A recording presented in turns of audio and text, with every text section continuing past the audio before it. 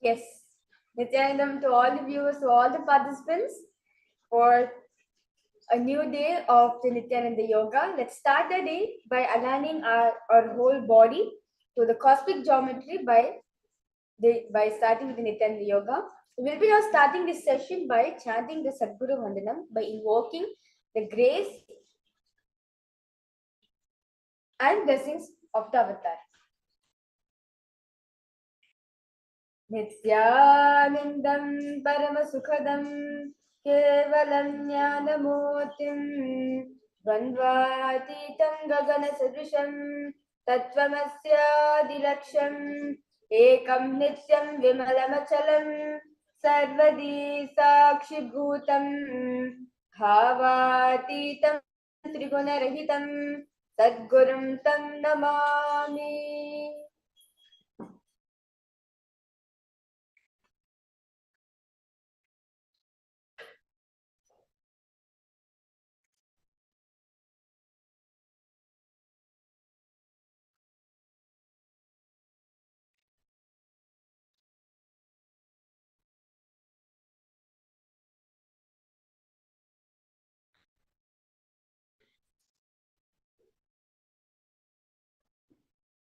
Yes. As it is said in the Vedas that if you want to connect to a deity, the powerful way to connect to it is by chanting the Moola Mantra. As the Moola Mantra is nothing but a representation of that very deity itself. As in the Nithyananda Yoga, at the end of Nithyananda Yoga, you are going to become Paramashiva. Let us now chant the Shiva Moola Mantra, the Om Ham Ham Shivaya Namaha, 11 times internally. Om Ham Ham Shivaya Namaha. Om Ham Ham Shivaya Namaha. Om Shivaya Namaha. Om Ham Ham Shivaya Namaha. Om Ham Ham Shivaya Namaha. Om Ham Ham Shivaya Namaha. Om Ham Ham Shivaya Namaha. Om Ham Ham Shivaya Namaha. Om Ham Ham Shivaya Namaha. Om Ham Ham Shivaya Namaha. Om Ham Ham Shivaya Namaha. Yes.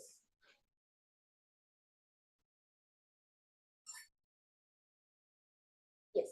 So let us now start by ritualistic cleansing, where we cleanse our whole body from the body level to the psychological, neurological, every single system layer until our consciousness layer. Let us purify ourselves by doing the Tattvachmanam, as is said in the Vedas and Agamas. One of the ways you can purify your whole body is through the Tattvachmanam.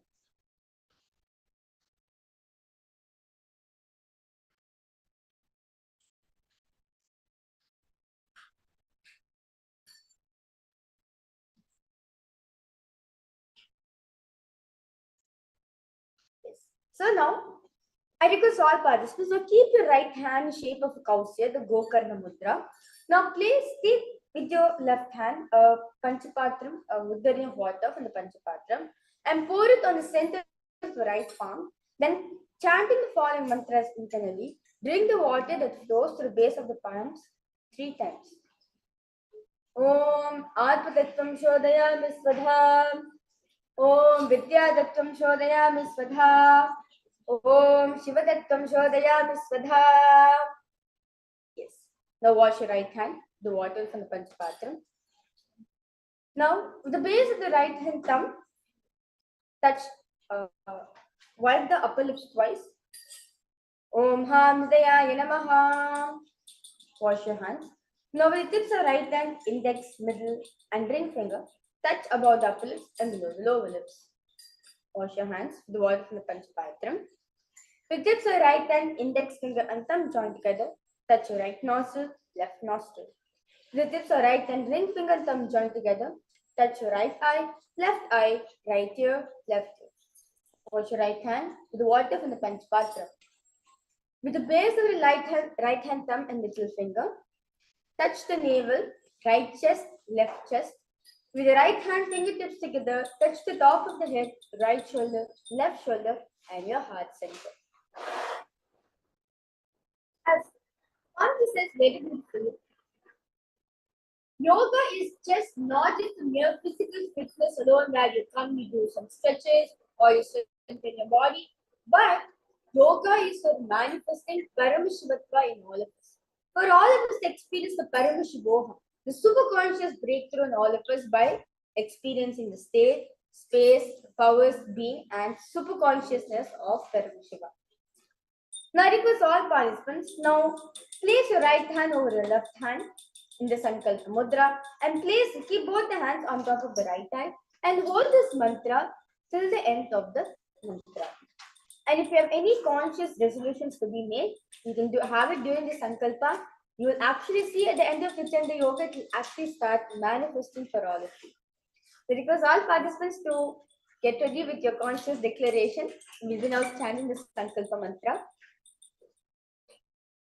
Om Mamopata Samasta Durita Kshayadvara Bhagavat Shri Nithyananda Paramashiva Preetyartam Shri Nithyanandeshwari Paramashiva Shakti Sameta Shri Nithyanandeshwara Paramashiva Preetyartam Cha Shubhe Shobhane Muhurte Adya Brahmanaha Vitiya Paradhe Shri Shvetavaraha Kalpe Vaivashvatavanmantare अष्टाविंशतितमे नित्ययुगे प्रथमे पादे जम्बूद्वीपे भारतवर्षे भरतखण्डे मेरोः दक्षिणे पार्श्वे शखाब्दे अस्मिन् वर्तमाने व्यवहारिके प्रभवादीनां षष्ट्याः संवत्सराणां मध्ये शोभकृतनाम संवत्सरे उत्तरायणे श्री लक्ष्मी वेंकटेश्वर ऋतौ कुंभ मासे शुक्ल पक्षे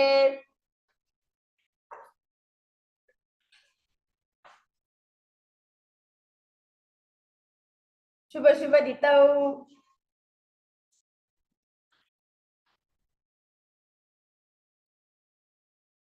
बुधवासरयुक्तायां पुष्या नक्षत्र शुभ योग शुभ करण एवं गुणविशेषण विशिष्टायाम् अस्यां शुभ ऋतौ श्री कैलासोन्नत द्वादशान्त श्यामला पीठारूढ श्री मीनाक्षी सुंदरेश्वरा भिन्न स्वरूप परशिवपुत्र रत्नकुमार गुरुमन्यतुल्य अवतार श्री पार्वती स्तन्यपान लब्ध दिव्य ज्ञान विश्रुत सकल निगमागम सारभूत द्राविड वेद प्रवक्त्रे श्रीमत्परम शिव करुणा समरिगत मुक्तामय चतुरष्टया नगीयमान छत्र चामर श्री चिन्ह काहलादि समस्त बिरदावल्यलंकृत ज्ञान विज्ञान चक्रवर्ती सर्व जन संत सद्यो निर्वाण दीक्षा व्यापवर्ग वर्ष विश्रानजीमूत परमत कलभ केसरी शैव सिद्धांत स्थापनाचार्य श्री राजाधिराज पांड्य महाराज गुरु क्षपन शाख्यादि महांधकार निवारण ज्ञान भानु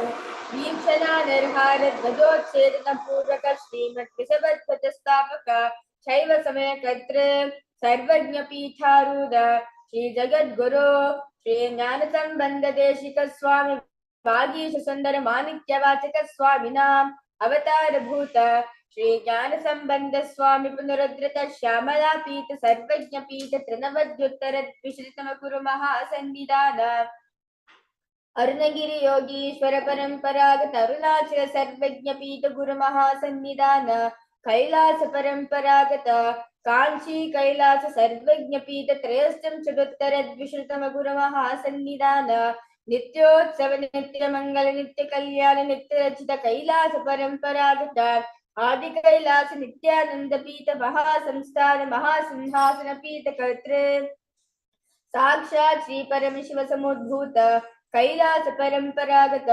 वैवस्वतमन इक्ष्वाकु हरिश्चंद्र भगीरथ श्रीरामचंद्र सूरसेन इत्यादि नवचंद सार्वभौम चक्रवर्ती परंपरागत चतुष्षष्टि योगिनी मंदिर चतुष्षष्टि संप्रदाय प्रवर्तक अनुधर्म शासन सूर्यवंश प्राप्त सर्वज्ञ पीठ पुराण साम्राज्य मूढ़ाभिचित्र चूड़ामणि साक्षात् श्री परमशिव समुद्भूता कपिल महागुरु पुनरुद्धृता महानिर्वाणपीठ अष्टोत्तर सहस्र श्री महामंडलेश्वर साक्षात् श्री परमशिव समुद्भूत श्री महागणपति समारंभ चिन्ह पीठाधीश्वर गुरु परंपरा प्राप्त अटल पीठ अष्टोत्तर सहस्रतम अष्टोत्तर सहस्र श्री अटल पीठाधीश्वर धर्म मुक्ति स्वर्ग पुरस्पंद पीठस्य त्रयोविंश गुरु महासंदिदाद कैलास परंपरागत आदिपीठ सर्वज्ञ पीठ जगत गुरु श्री कैलास पुनरुद्धारक श्री कैलास परमाचार्य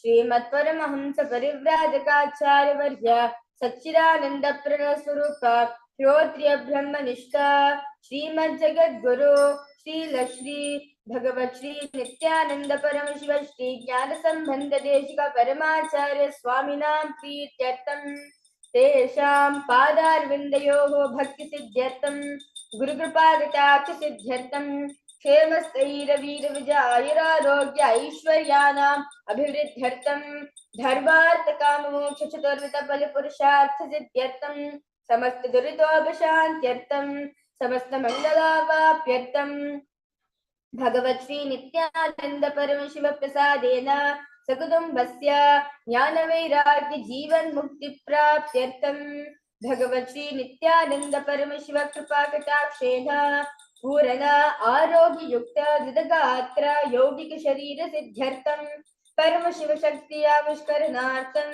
नित्यानंद योगाभ्यासं करिष्ये. Now let us wash your hands to water from the Panchapatram. Om Apopasprisya.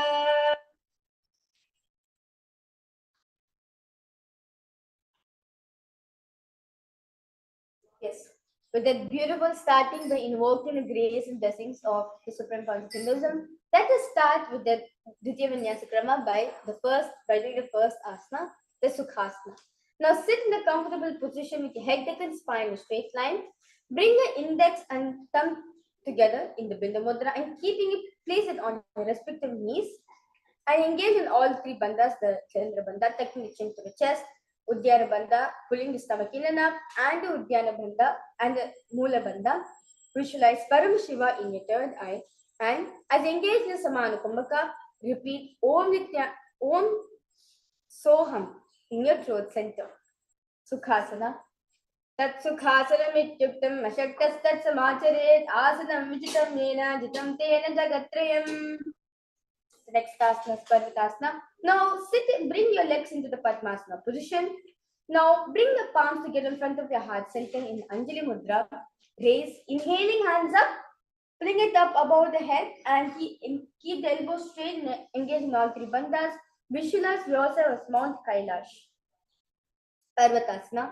Adavakshe Mahadeva Parvatasana Mangalam Yakritva Aste Rupi Sya Chakrari Vilopanam. Next is Haripavasana. Now bring the soles of the feet together in front of you. Now hold the left hand by the right in Shambhavi Mudra and place the forehead on the ground behind the heels. Engage in all three bandhas and gaze to the nose as you visualize Swamiji in your inner space. Haripavasana.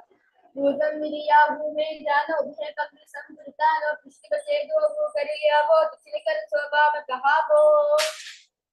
Next task is Nagi Pavasana. Now inhaling in same. Now remain same position. Inhale, exhale, cupping the palms in front of you, making a hollow. Engage in all three bandhas and gaze at the nose as you visualize yourself as a snake. Nagi Pavasana. पूरा विधि परियागाने नीचे हो ये गहून पनासे लगाई हाथ आगाने धर के लगावे पसार दो हाथ की अंजोली करे. The next asana is Kokilasana. Now hold the big toes with index and middle fingers in Prana Mudra. Inhaling, stretch the legs straight out, upwards in the air, then cross it into the Padmasana. Lean forward and down onto your elbows and engage in all three bandhas. Visualize yourself as a bird. Kokilasana. Ata Nyadasaram Vakshe Yena Siddho Bhavenaraha Akasmadvai Sancharam Kokilakyasane Nacha. Next task is Nithyananda. Now, place one ankle on top of the opposite knee and hold the opposite elbows in Shambhavi Mudra.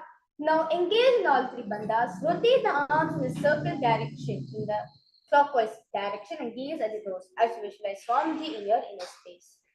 Nithyananda. गोदाम्बांगा पादिकियाच माहिनी सोये दक्षर नुकावारियो तापरे गुलप समोये वाम पादिको माहियो बहुरो गुलप दिजाना तापरे गोदा दिचकियां बारे लिखाना. Next asana is Gajasana.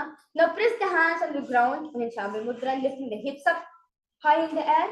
Now inhale, exhale, lower the head then to the chest, scooping the body forward and down again and again as you visualize yourself as an elephant.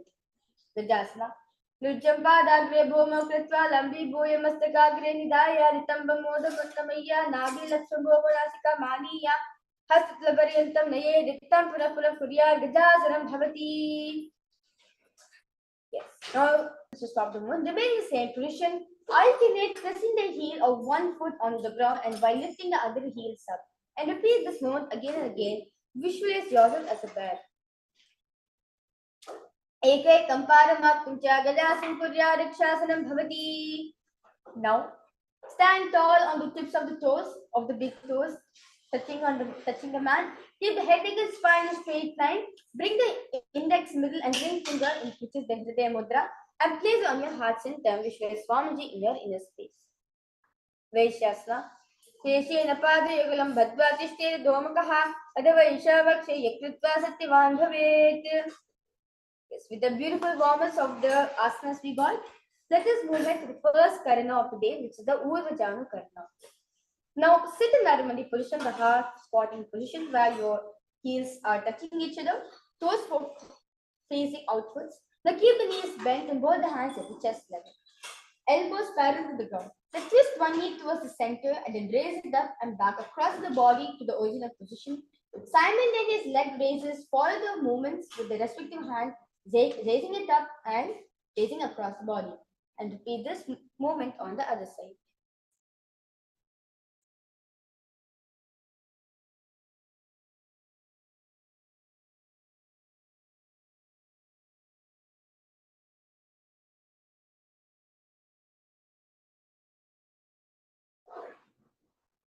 Next asana is Balangasana. Now increase the fingers from outside in Sarvavashankara Mudra and hold on to your knee, pulling it up towards the chest and keep the spine straight, engage in all three bandhas. Visualize yourself as catching a baby. Balangasana. Ekam janusya linya satavyam balinganam bhavati. Padipinasana. Now take one foot and pull it behind towards the buttocks, holding it with both the hands in Shambhi Mudra. Keep the head and spine straight and engage in all three bandhas to shred Swamiji in your inner space. Sitte kastum paritle karabhyame shriyatinam prishya samstapayatnena parapidanamasana. Next asana is Natarajasana. Now, with the respective hand, hold onto the sole of the foot from the inside. Extend the opposite hand forward with index and thumb joined together in Buddha Mudra. Simultaneously inhale, kicking the leg up, pull the foot back and up, and while leaning forward, visualize yourself as Lord Tattvamsa.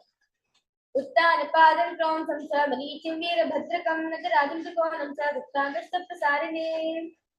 Let's now repeat the Balangasana sequence on the other side. Balangasana. Ekam jansya lingya statavyam balalinganam bhavati. Parapidyanasana.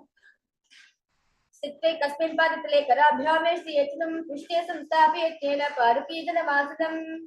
Natarajasana. Uttarapalam kram samsavadichim veera bhadrakam najarajam trikonam cha Uttangashtapasarine.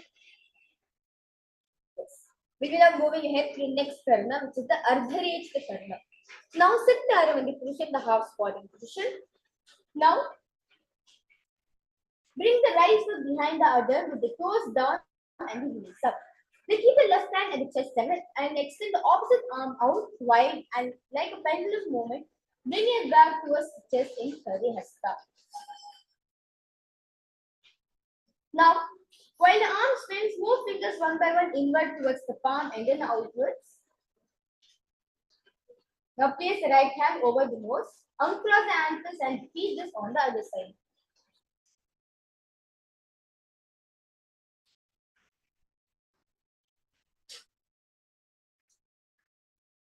Yes.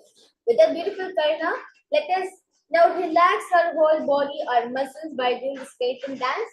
So request all participants to close your eyes and visualize yours as a closed skeleton and shake your body as intensely as possible for 2 seconds.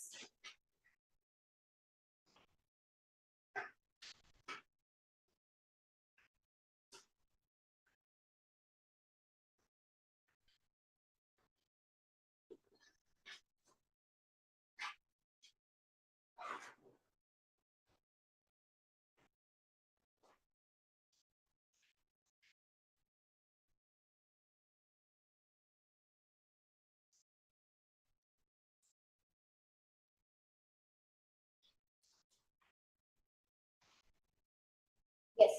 With that, inhale yourself, inhale and exhale deeply as possible. Relax your body completely as you walk back and forth in your mat. With that, let us go ahead to the next karna, which is the Kati karna. Now sit in the Aramandi, sit in the house body position. Move the hips to one side and simultaneously uncross the arms right above the head. Come back to the beginning position and repeat this on the other side.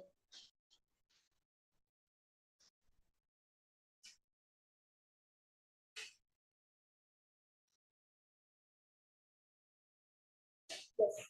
Now with that, stand tall and tips of the toes and raise the hands up above the head by resting beside the ears in Shami Mudra. Engage in all the bandhas, visualize yourself as a palm tree and now repeat Shivoham in your throat center. Tadasana. Mahamudra Baddha Kono Tadasana Bhedakanya Tansda Korea Rattarvatni Paripriya Uttanasana. Now for a standing position, lean forward and down, bringing the hands flat on the ground. Engage in all 3 bandhas and bring forehead towards the knee. And Vishaya Swamiji in your inner space. Uttanasana. Mahamudra Baddha Kono Tadasana Bhedakanya Tansda Korea Rattarvatni Paripriya. Next asana, Terakshasana. Now keep the hands flat on the ground, shoulders width apart, and step feet back, keeping the toes on the ground. Now tuck the chin to the chest in Chandrabandha and rotate the head from side to the side. Terakshasana. Vajradravastita mastakam varam varam dakshugupsam savakshim naye Terakshvasanam bhavati. Bhujangasana.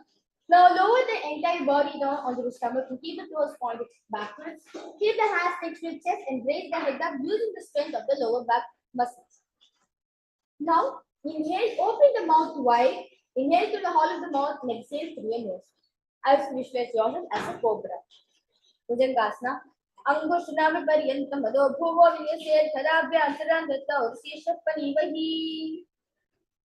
Next asana is Shasana. Now for a tall plank position, alternate bringing one knee in towards the chest and back and forth. Shasana. Vijasana samstito janadvayama kunchavaram varam kartavyam shasaram bhavati. Tathasana. Now remain same position. Place one foot behind between the 2 hands. Simultaneously jump 1 foot back and bring the other in between the 2 hands, alternating this again and again. And visualize yourself as a chariot. Rathasana. Vijasana samstito ekekam padam puromargena bhavita kartavyam rathasanam bhavati. The beautiful movement. Now, keep 1 foot flat on the ground,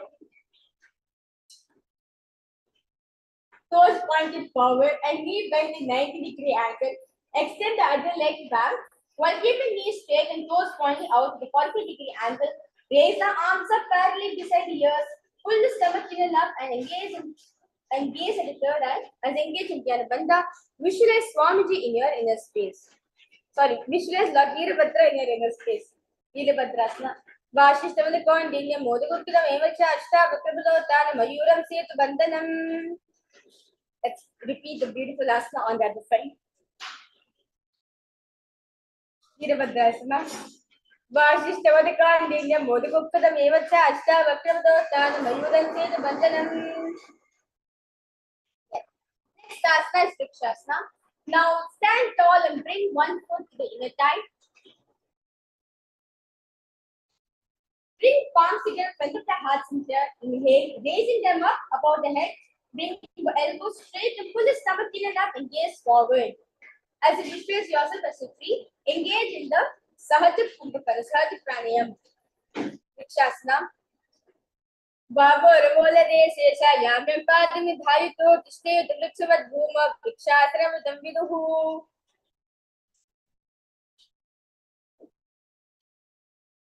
Garudasana. Now stand up, place forward at the opposite hip. Bring palms together in front of the heart center in Namaskar Mudra. Keep standing legs straight, as like a rod. Now visualize yourself as Lord Garuda. Garudasana. Garudasana Vache Dhyaram Sturam Bhivi Sarvadoshyadhyan Bhakta Bhavati Mahabali. Yes. The next task, let's repeat the Vrikshasana sequence on the other side. Vrikshasana.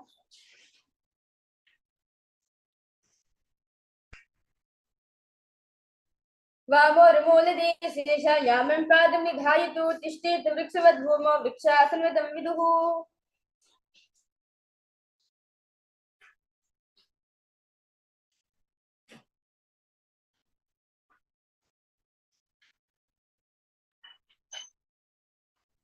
Garudasana on the other side. Garudasana Vakche Nithyananda Sturam Bhuvi Sarvadoshyadhirmukto Bhavati Mahabali. Next task is Trikonasana. Now stand step one leg far back apart. Keep front toes pointing forward and back toes touching, facing sideways. Now keep the arms stretched out and bring front arm down towards the ground beside the foot, while the other hand are extended out towards the air and it is in place in Shambhi Mudra. Visualize yourself as a triangle. Trikonasana. Uttanapadam crown chamcha maricham veera bhadrakam natarajam trikonam cha suptangashta prasarine. Let's repeat this asana on the other side. Trikonasana. Uttanapadam crown chamcha maricham veera bhadrakam natarajam trikonam cha suptangashta prasarine. With that, we will be now entering the beautiful karna, which is the Nikutaka karna. Now, I request all participants to sit in the Aramandi position. Now, inhale, bring one foot towards your toes and switch between like inhaling, lifting up your feet, your heels. As you do this movement, simultaneously bring your hands in front of your chest. Both the palms facing each other and simultaneously switch between your hands and your legs.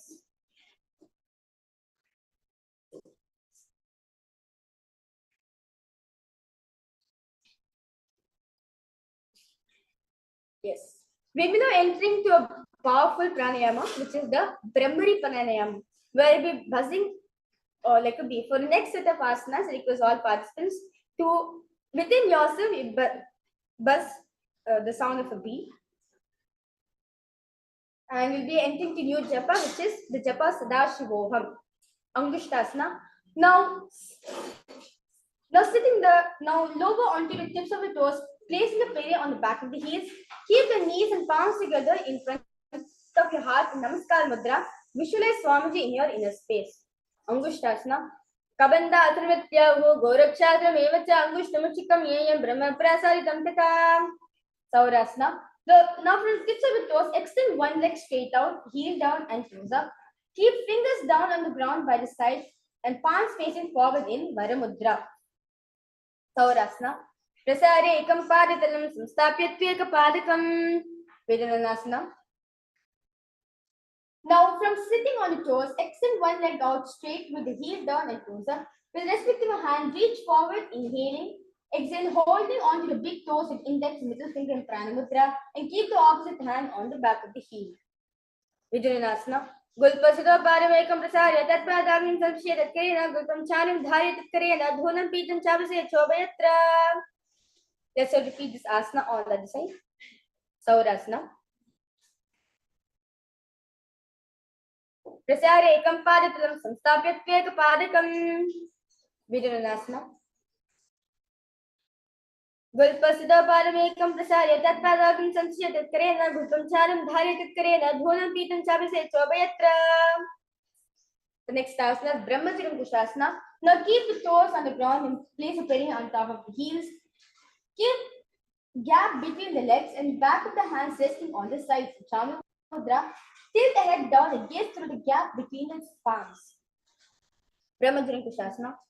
Dovo Panapani Hoi Vese, Dogidani Vese, Korabakari Yanki Mali, Aisma Hira Shemili. Kapilasana. Now place knees on the ground with toes tucked behind, sitting perineum down on the heels. Rest the hands on top of the thighs in Shama Mudra. Pull the stomach in and up as you engage in Nithyananda Bandha and gaze at the nose as you visualize yourself as Sage Kapila Mahamuni. Kapilasana. Bhed pagde sama tehrave, dil ko mahli kol milave, panapar doi vese, edi do jodi vese. The next task is Bhadrakorakasana. Now remain same position, switch the gaze to the third eye and visualize Swamiji in your inner space. Bhadrakorakasana. Dobu pagni samdikare korvali bhupradare korvali rate ese tapre molat bharati gabhese. The next task is Suryasana. Now sit with toes tucked in and perineum placed on top of the raised heels and knee off from the ground. Bring the thumbs and little finger together, making the Padma Mudra, resembling lotus root. Inhale, raising the arms stretched up above the head and gazing through the hole between the palms and visualize yourself as Lord Surya. Suryasana.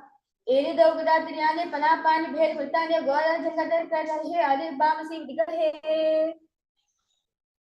Next task is Mandukasana. Now sit the toes flat and perineum on the heels. Keep hands on the top of the knees and lift the tongue up against the roof of the mouth in Mandike Mudra. Visualize a catching the nectar of immortality, which is dripping from the Sahasrara Chakra, the crown center, with your frog-like tongue. And visualize yourself as a frog. Mandukasana. Padatalo Prishtadesha, Angushtedveja Santrashe, Jana Yugman Puraskitya Sadi and Mandakasanam. Now remain in same position. Keep the hands on the back, holding the head with the elbows and lift the tongue up against the roof of the mouth in Mandiki Mudra. Pull the stomach in and up in Uddiyana Bandha and visualize yourself as a frog. Uttana Mandakasana. Mandaka Jasam Kurprabharidam Shiraha Etad Begvaduttana Megaduttana Mandukam. The next task is Simhasana. Now cross the ankles and sit on the feet. Keep the knees wide open, fingers spread on top of the knees in Shama Mudra. Inhale, exhale and open the mouth wide, sticking the tongue out and exhale forcefully. Gaze at the tip of the nose and repeat this several times as you visualize yourself as a lion. Simhasana. Dakshinam sarva gulpena, dakshineha tetanam hasta jana stapya swanghilisya prasaricha. Next asana is Bhadrasana. Now sit on heels under the perineum and keep the knees wide. Cross the hands behind the back and hold the big toes in Prana Mudra. Apply the Jalandhar Bandha and gaze at the nose and visualize Swamiji in your inner space. Bhadrasana. Gulpo Chuvrisya Syada Yukramena Samahitaha Pala Nushtakara Bhyadrita Prishadeshitaha.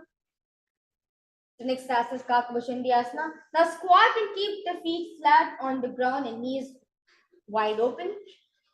Bring the arms in and around the back. Place the fingers behind in Parisha Mudra and gaze at the nose as you visualize yourself as a crow. Kakabushandhyasana. Pratame Ves Gurutam Dohat Bakam Jani Niko Modaliam Priyave Pishmate Kagasi Karave. The next task is Kanipavasana. Now place palms on the floor, shoulders width apart. Bring knees on back of the arms towards the armpits. Lean the chin forward and down and gaze ahead as you visualize Swamiji in your inner space. Kanipavasana. Ase Kaugnashi Dushda Hoi Tu Achi Yohi. Kapalyasana. Now place the hands on the ground and shoulders width apart. Bring toes of the head on the ground, forming a triangle between our hands and the head. Now bring the knees onto the elbows, hips over the shoulder and straighten the legs up as you inhale and gaze to the nose. Visualize Swamiji in your inner space. Kapalyasana. Sisa Shisha Dharti Teki Bagumli Bahu Chagakare Bagriakar Sarvasarasi Dohataki Hatari Dohapashita Dharti Teka Krishnasa Agra. Yes, with that beautiful balancing asanas, let us move ahead to a new pranayama for the next set of asanas, which is the Rechika pranayama, where your exhalation is more longer as you inhale. Just extend your exhalation and hold it as long as possible. Then you slowly inhale. Vashamayurasana. Now squat in your toes with legs together. Twist the body and place both the hands to one side. Align the elbows with knees and hip. Lean onto the arms and balance. Extend the legs to the side and gaze through the third eye. As you visualize yourself as a peacock. Pashmairasana. Mayuram dandavat kuryan mayuram dandanavakam kuryan mayuram pashvabhyam mayurapashanavakam. Now let's repeat this asana on the other side. Pashmairasana. Mayuram dandavat kuryan mayuram dandanavakam kuryan mayuram pashvabhyam mayurapashanavakam. The next asana is Bhairaganathasana. Now place both the hands on the ground, shoulders width apart. Stretch the legs back and straight onto the Tarakshvasana. Step one foot outside your respective shoulder, bringing the foot between the hands and gaze at the third eye. As you visualize yourself as Lord Kalabhairava. Bhairaganathasana. Asana Kaugna Piti Jayi. Now let's repeat this asana on the other side. Asana Kaugna Piti Jayi. Next asana is Mukha. Now from Tarakshvasana plant position, place the forearms on the ground and walk the feet forward, raising the hips up and lift the chest and head up and gaze at the third eye as we share Swamiji in your inner space. Unmukha Pitasana. Dhonyasto janani hasto charushparam vanakam uttapita angegalam katistalma bhiruka. The next asana is Vashishtasana. Now from Tarakshvasana, the plank position, rotate the body onto one hand and raise the opposite hands up in Shambhi Mudra. Keep the balancing hand directly beneath the shoulder and raise the hips up and gaze towards the sky. As you visualize yourself as Sage Vashishta, the guru of Sri Rama. Vashishtasana. Ula Kukuravachita Varichi Hal Matsikam. Let's repeat this asana on the other side. Vashishtasana. Udakukravashta Marichihara Matsikam Karutim Chodarsya Vidam Dhanurasanam. Next task is Anjaniyasana. Now sit with legs straight and toes pointing up. Bring hands under the buttocks and place the palms facing upwards in Shambhi Mudra. Keep the head, neck and spine in a straight line, elbows to the body, tuck the chin to the chest in Jalandhara Bandha and gaze at the nose. As you know, I'll be entering to new japa. Repeat Om Mahasadashivoham in your throat center. Visualize yourself as Lord Hanuman. Anjaniyasana. Dohu karki ube hateli korvali me lebeli suagame bhupradaše mahane andre virashe. The next asana is Paschimottanasana. Now sit the legs stretched out. Bend from the waist and hold the big toes with the index and middle fingers in Pranamudra. Bring the chest to the thigh, head to the knees, and gaze in all three bandhas and share Swamiji in your inner space. Paschimottanasana. Jano parela danto paschimtan muchitayene kila prakarena sukamdharim sajayate. The next asana is Ugrasana. Remain same position. Clap the hands behind the head in Parishamudra. Lean the chest forward and down, bringing the head to the knees and engage in all three bandhas. Visualize Mother Kali in your inner space. Ugrasana. Subha Nithyananda Nitya Janupuri Shrona Set Asana Ugravanam Proktam Bhavedana Deepanam. The next asana is Marichi Asana. Now sit with legs extended, bring one heel towards the groin, knees raised, reach the arms in and around the raised knee and clutch the hands behind the back in Parishamudra. Bring the chest to the thigh and head to the knee as you visualize Sage Marichi in your inner space. Marichi Asana.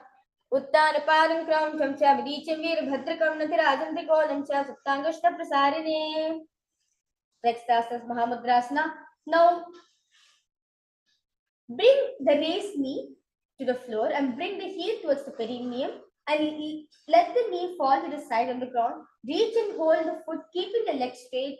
Bring the chest forward and down. Engage in all three bandhas and gaze at the nose. Mahamudrasana. Dava Modi Yedi Mahan Gopamudra Niche de Base Jimini Pagari Darti Te Godam Chobora She. Now let's repeat Marichiyasana on the other side. Marichiyasana. Uttar Param Kron Chamcha Varichim Vir Bhatrikam Nitarajam Trikonam Cha Suptangashta Prasarine. Marichiyasana on the other side. Mahamudrasana on the other side. Dava Bhagmori Yedi Maitham Gulpamudra Niche de. The next asana is Bhadrasana too. Now sit and bring the soles of the feet together in front of you with the heels touching close to the perineum. Keep the knees wide open. Hold the feet firmly in Shambhi Mudra. Maintain a straight spine and gaze at the nose as you visualize Swamiji in your inner space. Bhadrasana. Wilpod Vilsasadaha Sivanya Shokshipet Padapajripan Nityan Nimbadda Sistalam Bhadrasanam Bhave Teda Sarvavyari Shapaham. Next asana is Dwalipavasana. Now from Bhadrasana, extend the feet away from the body, keep the toes together, heels apart, knees open, place the hands to respective knees in Shami Mudra, tuck the chin towards the chest in Chandrabandha and gaze at the nose. As you wish, Swamiji in your inner space. Dwalipavasana. Purva Charva Chokasu Soi Vahi Video Kiji Sohi. Joniasana. Now sit and keep the soles of the feet together, heels close to the perineum. Hold the soles of the feet and kneel forward and down, bringing forehead to the feet and gaze at the nose. As you visualize the Yoni Mandala in your inner space. Joniasana. Dovu Pagi Samdikare, Erimer Keding Nadare, Ardahatuko, Antarashi, Latapakatayam, Pradashe. Next asana is Mediki Pavasana. Now,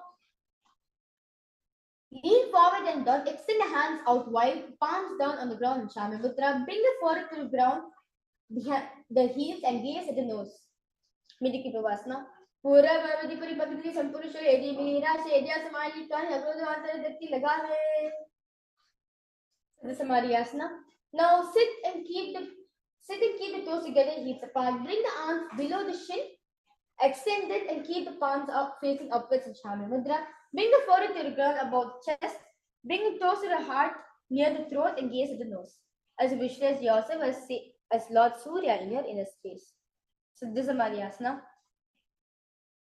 Lovu Pagli Samdikare, Shole Medaga, Medare, Ambula Tundarashe, Ediko Yese Vidashe. The next task is Chiniki Pavasana. Now sit and keep heels together, toes apart. Hold the feet and open them up, bringing the soles towards the sky. Bring back of the thumb on the ground. Press the elbows of the thighs towards the knees and gaze the nose. Chiniki Pavasana. Dovu Pagaki Edi Dharti Magava Med Lagave Pagli Mali Kora Mutagi Shuri Chode Bari Kor Panashulya Rashe. Next task is Sarva Chokasana.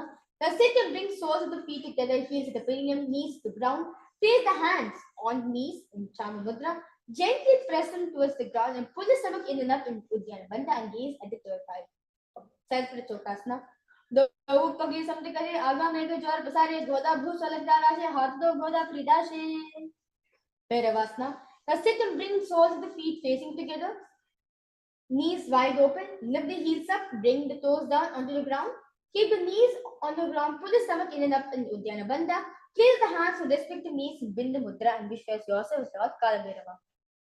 Bhairavasana. Vilpa Zampira Cha, Nyonya Krimina, Rumchane, Jana Palita, Hasto, Dandavat Bhairavasanam. Samanasana. Now sit with one heel at the perineum, lift and hold the other foot, pulling the sole of the foot onto the chest, gaze to the third eye, and hold the breath in Muladhara Chakra, the root center. Samanasana. Samana Asrama Vakche Siddhamanta Sarana Deka Parmanutta Gusholinga Vatrake. The next task is Sapanasana. Now sit and place one leg on top of the rest of the shoulder. Raise the other foot forward and straight and keep the hands on the ground to the sides of Shami Mudra and gaze at the third eye. Apanasana. Kevalam Parame Kanchas Kandecharu Pritahai Paranga Ganetishtada the Vaprabo. Let's repeat this beautiful asana on the other side. Samanasana. Samana Asrama Vakche Siddhamantra Saranath Eka Parmadutva Gusholinga Vatrake. Apanasana on the other side. Kevalam Parame Kanchas Kandecharu Pritahai Paranga Ganetishtada the Vaprabo. Next asana. For the next set of asanas, we'll be going to a new pranayama, which is the Sitkar pranayama, where you place the tongue against the roof of your mouth. Inhale. As you inhale, make the hissing sound from your mouth and you exhale through the nose. And you'll be entering new japa, which is Om Nithyananda in your throat center. Repeat Om Nithyananda in your throat center. The next asana is Gomukhasana. Now sit and cross one leg over the other. Align the knees at the center of the body. With the feet by the opposite hips and place both the hands on top of stacked knees in Shami Mudra and gaze at the nose. As you visualize the face of a cow in your inner space. Gomukasana. Savya Dakshinagul Pantu Prishtipashvin Yojye Dakshinabhita Savya Gomukam Kamyata. The next asana Anushasana. Now remain same position. Hold the big toes with the index and middle fingers in Prana Mudra. Relax the shoulders and pull the stomach in enough in Uddiyana Bandha and gaze at the nose. As you visualize yourself as Rishika Anusuya. Anusuyasana. दक्षिण को दोनी चौताने वामता को बराने गदा संधि मिलावे भारी आधा पर विदेश संधि पसारी अनुशासना की. Now remain same position. Interlace the fingers behind the back in Parishamudra and lean forward and down. Bring the chin over the knees and touch the nose to the ground. Gaze at the nose. As you visualize Devi Anusuya in your inner space. Anushasana 2. जीवन आगोजा की संधि वृद्धा आगोजा की संधि मिला राशि गोदा सले बक्सली आगो otherwise वो दाराशे. Next asana is Garudasana 2. Now sit on the ground with one knee pressed against the perineum.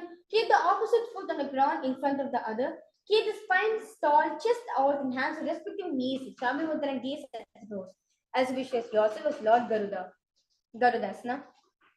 Dava Modi Yeti Mahilam Kulpumunadva Niche De. The next asana is Naradasana. Now remain same position. Twist your body to raise the heel and place your hands over your neck in Parishamudra and gaze at the nose. Gaze at the third eye. And visualize sage Narada in your inner space. Naradasana. Pishtijavam Pagli Keri Bobrita Laga Vipiri Gulasa Panohe Joy Rishpatira Kesoi. The next asana is Matsupidikasana. Now place one foot on top of the opposite thigh and wrap the respective arm around the knee and holding onto the opposite shin. Now extend the other hand straight and hold the respective toes with index and middle finger in Prana Mudra and gaze at the nose. As you visualize yourself, the fish avatara, the Matsya avatara of Mahavishnu in your inner space. Matsupidikasana. Vame Navamam Krishtanto Grihita Matsupidikam Yoy Vame Sampidya Medralupari Dakshinam. Let's repeat this beautiful sequence on the other side. Gomukasana.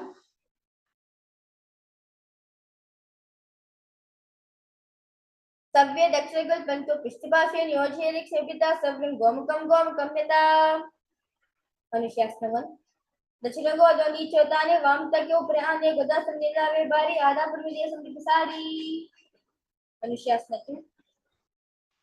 जीवन आगोदा की संधि वृद्धा आगोदा की संधि मिला है से गोदा से ले बक्तलिया को अदवा से दारा से नारद गरुदासना 2. नावा मोली ये भी मानव को तुम्हारा नीचे दे जैसे ही कभी सही तरीके की गोरा से नारदासना. Pishtijavam Pagli Keri Bobrita Laga Vipiri Gulasa Panohe Joy Rishpatira Kesoi. Matsupidikasana. Vame Yavava Krishtanto Grihita Matsupidikam Yodavame Sampidya Medralupari Dakshinam. Next asana is Matsupidikasana. Now place one foot on top of the opposite side. Place the opposite foot on the ground on the rear side of the opposite side. Twist and bring the elbow outside of the raised knee. Keep the arms by the neck and turn the head back and gaze at the full height. As you visualize yourself, the Matsyendranath, the great sage who is the master of Hatha Yoga. Matsyendrasana. Udram Paschima Bhatam Krippadasya Itaha Namra Gama Bhatam Hita Pitano Parinyase. Subhasana. Now remain same position. Relax the hand. Relax your hand to the leg and bring the opposite hand towards your ear. Subhasana. Asana Kaugran Jo Lojaye. The next asana is Matsyendrasana. Now remain same position. Relax both the hands in the ground and gaze at the third eye. Visualize Matsyendranath in your inner space.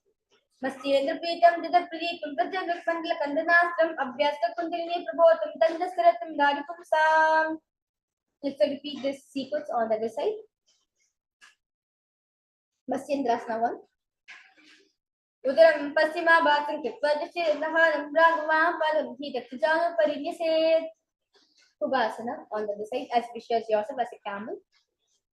Asana Govana Jo Lojaye. Matsyendrasana 2. Matsyendra Petam Dida Pradipam Pratyam Vikpandla Kandanastram Abhyasta Kundalini Prabhotam Dandasaratam Daripumsam. We will enter the new pranayama, which is the Sitali pranayama, where you will be inhaling. It is the same pranayama, Sitali pranayama, except where you don't make the hissing sound. Padmasana. Now sit and place the feet on top of the opposite thighs in Padmasana. Place the palms on respective knees in Shamamudra. Engage in all three bandhas and gaze at the nose. As you visualize yourself as Lord Paramashiva. Padmasana. Asanam Didam Proktam Padmam Vajra Santata Udvo Abhirichya Diddyo Bebad Layata. Padmasana 2. Now remain same position. Cross the arms and hold the opposite toes with the index and middle fingers in Pranamudra and gaze at the toes. As you visualize yourself as Goddess Parvati. Padmasana 3. Uttano Chana Krita Visasta Priyatnaha Uru Madhyari Uttana Vani Krita Tadusho. The next task is Kukudasana. Remain same position as Padmasana. Place the palms on the ground between the two thighs and lift the body up. As you visualize yourself as a rooster. And repeat Om Nithyananda Mahasrashan Japa in your inner space. Kukutasana. Padmasana Sapya Nanavan Tirekara Vish Go and the Vajishivyosta Kukutasana. The next task is Padiketiyasana. Now remain same position as Padmasana. Raise up onto your knees and place the palms on the ground and fingers pointing towards the perineum in Shamamudra. Keep the elbows together. Now press against the navel. Lean forward and down. Find the balance and extend the knees up on the ground. Padiketiyasana. Paramashivoham Level-1 Next is Mayurasana. Remain same position. Extend the legs out forward and balance yourself as visualize yourself speak out. Adavakshay Mahadeva Mayurasana Uttamaho Jajastodha Purpurapari Dehakam. Let us now relax ourselves with Makarasana. Lay down the stomach and with feet pointing outward and forward on the mat. Incline the fingers behind the neck and hold yourself in Parishamudra. As you visualize yourself as a crocodile.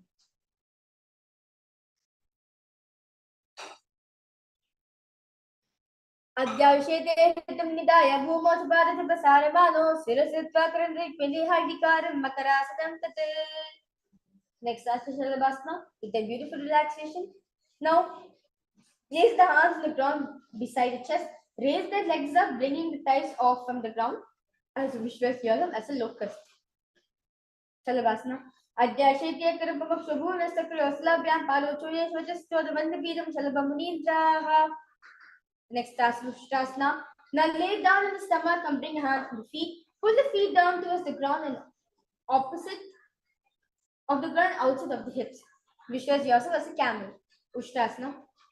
Adhyashete Pargimoshtam Piste Nidyavinam Karabhyam Apunche Savyasiga Dhamastin Spitam Yogino Vadanti. Dhanarasana. Now remain same position. Kick the legs back and up. Simultaneously pull the feet towards the sky. Lift the chest off from the ground. Raise the head up and gaze at the third eye. As you visualize yourself as Lord Parameshwar's go. Prasara Pada Vindaru Pakaru Prashed Padikvam Krikadu Stalivetam Nigat Yogi Dhanarasanam Pade. With a beautiful core exercise and a good stretch for your back. Let us relax ourselves into Bhagasana. Now sit in both the knees with head, neck and spine in a straight line. Place the palms down on top of your respective knees in Shama Mudra and gaze at the third eye. As we will now repeat. Now let's repeat the Om Nithyananda Paramashivoham, the Mahavakya in its center. Bhagasana. Ulita Modi Pada Vese, Varoji Kare Vese, Paiman Herbal Bojo, Krapastila Veso.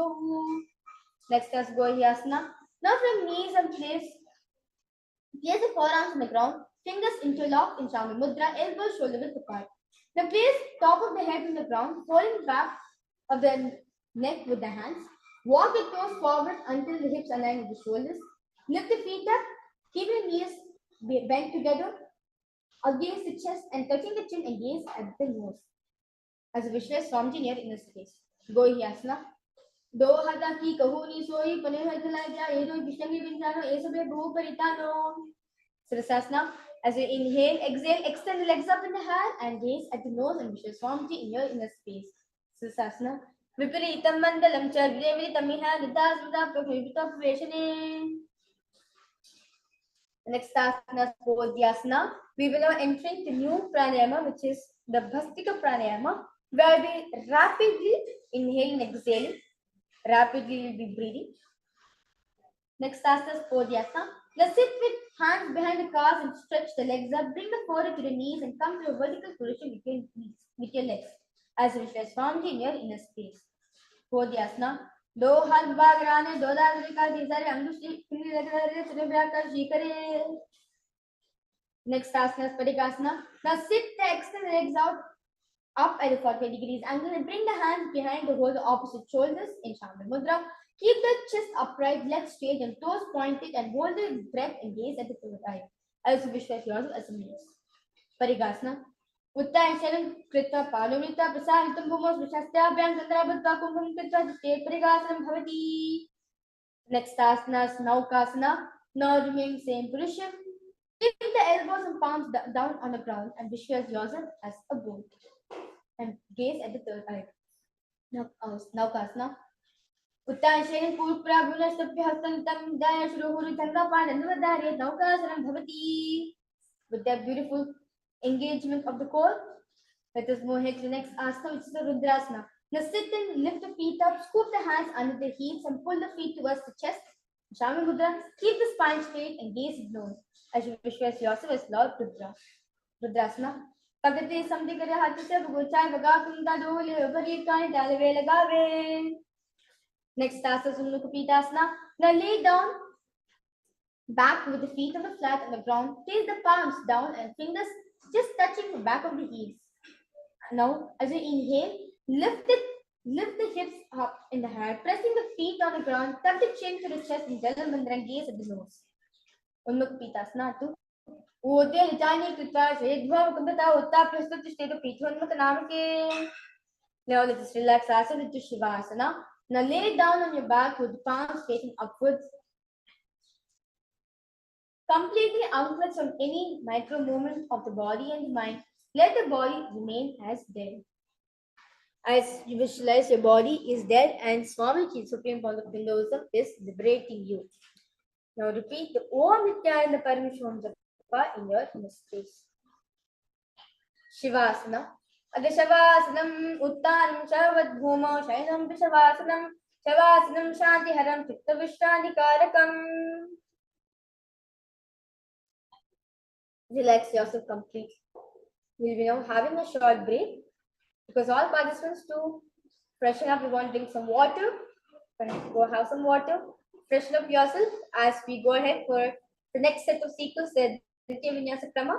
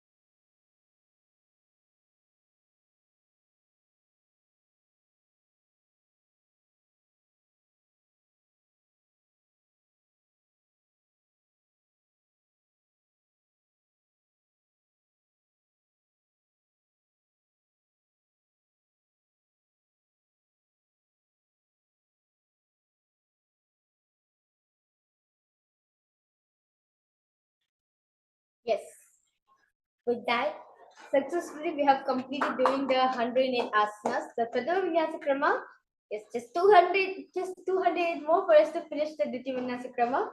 Let's do it. So the first asana of the Ditya Vinyasa Krama is the Yathasanishtasana. Now sit in a comfortable position that brings ease to your physical and mental space while you keep your fingers in the Binda Mudra and visualize Swamiji in your inner space. Yathasanishtasana. Paryankam tatsamakhyatam yathasanishta yathasiddhi. Next asana samasana. Now sit cross-legged position, hands on the knees with thumbs and index finger touching together in Binda Mudra. Take a long deep inhalation and hold. And then take prolonged inhalations and exhalations and visualize Swamiji in your inner space. And repeat Om Nithyananda Paramashivoham in your throat center. Samasana. Idanim garbhinina yogaabhyasa yadalabhu. Next asana is Muktasana. Now place the left foot against the genital region. Place the right foot over top of the left. Hands placing downward on top of the knees. Chama Mudra gaze the nose. As we visualize the Supreme Pontiff of Hinduism, Swami, like a sage is being liberated by Swamiji. Muktasana. Niti Disivi Sukam Dakshineshwara Dhulpataha Vamamya Amina Gulpena Gustadra Gantavit. The next asana is Siddhasana. The maintain same position as Muktasana. Switch the gaze to the third eye. Siddhasana. Hanum Nami Chendriya Siddhasha Prashnaguvanam Teram Saitam. Moksha Pada Bed Jelakam Siddhasana Protite. Next asana is Siddhasana. Now maintain same position Siddhasana. Switch the gaze to the ground in front of you. Engage in all three bandhas. Siddhasana. Vamapad ki edi dhana sivare manitan prothano drishti dachipad ki edi jao medhamati lagha visoi. The next asana is Siddhasana. Now keep the legs in the same position as Siddhasana. Rotate the hands on top of the knees. In Binda Mudra and switch the gaze to the third eye. Visualize yourself as Lord Rudra. Rudrasana. Vamacharya Puri Dachera ke eki dikati asam lidha ke Vamapad ki maan likora Dachiti ki bahar ligora. The next asana, Santidunasana. The maintain same position of Rudrasana to switch the gaze to the third eye. Visualize the embodied tranquility and unshakable nature. Santidunasana. Asana Togara Manaki Chancharatahita. Next asana Siddhasana. Now maintain one heel on top of the other. Bring hands to the navel center, cupping the one palm over the other in Sampati Mudra and resembling a lotus flower. Visualize Swamiji in your inner space.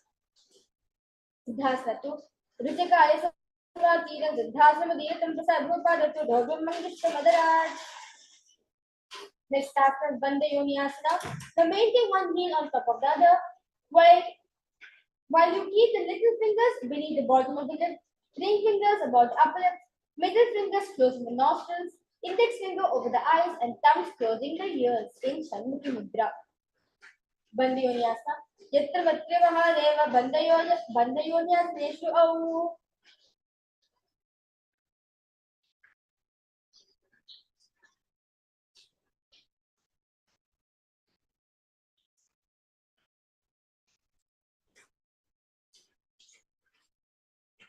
The next asana is Virasana. Now place one foot on top of the thigh and other foot under the opposite thigh. Touch the thumb and index finger together in the Bindu Mudras and rest them on top of the knees. Visualize embodying the space and state of bravery. Virasana. Ekam paramade kasmin vinyashorya samsita itarasmin sata chorum virasana mudiratam. Next asana is Valmikasana. Left heel on the right thigh and generative organ. Toes under the thighs, right foot on top of your left thigh and toes by the knees. Now, hands are respecting knees in thumbs and index touching together in Buddha Mudra and gaze at the third eye. As you visualize Valmiki, the poet, the great author of Ramayana. Valmikasana. Daba Bulgi Pagdi Punedi He Joya Banam Sumedi Rachina Amiraga Viswaya. Next asana is Joni Mudrasana. Now keep the legs in the same position. Left heel again, press against the perineum, right foot on the thigh. Switch the gaze to the nose. Visualize The Yoni Mandala in your inner space. Yoni Mudrasana. Bhavabhariki Padakli Jalimangi Kori Johitam Dari Veshe Ulita Pava Jomori. Next asana is Yoni Asana. So keep feet and hands the same position. Just switch the gaze to the third eye and continue to visualize the Yoni Mandala in your inner space. Yoni Asana. Yoni Asana Pavetena Yogam Yoga Prayamilam.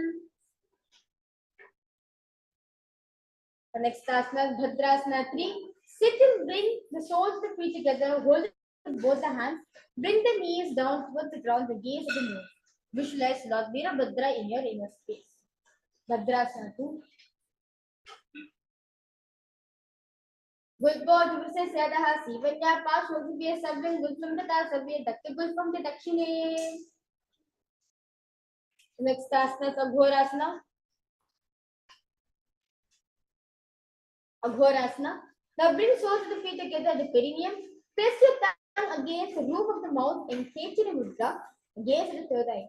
With your right hand covering the mouth, close the left nostril with the index finger. Inhale through your right nostril, close both the nostrils, hold the breath and exhale through your left nostril. And repeat this beautiful pranayama, the Antika pranayama on the other side. As you visualize yourself as an Aghori. Aghorasana. Guru Koha Vishika Joy Bahivri. जो कीजे सोही सब अंगुरी मुख बाहरी अनुभव मुक्तापुरी. Next asana is Kaneni Pavasana. Now bring the feet together in front of you, toes together, knees apart. Place the elbows on the heels, rest the chin on the palms in Shami Mudra. Gaze at the nose, engage in Udyana Bandha.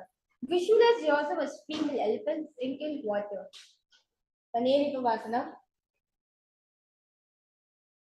Gawali पवासना कशो है जैसे Yahoo में जाने विधिथे से दो गुलफमाहिलो जानो और एक विधि कहूँ निथानो. Next asana is Parasana.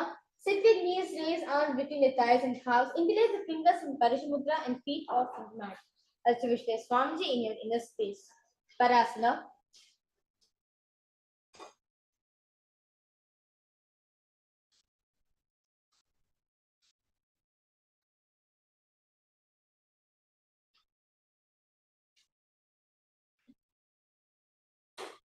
Yoga Drapi Yoga Dipyaka Dohu Karki Anguri Jo Vatashap Ani Anani Lagave Soi. Next asana is Gopi Chandasana. Now interlace the fingers are on the feet, just soles together in Shama Mudra. Toes at the groove in the throat, heels touching the chest and chin on the hands and gaze at the nose. As you visualize, embodied state, a place of a king. Gopi Chandasana. Purabadi Pagaka Amrita Takaka Puparashi. Next asana is Udarasana. Now sit with soles of feet together, insert the hands underneath the legs, holding the feet with interlocked fingers. Holding the feet within the interlocked fingers, bring the feet up to the chin, bring the head down and touch the chin to the soles and gaze at the nose. Visualize your body is free from all defects. Udarasana. Dobu Kagi Samjana Thane, the Ube Hastik Kari Urdahi Thane. Next asana is Vishishtasana. Now sit with feet together, arms under the legs, raise feet up to the face, fingers interlock, down with the palms over the forehead. Visualize everything. You visualize it excellent in everything. Vishishtasana. Dovu Pagi Jodi Sampurikare Do Hagdo Paga Bichi Anitale. Next answer is Bhujasana. Now from seated position, lift both legs over top of the respective shoulders. Bring the arms underneath the legs and legs up. Interlace the fingers around the back of the neck in Shambhi Mudra. Visualize yourself as a cobra. Bhujasana. Sirasana to be Gnayam Kakshasana Mataparam. Next asana is Kalyanasana. Now maintain seated posture. Raise the legs up. Bring the elbows underneath the knees and wrap the arms around the back and palms clasped. Gaze the nose. Visualize yourself a beautiful, auspicious goddess in your inner space. Kalyanasana. Dohaganti ani Tilago Gordon Chetane. The next asana is Sankatasana. Now with the left knee on the mat, place the left foot flat and place a clearing up on the raised heel. Raise the right leg over top of the left. Bring the right heel to the left hip. Place the hands on the opposite knees in Vaishnavi Mudra. And visualize the white swan in your inner space. Sankatasana. Vama Padamite Moolam Sanyasada Nitale. The next asana is Dhenukasana. Now from Sankatasana, slide the left heel to a left hip. Keep the right knee on top of the left. Place both the hands on the right thigh. Visualize a cow in your inner space. Dhenukasana. Sagina Gara Pantam Vrishpinda Galyam. Next asana Machandrasana. Now place the right foot on top of the left thigh. Place the left foot on the right knee. Bring the left hand behind the back and hold the right thigh. Place the right hand on the left eye. Twist the body and gaze at the nose. Gaze at the third eye. Mr. Swamiji here in this space. Machandrasana. Vama Janga Ghaparada Chitane. Vama Hasta Pishti Dishane. Next asana Machandrasana. Now remain same position. Lean your forehead so it touches the ground. Chest should touch the knees and hold the respective big toes in Vaishnavi Mudra. Machandrasana. Prathama Jivana Charana do joy. Vama Janga Gapari Rake Soyi. Next asana is Guru Asana. Now maintain feet in same position. Interlace the fingers and place them on top of the knees. Guru Asana.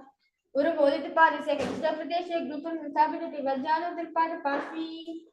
Sanstavi Dishkit Hasto Samile Guru Asanam Bhavati. Now let's repeat Sankatasana on the other side. Sankatasana. Vama Padam Chitek Moolam Sanyasa Dharani Tale. Dhenukasana on the other side. Anusagi Nagara Pantum Vishwinda Galyani Daya Dhyagali Vanka Pagula Nida Yakudu. Next asana Machandrasana on that side. Continue to visualize the Supreme Pontiff of Hinduism, Swamiji in your inner space.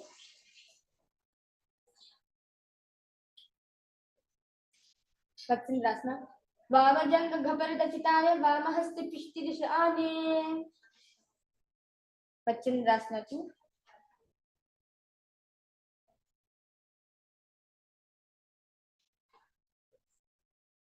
Vedama Jivana Charana Jujoy, Vama Hasta Janga Ghapari Rake Soyi.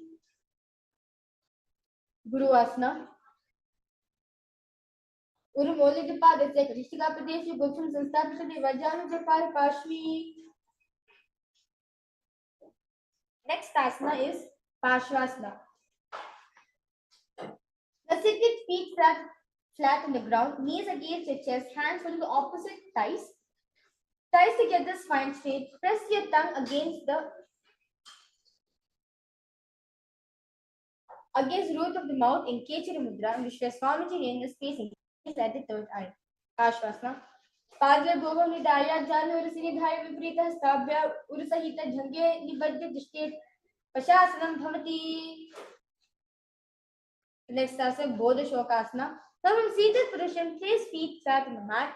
Wrap the arms around the legs and hold the opposite wrist and place the chin on the knees and gaze at the nose. Visualize beings in an abode of bliss. Bodha Shokasana. Do Bhupridhere Kormani Ese Kare. Next asana is Kurkatasana. Now in seated position, place feet flat on the mat, place the arms underneath the knees and hold the opposite elbows. Vishwami Mudra and gaze at the nose. Vishwa Swamiji in your inner space. Kurkatasana. Do hat babari yave gola niche te taharave. Next asana is Samati Asana. Now maintain the same hold beneath the knees. Bring the right foot over top of the left so the heel crosses. Toes pointed up and gaze at the navel. As visualize a great sage and Maharishi Sumati in your inner space. Sumati Asana. Muludvar Dhati Saitani Dava Paturita Padane. Next asana is Dandasana. Now extend the feet out extend the feet out straight, arms straight above the head. Interlace the fingers, wrist pointed upwards in in the Parishamudra. Engage in all three bandhas and gaze at the nose. Vishwa Swamiji in your inner space. Dandasana. Idanim garbini nam yoga vyasa italabho sukha prasavara bhaya prochite praktanepati. Next asana Arambhasana. Now sit with legs straight, hold with big toes with the index and middle fingers in Pranamudra. Chest forward and down, head to the knees. Inhale through the left nostril, exhale through the Nadi Shodhana. Arambhasana. दो पग मिलावे पसारी पग कामुता पद की मिलता गोद लगावे. The next asana is Vidokasana. Now sit with legs straight. Extend knees slightly up. One hand distance between the heels. Bring shoulders down. Wrap the arms around the legs and hold soles of the feet and gaze at the third eye. Vishwa Swamiji in your inner space. Vidokasana. प्रतिमा भेजे दो जना पसारी कचुका ऊर्ध्व दोधेरे. Next task is Jalindri Pavasana. Now extend both the legs out with heels together. Place the chin, mouth, nose to the heels. Insert the hands below the legs. Keep the elbows together on the ground along the fingers. Palms facing upwards and gaze to the nose. Jalindri Pavasana. दो वेदी मिलका दीजे हस्त पसारी पुण्य चिबुका मुकनासिकाता दिगा भूपरि धारे. The next asana is Urdhva Paschimottanasana. Now sit and extend both the legs out. Sit, lift one foot behind the neck, lean forward and down as in Paschimottanasana.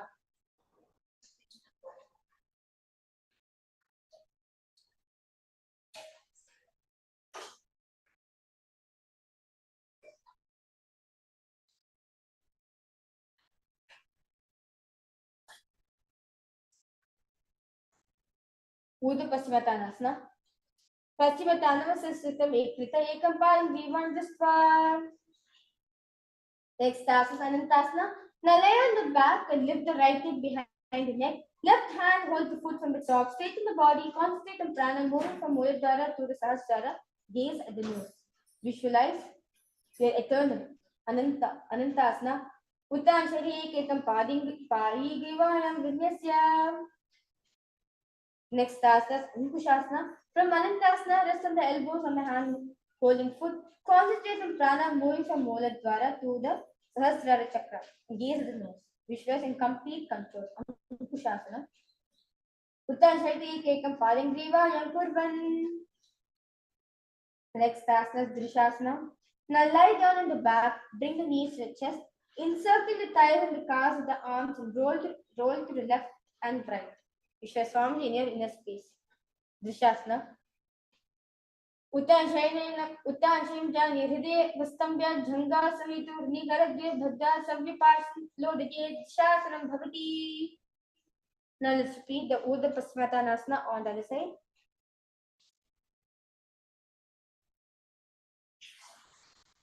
Paschimottanasana Sansitam Dhita Ekam Param Grivayam. Anantasana on the other side. Uttan Shani Ekam Pai Grivayam Vinyasya.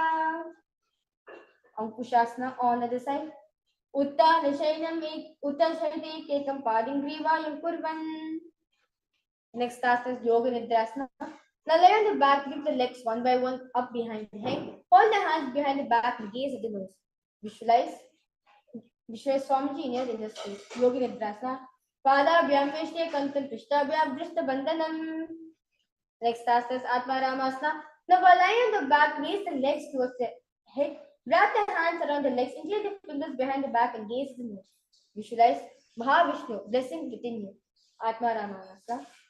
Pratma Sudha Swave Pagavute Abhine Ane Do Pagavichi Hadaki Kahuni Ki Mani Sandipana Athama.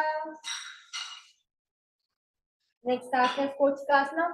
Now lay on the back, knees to the chest, soles facing up. Extend the arms sideways and gaze at the third eye. Sushila Swamiji in your inner space. Kochikasana. Do हाथ चीद सा करे तिलसो भय से पा करे.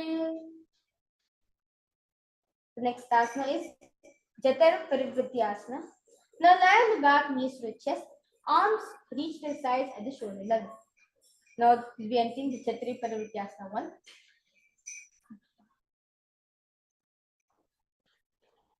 One knee bent, twist and bring it to the ground on the opposite side. Keep the other leg extended straight. Now Jatara Parivritti 2. Keep both the knees bent to one side. And Jatara Parivritti 3. Both the legs straight to one side, head looks in the opposite direction of the legs. As we shall Swamiji in this case. Parivritti Kukshibagi Dadi Parikitaha, but the columns of the column, the column Matabicha.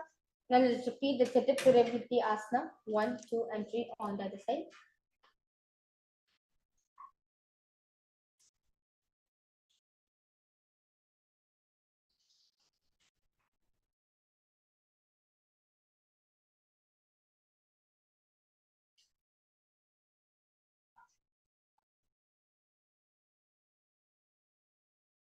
Next task is Dvipadipitam. Now lie on the back. Bend the knees and place the feet flat on the ground. Hold the ankles in Shami Mudra, lift the hips up and gaze at the nose. As a visualize you a sturdy as a bridge. Dvipadipitam. Prati Kuryayuta Dandva Pita Sarabhalapradam. Next asana is Paryankasana. Now lie on the back, place the feet flat on the mat. Bring arms over the head and place the hands flat on the mat with fingers pointing towards the feet. Lift the entire body up from the ground. Visualize yourself as sturdy as a furniture. Paryankasana. Utta Shayan Hastata Bhunda Stabya Pan Salagram Bhundita Nari Pradeshi Udam Kurya Paryankasanam Bhavati. Yes, with that beautiful stretch we got from your back, we'll be entering the next asana, which is the Shvotanasana. Now lie on the back, knees to the chest, hands on the shoulders, move the hips in a circular motion. Visualize you're lying on your back like a dog. Shvotanasana. Shavat Shariram Samstapya Jani Sammirya Narvo Anni Hastabya Kandra Badda Bhamaye Shvotanam Bhavati. Next asana is Viparita Karani. Now, lie up spine, straight the hips up and legs up. Elbows and hands extend on the mat below, helping to balance the body as legs raises up straight. Move the legs around and around as we shall Swamiji in your inner space. Viparita Karani. Adha Viparita Karani Mudra Bhutliya Shuchirodhva.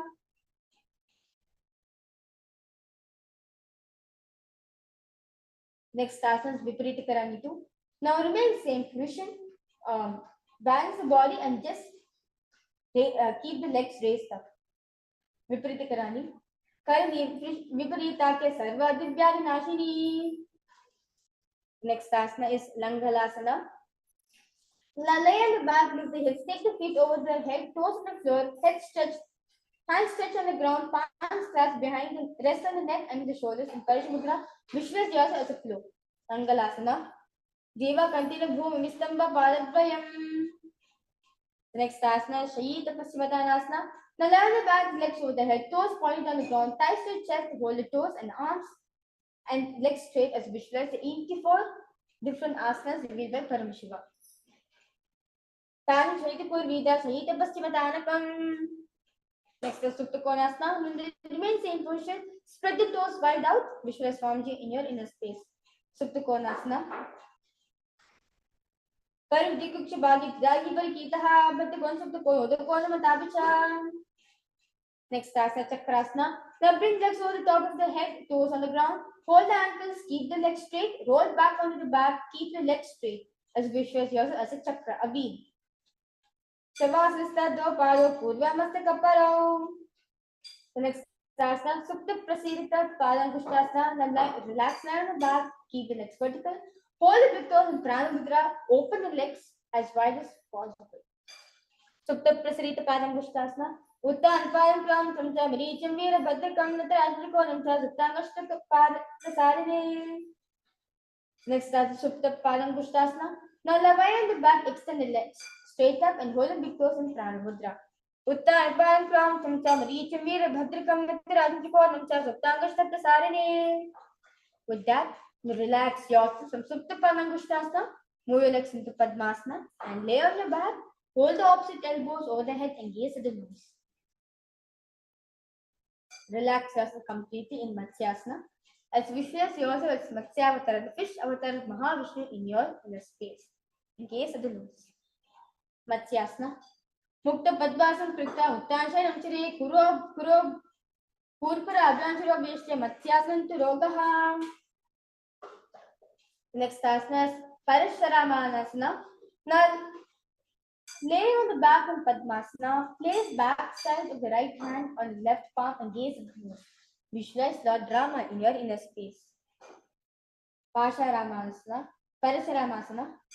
Prathama kare Padmasana. Ache Shulo se Bhupri Pache Doho Rudhangave Doho. The next asana is Sarvanghasana. Now we lie on the back and legs in Padmasana. Lift the hips and legs up while hands support the hips, elbows on the floor, tuck the chin to the chest and gaze at the nose. Sarvanghasana. Adha Kakshita Sankshepa Sarvanghasana Uttamam. Next asana is Vishrikasana. Now lay on the back, one foot on the opposite thigh. Lift other knee towards the head. Extend both the arms straight and hook the fingers towards and gaze at the third eye. Visualize yourself as a scorpion. Vrishtikasana. Pratima Shaina Sudo Shishakare Sangdi Sudhake. Now let's repeat Vrishtikasana on the other side. Pratima Shaina Sudo Shishakare Sangdi Sudhake. Yes. We will now enter into the next asana, which is the Vrishabhpradakshepasana. Now lie on the back, incline the fingers around the neck. Lift both the feet off from the ground, extending one leg straight and other knee to the chest. Alternate extending the raising the knee again and again as if you're doing your bicycle crunches. Visualize Swamiji in your inner space. Vrishabhpradakshepasana. Uttanasharam Krita Unubhihi Karamba Kandara Bhadra Purpuram Yuta Nitam Bena.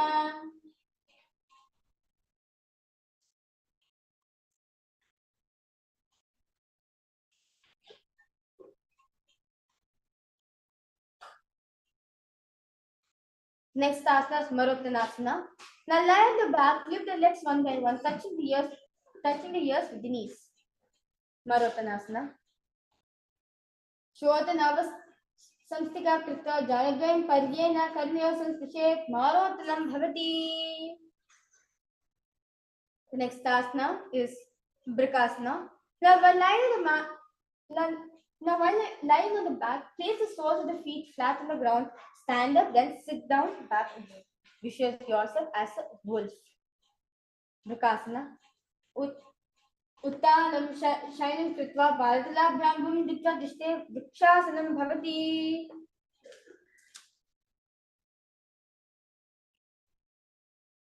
The next asana is Lutasana.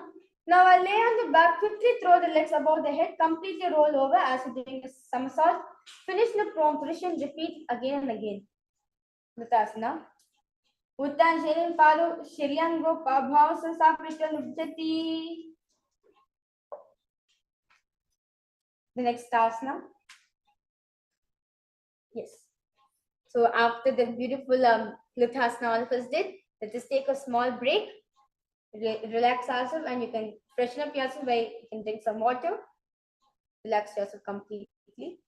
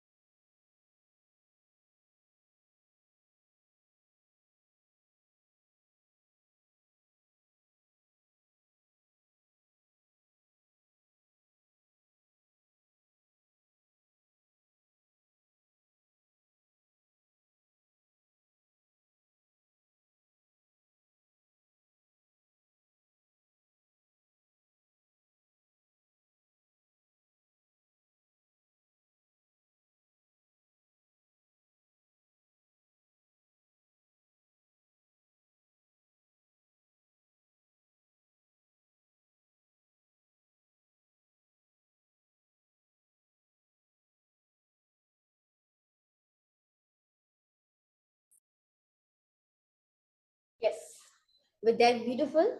Let us continue doing your asana. We have just few more hundred eat left to finish the Ditya Vinyasa Krama.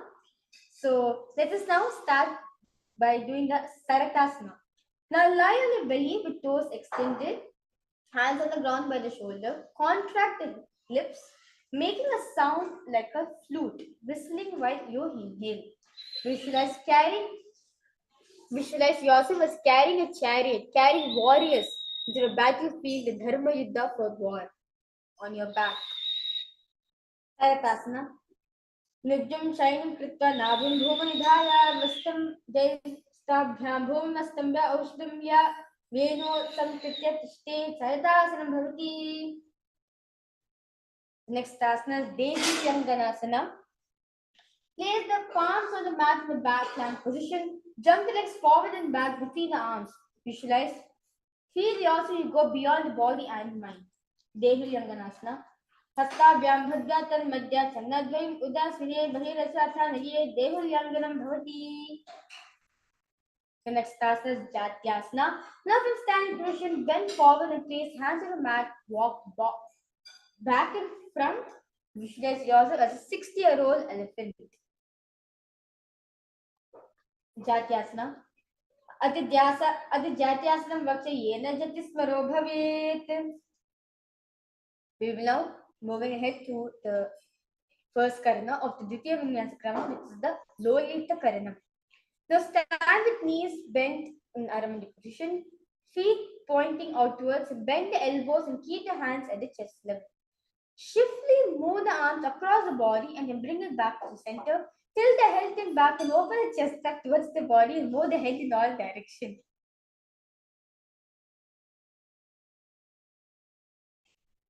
The next asana is Sarpasana. Now, stand erect like a rod, arms at the side, hands touch in the thighs. Visualize your Kundalini Devi raising and curling up around your body. Sarpasana. Atha Sarpasana vakshe Vayupanaya Kevalam. The next asana is Ushta Sadanasana.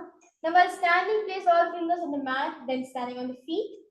Feet on the fist, begin to move and walk like a camel. Visualize yourself as a camel. Ushta Sadanasana. Mushti Kanishika Pradesh Bhumidaya Upalpada Stapta Ashwastam Shariram Chalaniyam Ashyasam Bhavati. Next asana is Ashwasana. Now, while standing, remain in same position. Begin to move and walk like a horse. Visualize yourself as a horse. Mushti Kanishtika Pradesh Bhunidaya Upalpada Stapta Ashwas Shariram Chalaniyam Ashwasanam Bhavati. Next asana is Kapota Nikatasana. Now stand straight with feet together, interlace the fingers, interlace the hands behind the back and pull them down towards the chest in Varishamudra. Open your chest. Visualize yourself as a soaring bird diving. Kapota Nikatasana. Parkle Bhunidaya Prishtabhagya Bhanga. We will now entering into a new karana, which is the Tala Pushpatam Karana. Now stand tall with palms together in front of the heart in Namaskara Mudra. Gently bend the knees and keep the toes pointing outward. Simultaneously open up the palms and raise one heel off the ground, slightly lowering the weight and shoulder of respective heel. Visualize you are holding an offering, a bouquet of flowers to Paramashivoham. Next asana is Khadgasana. Now lay on the stomach, jump feet up towards the hands and stand. Bring palms together, forming the horn of a rhinoceros. In Namaskara Mudra, visualize yourself as a rhinoceros. Right. Khadgasana. Nujusaya Asmasam Kritva Padatalo Bhubuya Sabya Uttishte Khadgasanam Bhavati. The next asana is Uttanotanam. Now sit down all the way as low as you can to the ground. Stand up and do this again and again. And while you gaze at the nose, visualize Swamiji in your inner space. Uttanotanam. पुनः पुनः उत्तातव्यम् असितव्यम् इति उत्तनोत्तरं भवति. Next asana is Musalasana. Now stand up straight, raise the arms over the head and jump up repeatedly as visualize yourself as a means. Musalasana. Shalam Chitta Udam Bahu Nayet Varam Varam Udaram Kritva Nayet Musalasanam Bhavati. Next asana is Uchi Shaka. Now from standing position, pull the sole of one foot towards your belly. With other legs, sit down and stand up, alternating both sides. While you gaze at the nose, visualize Swamiji in your inner space. Hastadvain Tvatishtet. We will enter the new Karana, which is the Talapush, the Parshvajana Karana. Now stand and keep one knee slightly bent with toes pointing towards the side. Bend it and lift the opposite knee towards the chest, pointing the toes downward. Keep the arms holding knee with the hand pointing upward and close into the fist. Let the opposite hand hang down on top of the thigh and wrist twisted and fingers pointing towards the center of the body. This is the Parshvajanu Karana.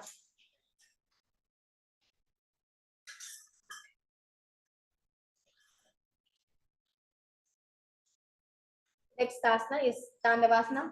Now on one leg, pull over the body to the mat and stand tall, lifting the raised leg to the opposite side. You can do this asana again and again.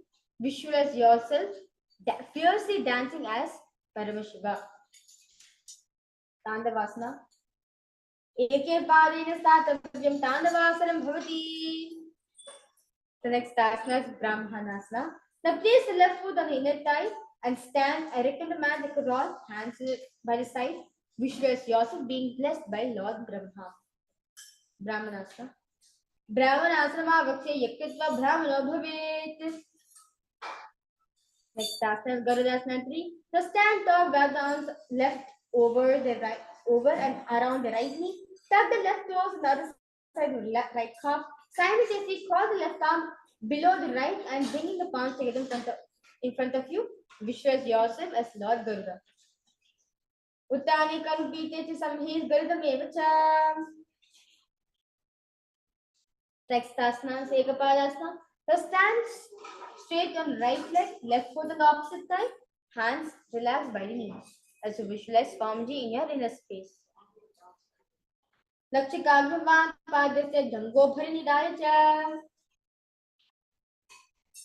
The next asana is Dhruvasana. Now stand on your right leg, hold the big toes and left the body straighten out to the side. Rotate your body quickly on standing leg. Visualize the pole star posture. Visualize yourself as the pole star. Dhruva in your inner space. Eke hasti dandarupase ekapadasya drishtva.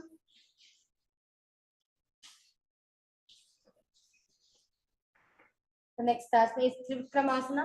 Now stand on the right leg and lift the left foot behind the neck and stand tall. Alternate sitting and standing. As visualize yourself as Trivikrama, the Mahavishnu in your inner space. Griva Yampam Sanstapya Statavyam Uttatavyam Trivikramasanam Bhavati. Now let's repeat the Parshvajana Karana on that side.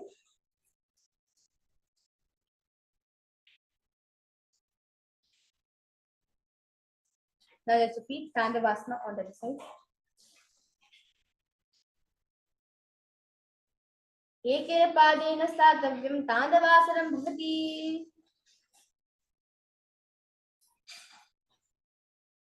Brahmanasana.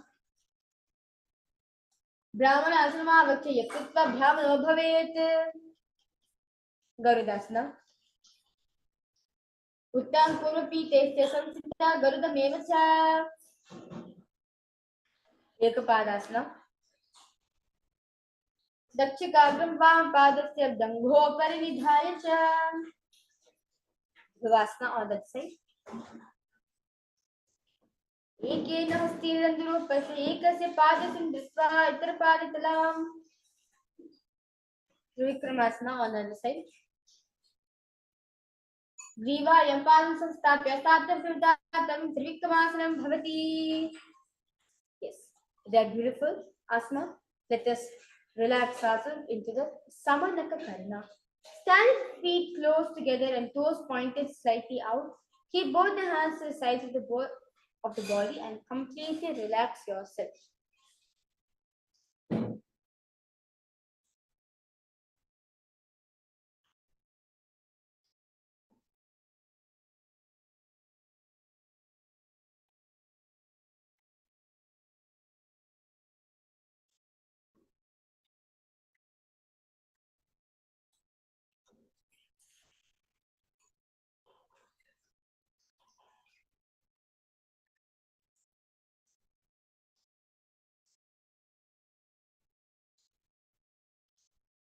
Next asana is Gorak Janjali Asana.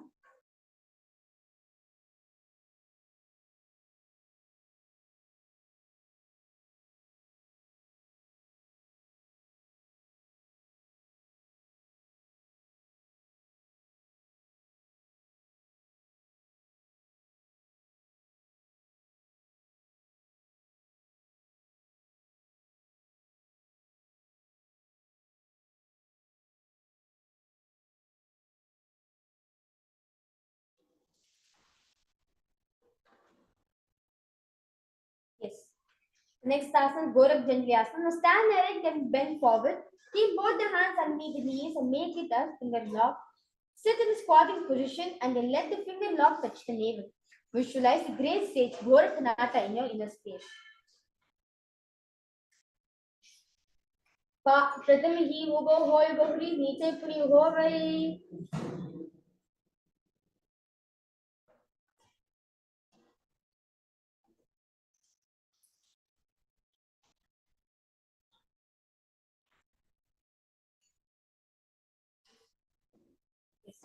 Next asana is Kanchasana. Now insert the hands between the thighs and the calves and wrap around it behind the butt. Squat down and hold the thumbs behind and keep the chest upright. Visualize the Supreme Pontiff of Hinduism, Swamiji in your inner space. Guru Madhyadhastu Nivesha Nitam Dutta Padatalabhya Bhuyastabhya Dishte Kamchasanam Bhavati.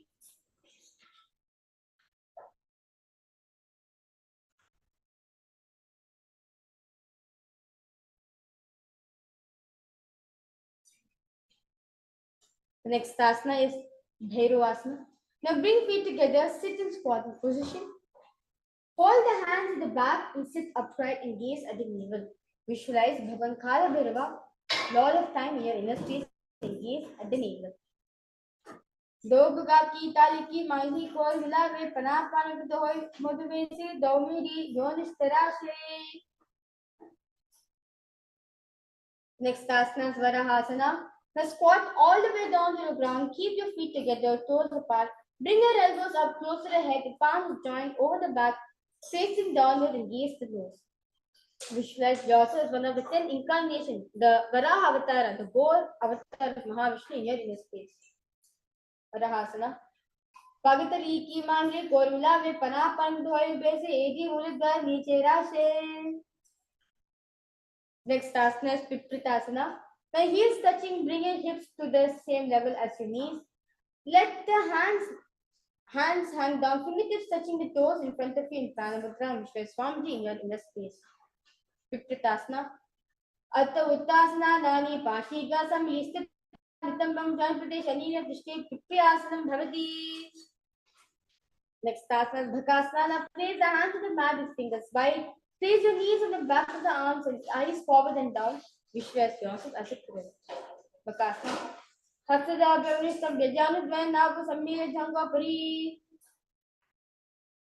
Next asana is Shrushtanga Kapalayasana. Now kneel down, head on the ground, palms spread for support. Raise the body and the head, legs into Padmasana. Gaze at the nose. Asana Kauke Kapala Acho Goyi.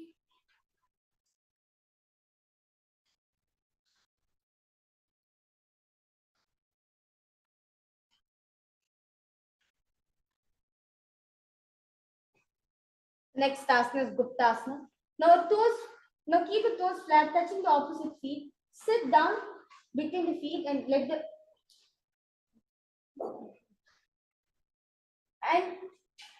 the heels come outside the hips and hands and knees and sit straight and gaze at nose. Visualize you sitting in the secret seat with Paramashiva and your Guru. Guptasana. Jana Borantare Padu Kritva Padu to Gopiya Padu Prisistapya Gudam Guptasanam Vituhu. The next asana is Vikshasana. This is similar to the handstand position. Now, hands on the ground, fingers wide, lift the body up straight. This asana should be practiced to purify the 7 chakras. Visualize you're a tree with deep roots to the ground. Vikshasana. Sapta Chakraksharanaya Vikshasana Shetaka Janendriya Dada Podabhyedan Samabhyaset. Next asana Shibhuasana. Now maintain the same position. Switch the gaze to the third eye. Visualize tejas energy flowing from the third eye. Shibhuasana. Do baga joy maisha gulsam mile uboya. Next asana is Matsyasana.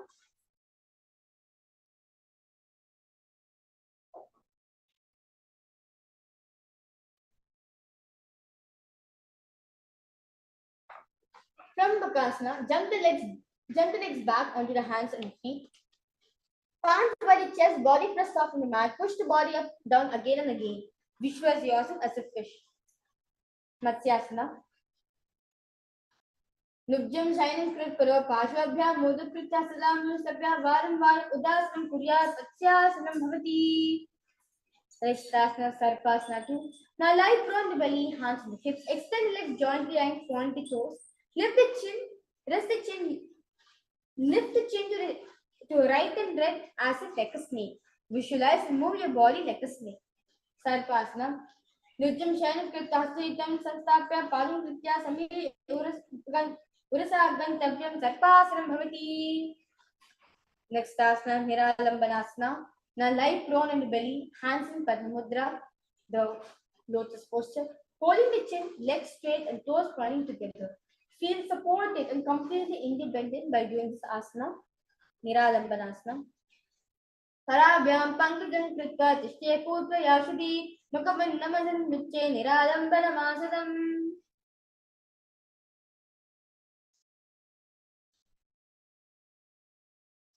Next asana is Chakrasana. Now lay on the stomach, place hands flat on the mat in front of you. Straighten the arms and bend the knees. Bring the feet together. Support outwards, upper back. Lift the body up and timers. Lift the body up. Lift the head up and the chest. Visualize. See yourself as an umbrella protecting your guru from the rays. Chakrasana. Adhyasana Vastita Sarvam Sapyanya Chakrasanam Bhavati.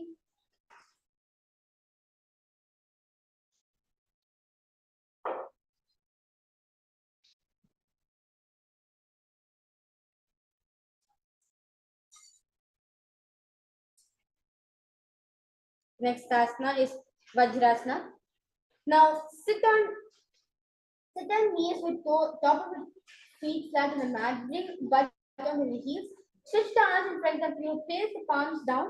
Gaze your forehead on the mat. Visualize you are the weapon of Indra, symbolizing inflexibility and gaze at the nose. Vajrasana. Idanim Garbhinina Yogavyasa Yatala Bhushika Prachavala Bhaya Pochaye Shrakta Nepati.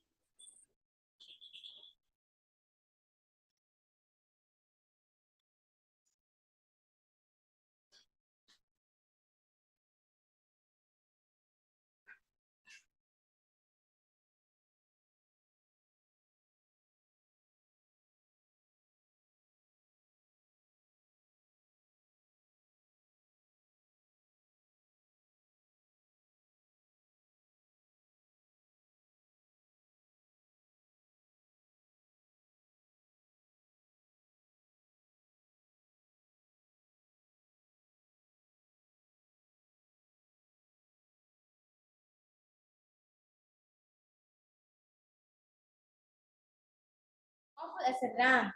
Meshasana. Vajrasanam Ekekam Bhavum Bhumur Dade Meshasanam Bhavati. Next asana is Adhyasana. Now from Gajasana, lift the legs into the ass. Slowly bring the forehead to the ground. Visualize yourself as unborn, existing for all eternity. Adhyasana. गजासंस्थितौ पादद्वयं मन्त्रं तले कृत्या मस्तकं भुवनं संस्पृशेत् अचासनं भवति. Next task is Dhanantarasana. Sit on the heels, legs together, interlace the fingers around the toes. First, pull the feet towards the perineum, then place the hands to rest at the knees, spine straight and gaze at the nose. Visualize Swamiji, the Supreme Pontiff of Hinduism in your inner space. Dhanantarasana. पूर्वधि परिपा हाथ की काकसी से बना सरिया मोड़ी बगा कागलिया में लगावे. Next asana is Angamottanam. Then interlace the fingers in front and behind you. Stretch the arms forward to the side and back, giving a massage to various different joints and muscles in your body. Visualize the Supreme Pontiff of Hinduism in your inner space. Angamottanam. हस्तो अंगुल बद्ध हस्तो मध्य सर्वं मंगम निक्षा सहित तिष्ठे अंगमोत्तनम भवति.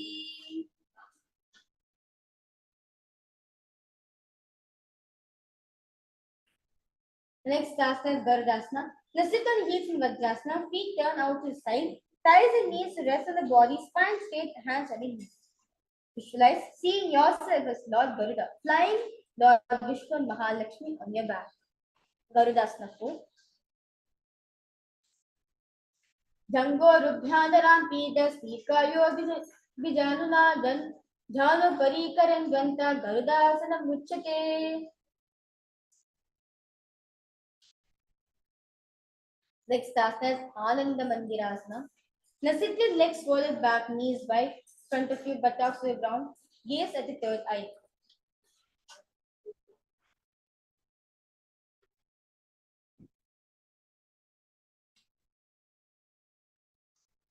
And visualize yourself as a temple. अतवक्षे वीरनाथ आनन्दमन्दिरासं यक्षत्वा अमरो धीरो भवेत्येव साधकः. The next asana is Mandukasana. Knees wide and sit on the ankles, hands under the knees and gaze at the nose. Visualize yourself as a frog and engage the Manduka Mudra.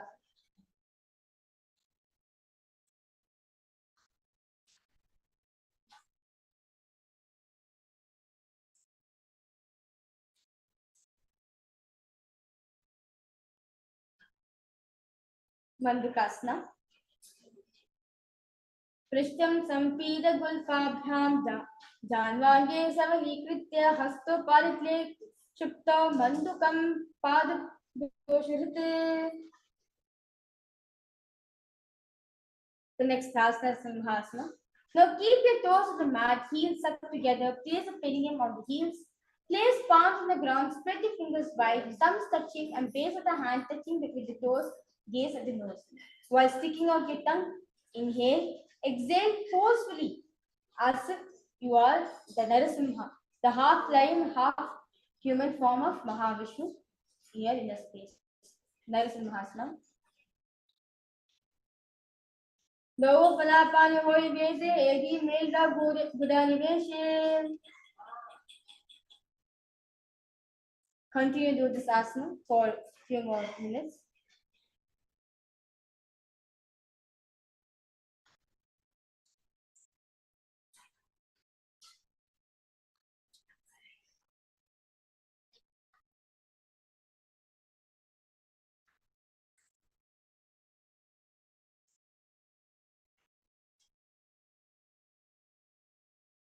Next asana is Vistakasana. Now sit on toes and place perineum on the heels. Separate the knees sideways and place on the ground. Make a hollow of the palm and place on the mouth. Keep the thumbs under the teeth and close the lips and gaze the nose. Inhale through the pingala and exhale through the mouth to the capacity. Visualize yourself as Devi, Deva Durga, presiding over any and all the muscles, minuscule tears you have. Vistakasana. Dovu paganti edi joyi gudan panong manong puni hoyi.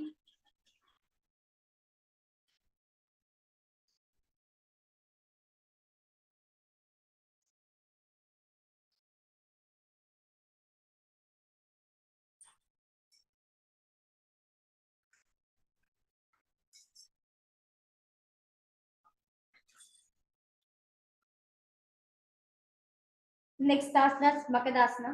Now toes together, top of the feet on the ground. Sit on the heels and bend the elbows, bringing fingers to the armpits. Imitate as if you're a monkey scratching the gate. Imitate as if you're a monkey scratching. Gaze at the third eye.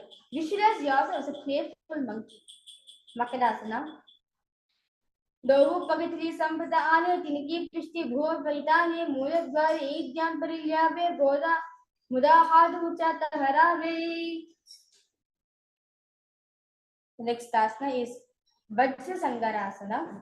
Now stand on the toes, soles of the feet together, sit on the heels, knees wide and off on the floor.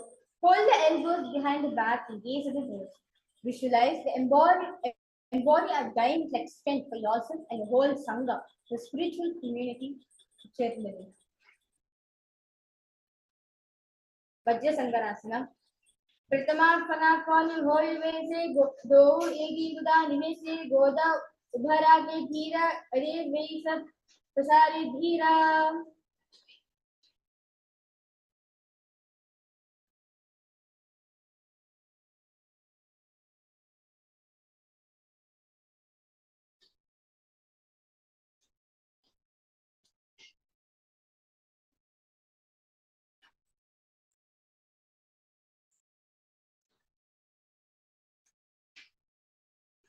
Next asana is Kanjanasana. Now keep the toes down, ankles crossed behind and sit on the heels. Place the palms on the mat to the side. Visualize perfect health beyond any and all physical and mental ailments. And gaze at the nose. Kanjanasana. Kanjanasana Bhavakshe Yakritva Sustiro Bhavet. Rishte Padadvayam Bhadda Hasto Bhumo Pradharayet.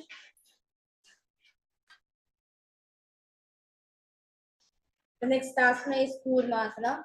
Now with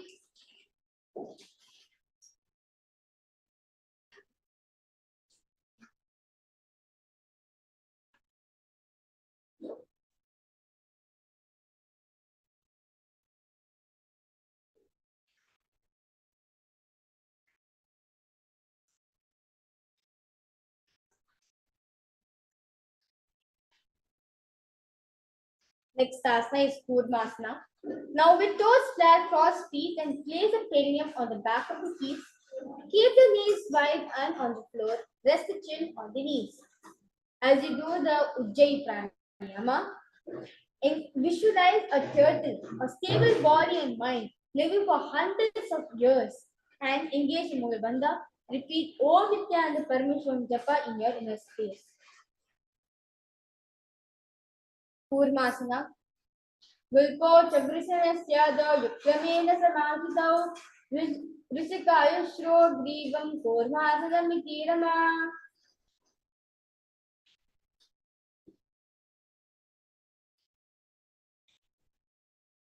Continue Yogadasana. A few more seconds.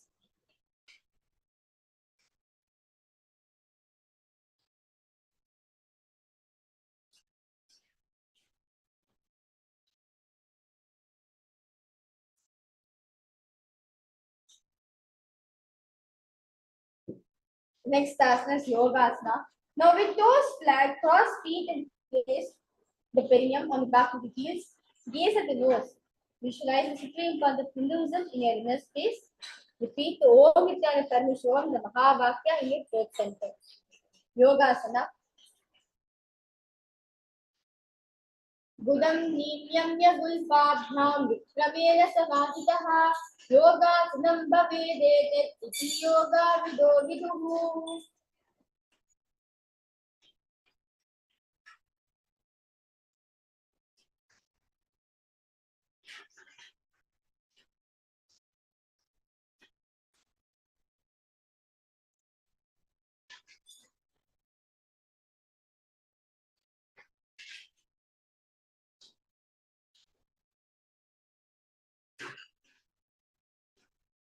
Next asana is Yogasana. Now stand in the heels, cross the ankles behind and feet near the opposite knee. Hold the card with fingers inside and thumbs outside and gaze at the third eye. Visualize a space of eternal oneness, Advaita with your Guru.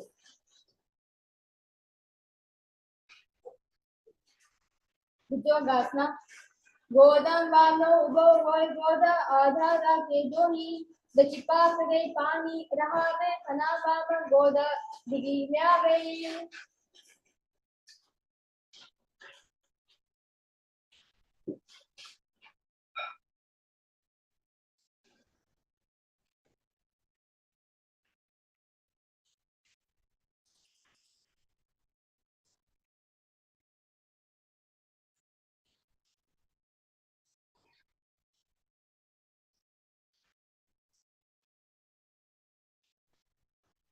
Next asana is Ushtrasana. Now in kneeling position, bend backward, hold the ankles with the hands, keep the arms straight, push the hips up forward and tilt the head back. Visualize yourself as a camel and continue to repeat the Mahavakya in your face. Ushtrasana. Merudantagrati dhajya samkipadayukuman Kapotostrantanaabhyasam Puryamrihitahasanaha.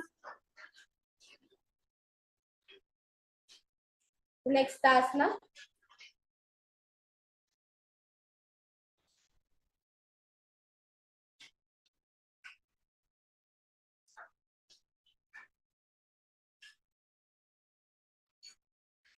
Next asana is Jatyasana 2. Now with heels together and hands on the soles of feet, slowly lean back, bring elbows down to the mat, place the back of the head to the mat and gaze at the nasal. Visualize, experience yourself as a lotus blooming. Jatyasana. Dohu vedi sampad kare sole mole dvarita vidhere panam pani kuto hoy bhese bahuri kishti kisi kare juase.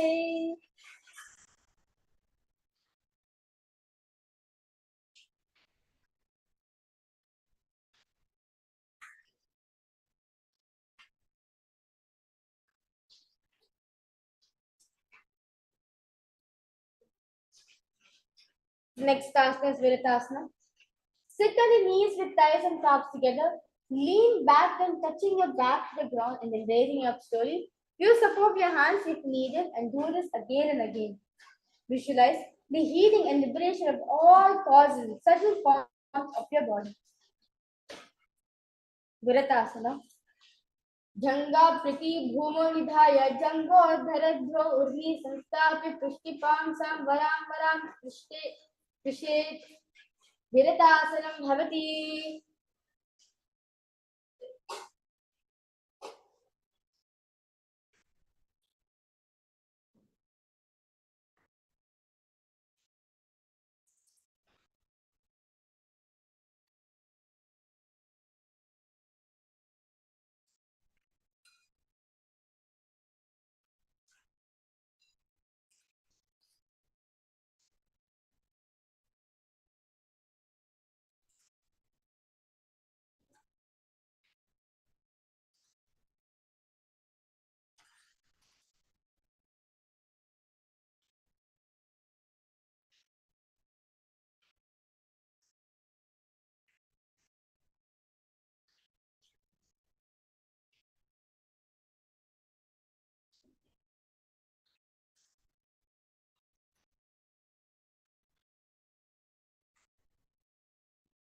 Next asana is Kapotasana.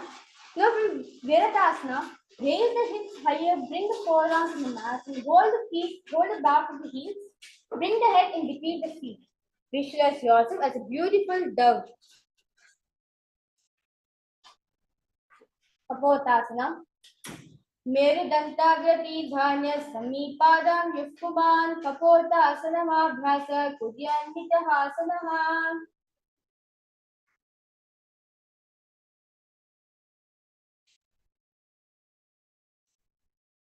Next asana is Varasana.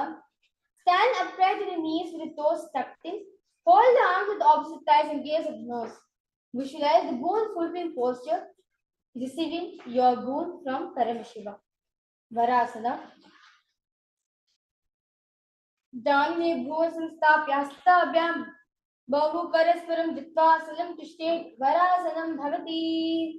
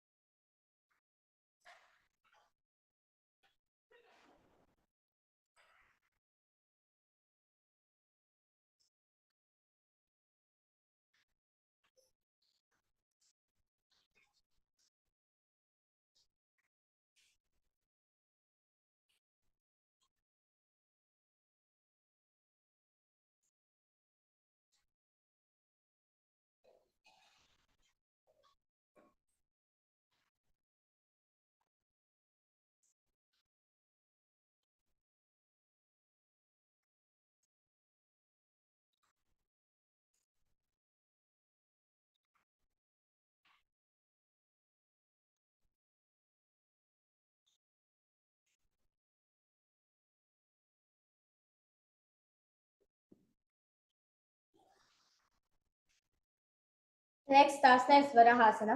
Now keep knees together and toes tucked in. Lean forward and bring the elbows to the mat. Hold the head, raise the head to the hands and heels on the butt. Visualize yourself as the boar avatara, the Vara avatar of Mahavishnu in your inner space. Varahasana. Suryam Chandram Pavendyan. Suryam Chandram Vidhenanya Asani Kajyante. Kurparo Bhuva Stapitva. Janumasthabhya Hasto Mastike Sanstapya Pashi Tambe Sanstapya State Varahasanam Bhavati. The next asana is Mundasana.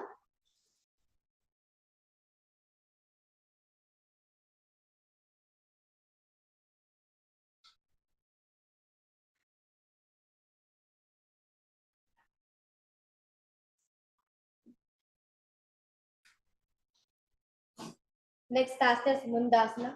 Kneel down, place crown of the head on the mat between interlaced fingers, elbows on the mat, shoulders width apart. Lift the knees up slowly. Raise the hips high in the air. Raise the body upside down. Visualize yourself as a lopped tree. Mundasana. Adho Mundasanam Vaksye Sarvesham Prayinanchakam Udama Argyapade Dhitva Dharane Marutam Siddhi. Is continue to balance this asana with a few more seconds. Find complete comfortability, balance in this asana.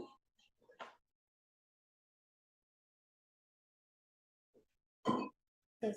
Next asana is Andhasana.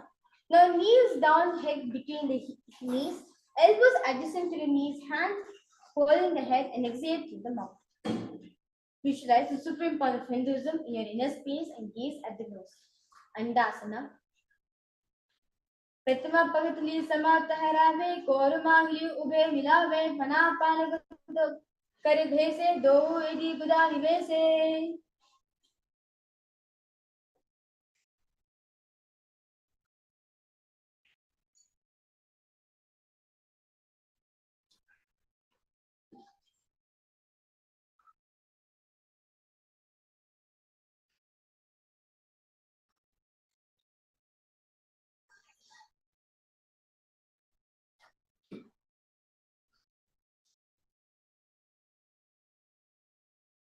Next asana is Viparita Shalabhasana. Now lie on the belly, arms extended straight out. Lift the thighs and arms on the chest and raise off from the ground. Visualize yourself as a locust. Viparita Shalabhasana. Shalabhasana bhedasya Rajabherunda namake Gandhabherunda sahite Sirsa Dandasanam tata.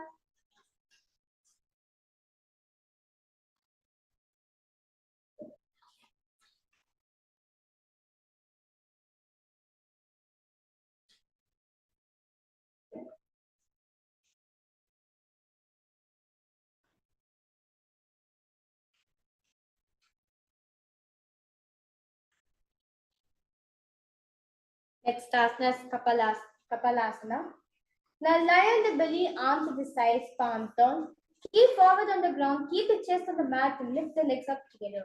Visualize yourself as a skull, representing the mind with purified thoughts and strong will to attain enlightenment. Kapalasana. Kapalam bhumam vidhaya udapadam nayet kapalasanam bhavati. Continue to find the balance in the Kapalasana. Use the strength of the core muscles to balance yourself.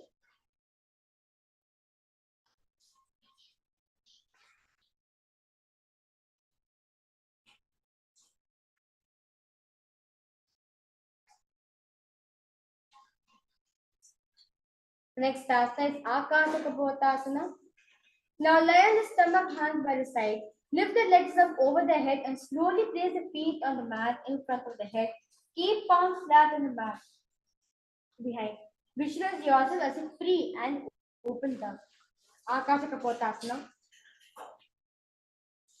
उच्चासने स्थितवचनो भूमे चाप्य मतुको परियुक्त्वा पृष्ठपार्श्वे भूमस्थापयेत् आकाशकपोतं भवति.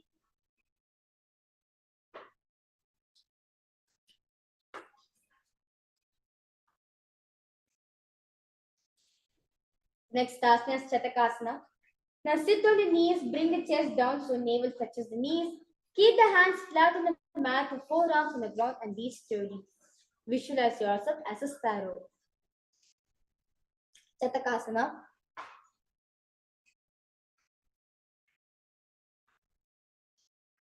पूर्वरापर्यन्तं हस्तोधरामस्तत्य जानुनी नाभो कुङ्कुशतिष्ठां चटकासनं भवति.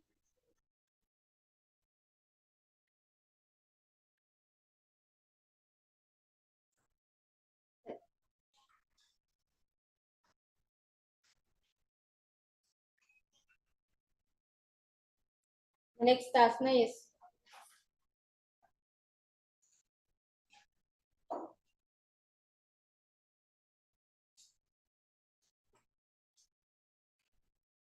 next asana is Vrishtikasana. Now kneel down, hands and elbows on the mat. Raise the legs, bend the back to touch the feet on the head. Lift the chin and hold. Visualize yourself as a scorpion. Vrishtika pucha padingrami parshadita sushishri chibukam vidyarko yatriti sanditi sadikasva vishwantam Vristikasanam.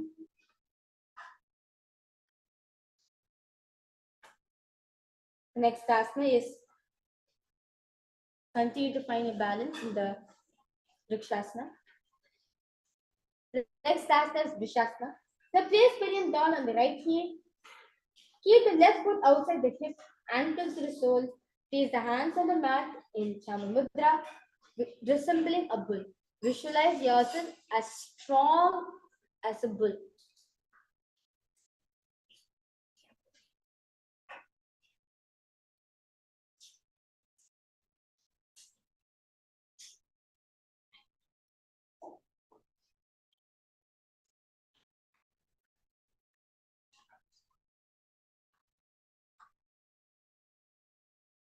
Vrishasana. Yamya gulfe paramole vamabhagye padetaram viparitam sprishe bhome vrishasana vidam bhavet. The next asana is Lolasana. Now from kneeling position, place hands flat on the mat in front of you. Lift the knees off from the ground and cross the toes by the left feet over top of the right and balance above the mat. Visualize Swamiji in your inner space. Lolasana. Lolasana sada kurya vayulola paganat sira vayupashedena siracheta bhavidrutam. And let's repeat the Vrishasana on the other side. Vrishasana. Yamya gulpe padamole vamapagye vadeteram viparitam srishe bhume vrishasramidam bhavet.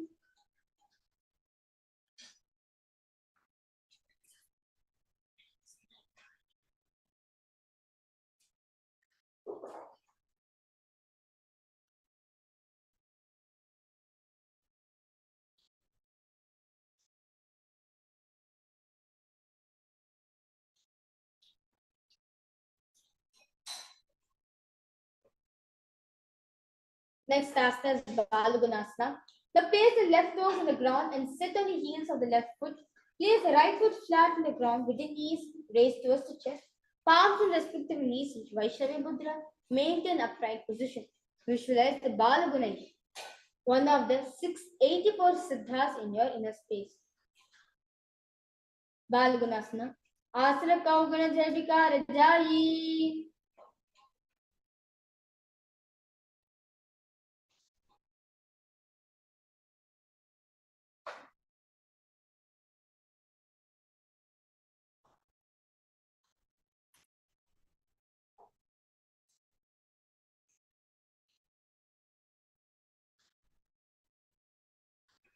The next asana is Grahasana.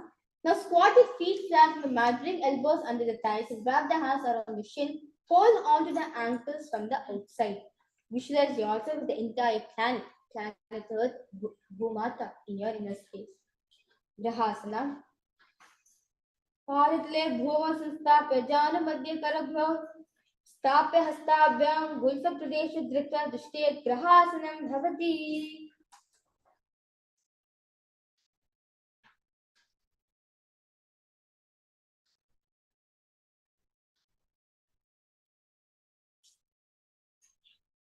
Now let's repeat Balagunasana on the other side.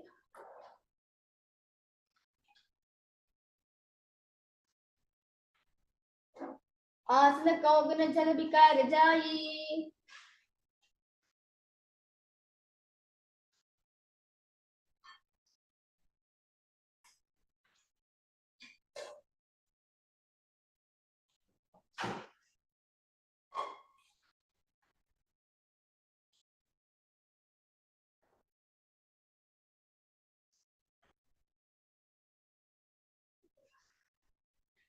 Next asana is Utkatasana. Now squat and toes with heels up, knees off the mat. Place the perineum. Place the perineum on the heels and hands on respective knees in Vaishnava Mudra. Keep the spine upright. Visualize Swamiji in your inner space. Continue to repeat the Mahavakya, Om Nithyananda Paramashivoham in your throat center. Utkatasana. Yujas Pijas Tiyata Urvajano Yatrasane Padakala Dayopari Nigbhyal Manguttara Andaranyasam Smritya Pidam Smriti Mukta Takakyam Aspin Jalandhara Sati Vahni Deepanam Bharati. The next asana is Vajra Sangarasana 2. Sit and toes with perineum on the heels and toes together. Keep knees wide and off the ground. Hold the opposite elbows behind the back. Visualize Swamiji in your inner space. प्रथमा फना पानी होई जैसे दोबू ED गुदा निवसे गोदा उभा राके धीर अदे वाय पसारे धीर. Next asana is Anilasana. Now squat with feet hip width apart, hands under the soles of the feet from inside and palms down. Arms straight, elbows together at the navel and gaze at the nose. Visualize you are able to consume and live off of air alone. Anilasana. दो हाथ भूम परिधानी कहोनी जारी नाम लिंग आने बना तो ऐसे विधि करे पृष्ठि हते लकी परिधय दे.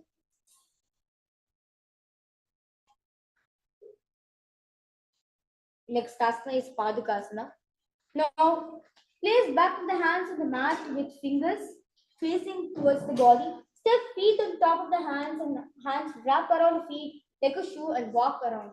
Visualize you are wearing Padukas, which is walking across Bharat, the India. Padukasana. Hastadipari Tadishtir Dhache Padukasanam Bhavati. The next asana is Kukutodanam. Place palms on the mat, raise both feet upwards into the air and let them fall back and do like this again and again. Visualize yourself as a rooster. Kukudodanam. हस्तदे Bhoom कृत्वा पालयति ऊर्ध्वं मुण्डान् कृत्वा भूमपति इत्थं पुनः पुनः कुर्यात् कुकुटोदनं भवति. Next asana is Viparita Nrityasana. Now place hands on the mat, raise the leg upwards into handstand, moving around on your two hands as we are dancing. Feel free, feel yourself become free from all inhibitions. हस्तजन मस्तम ऊर्ध्वपारिग्रेयं हस्तदाभ्यां नर्तन कर्तव्यं विपरीतं भवति.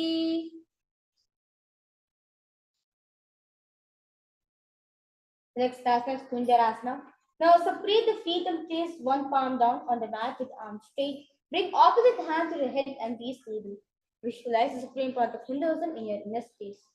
Kunjarasana. अधवक्षे Mahadev कुञ्जरासनम् उत्तमं कर्णेकिन पादाभ्यां भूमौ तिष्ठे शिरः परः.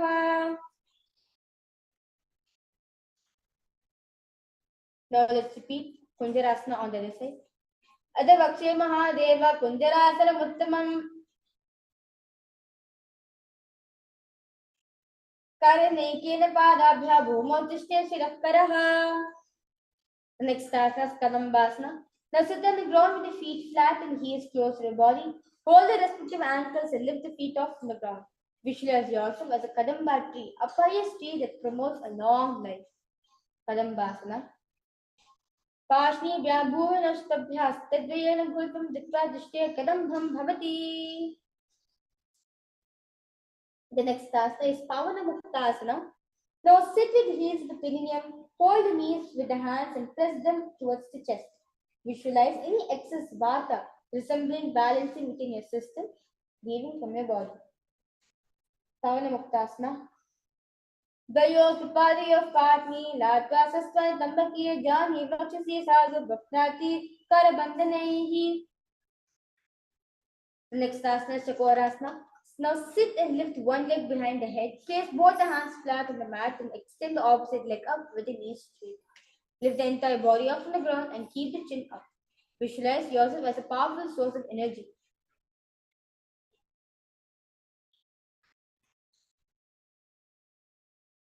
In your inner space. Chakorasana. Purvantaram Chatuspadam Pitam Vajrasram Tata Chakora Kronsa Salabha Bhujam Dasami Vishchikam. The next asana is Dhanurasana 2.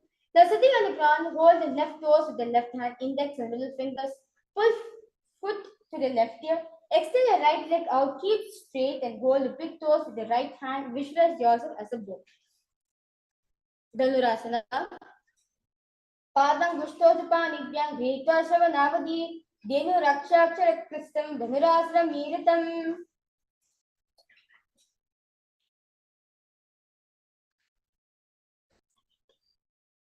Next asana is Ashtavakrasana. Now lift the leg over top of the left shoulder. Bring right foot across and hook on the top of the left foot. Lean forward and down while extending legs out to the left and lift the head up and chest and find a balance. Visualize yourself as a flying crane.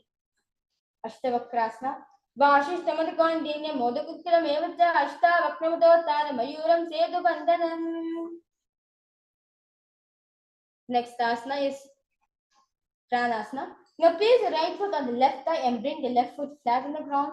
Have the left shoulder underneath the raised left leg and place the hands flat on the ground. Visualize Swamiji in your inner space. Pranasana. Etat prabedam vakshami karoti yasa chamaraha ekapadamaro bhatva skandye nyat padarakshanam.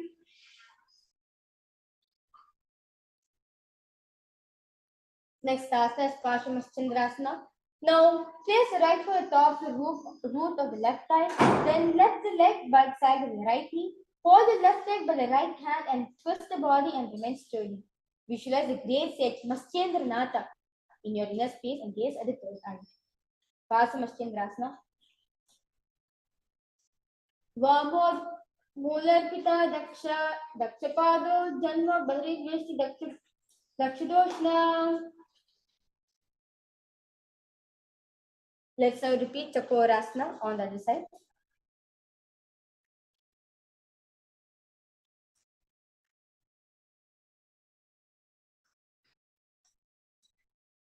पूर्वतनं चतुष्पादपीठं वज्रं तथा चकोरकौंसशलभा भुजङ्गा समिवृष्टिकम्. Dhanurasana 2 on the other side. Palangushtosupanibhyam dhritva sharanavadi dhunuraksha karakshakristam dhanurasanam miritam. Ashtavakrasana on the other side.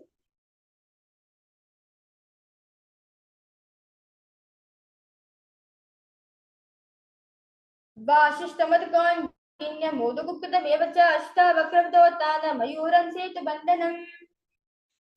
Let's repeat pranasana on the other side.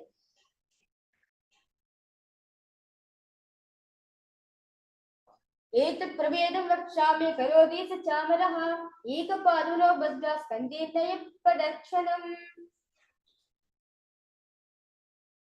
Parshvamastyendrasana on the other side.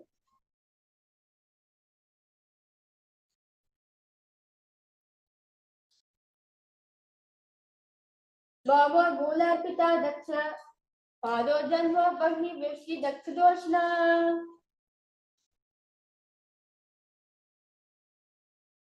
Next asana is Ardha Paschimottanasana.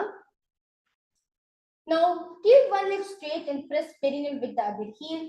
Chest forward and down. Hold your toes, feet and bring the head towards the knee. Visualize Swamiji in your inner space. Ardha Paschimottanasana. Ekapadam pasarekam padam pashnina shivani. The next asana is crown chasana. Now place your left ankle outside the hip. Hold the sole of the right foot and lift the leg up towards the forehead. Keep the knee straight and gaze at the nose. Visualize yourself as a crane. Crown chasana. Vashishtamanikandinyam modagukram evacha ashtavakramadottanam mayuram setu bandhanam. Now let's repeat. Ardha Paschimottanasana on the other side. Visualize the Supreme Pontiff of Hinduism in your inner space. Ekam padam pasarya ekam padasya pasnina. Count Chasana on the other side. Visualize yourself as a crane. Continue to repeat the Mahavakya Om Nithyananda Paramashivoham in your throat center. Vashishtamatikan dinyam modakuktam evacha ashtavakramadottanam mayuram setu bandhanam. Next asana is Swastikasana. Now, with soles between the thighs and the calves, spine straight, palms resting on the knees, visualize embodying peace, well-being, good fortune, and prosperity for yourself and for the whole world. And gaze at the nose. Swastikasana. Jada vorantare samyak krita parat libhe vijakaya samasina swastikam tat pratakshate. Next asana is Gorakshasana. Now keep feet in same position. Cover the heels with respective hands. Tuck the chin to the chest. Gaze at the tip of the nose. Visualize the great sage Goraknatha, the founder of Natha Yoga Sampradaya, in your inner space. Gorakshasana. Jana vorantare pal uttado vyakti samstava gulfo chachadya hastabhyam muttanabhyam prayatnataha.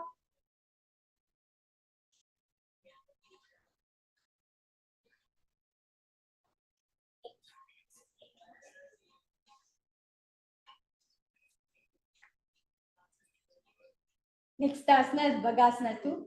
Bring left feet to the perineum, right foot on the left heel thigh. Close eyes with the index finger, nose with the middle finger, eyes with the ears with the thumb. Gaze at the third eye. Meditate on the Arihata. As you do the Shanmukhi Mudra, visualize Swamiji in your inner space. Vama Pashna Ugadam Samstha Dakshagagram Vama Dhandane.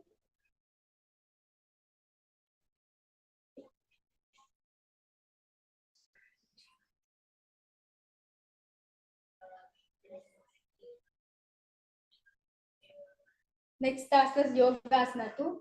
Now place the feet on top of the opposite knees. Place hands on the ground and palms facing up. Keep the spine straight and gaze at the nose. Visualize Swamiji in your inner space. Engage in Mula Bandha. Yogasana 2. Uttano charana kritva samstapyopyari janano asana upari samstapya chotanam karayukmakam. The next asana is Urdhva Kukutasana.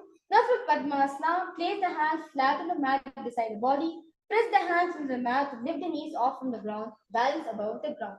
Visualize yourself as a rooster.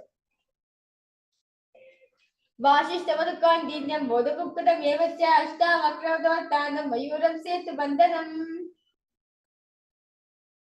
Next asana is Siddha Haritayasana. Now from Padmasana, insert both the hands through the knees and place them on the mat. Avoid lifting the body up. Stay seated on the mat and gaze inward. Relax yourself completely. Visualize Swamiji in your inner space. Siddha Haritayasana. पदम पद्मासन को करे हस्ता दो गोद संगिधे रे उभे हथेली भूधरे राके पोहचा गोद संगिले ढाके. The next asana is Himsasana. Now from Padmasana, place the hands on the mat through the gap of the calves and thighs. Lift the thighs up to the shoulder and legs up on the mat. Stay above the mat and gaze at the nose. Visualize yourself as an elegant swan. कुक्कुदासवस्थित्वा स्कन्दपर्यन्तं ऊर्ध्वा तिष्ठ्य हंसासनं भवति. The next asana is Karmukasana. Now from Padmasana, place hands between the thighs and the calves. While sitting, reach hands behind the body, interlace the fingers, bring forward to the floor and gaze at the nose. Visualize yourself as Lord Paramashivoham. Karmukasana. प्रथमा पद्मासन को खरे गोदा संधि माही करी धेरे तरफा बिरसी कर दो आने कोने ऊपर संधि ले थाने. The next asana is Kurmasana. Now from Padmasana, insert both the hands through the thighs and the calves and bend the elbows, hold the respective shoulders with hands. Visualize you're a turtle, a stable body and mind to live for hundreds of millions of years. Kurmasana 2. Vama janga par dachina pava, dahini janga par bhamilyave, bahalya asankalya hata. Next asana is Granthi Vedasana. Now from Padmasana, insert both the hands to the thighs and the calves. Bend the elbows, hold the respective shoulders with the hands. Bend the head down, tuck the chin to the chest and gaze at the nose. Visualize you're rejoicing, knowing you are in Paramashiva's secret North posture. Granthi Vedasana. Adha vakshe neelakanta gandhabredasanam shubham nyadva rudrabhapekshiptam sushmavaryukta sevanat.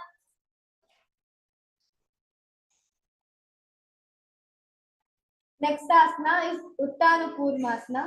Now from Padmasana, insert both the hands through the thighs and the calves. Lay on the back and bend the elbows, hold the respective shoulders with the palm. Visualize you're a turtle, stable in body and living for hundreds of years. Kukkuta asrabandastan karabhyanjita kandaram pitam kurmadita metat uttana purvakam.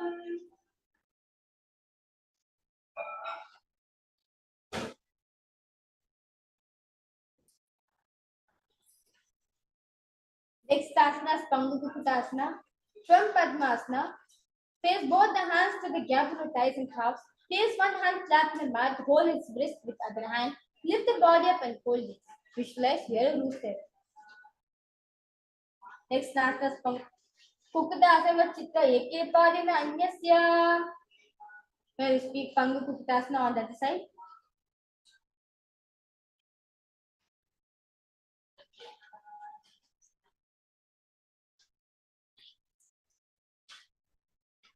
Kukkadasana Chitta Eke Hastena Anyasya.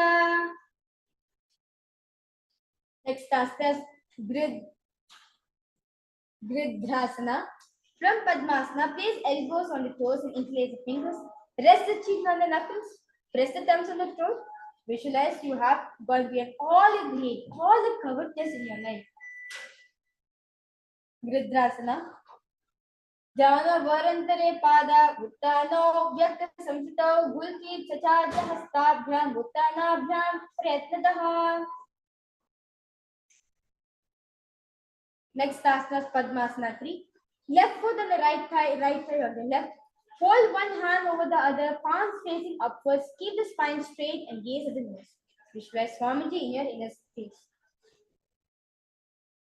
Uttana charna vibhaya Vidiva Shakti Tishta Yogira, Pitta no Shano, Shakti Yogantes, Pitta Samo. Next asana is Padmasana 4. Left, now remain same position. Place the palms on top of the knees. Keep the spine straight and gaze and nose. Visualize Paramashiva in your inner space.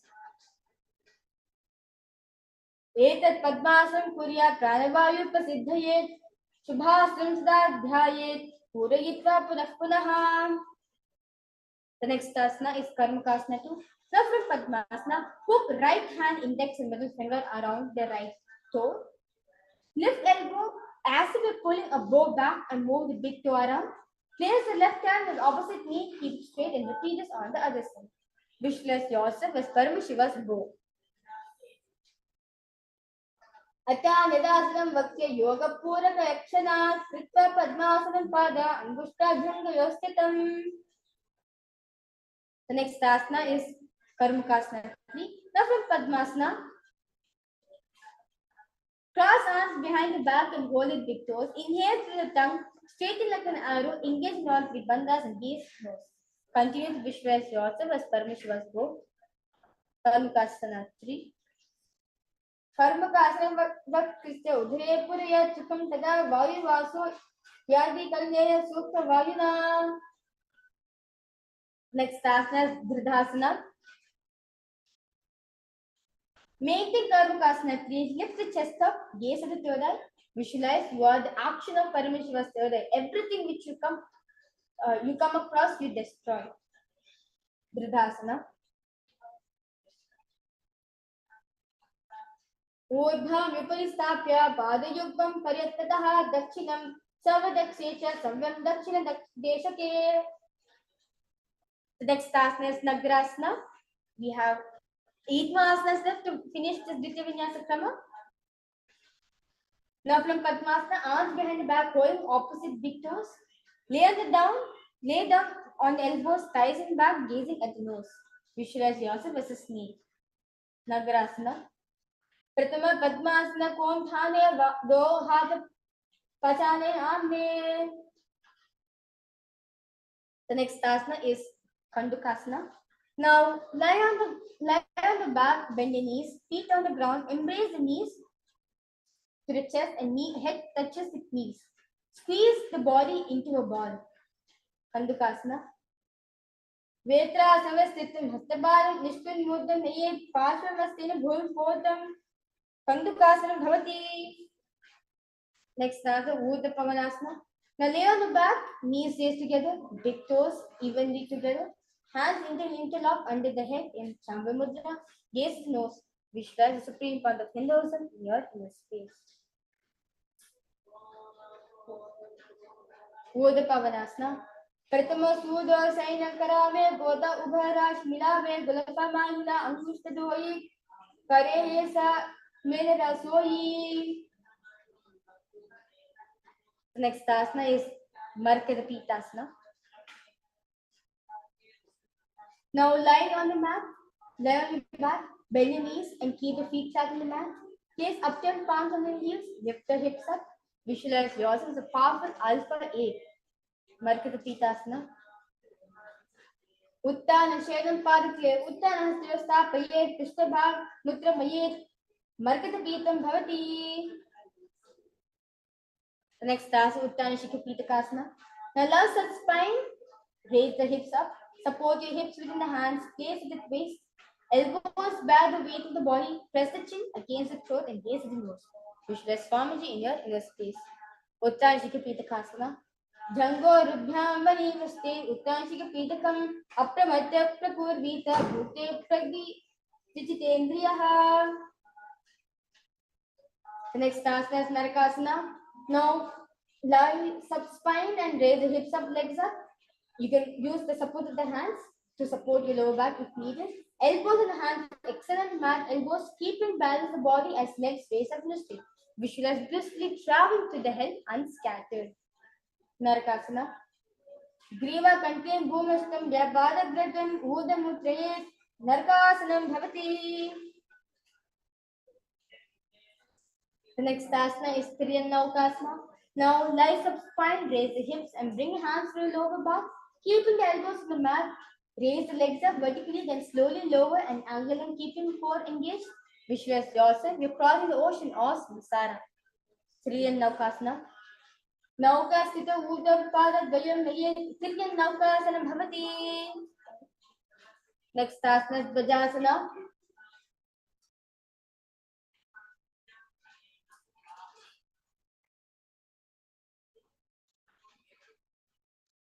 Next asana is Dvajasana. Now keep the upper back on the mat. Raise the legs up vertically. Elbows, shoulders, hands remain on the mat elbow. Keep the legs vertical and hold. Visualize the KAILASA flag being respected across all the nations in the whole world. Triya Nauka Griva Pushpurpa Bhunastapya Kala Kshira Paradve Urjam Dayet Vajasanam Bhavati. With that beautiful engagement of the core, let us relax ourselves into Mritasana. Now, lie side spine, comfortably relax yourself. Avoid any movements completely. Visualize the body is dead and the Supreme Pontiff of Hinduism, Swamiji, is liberating you. Bring awareness to every single body part in you in Shakti Chalan Mudra.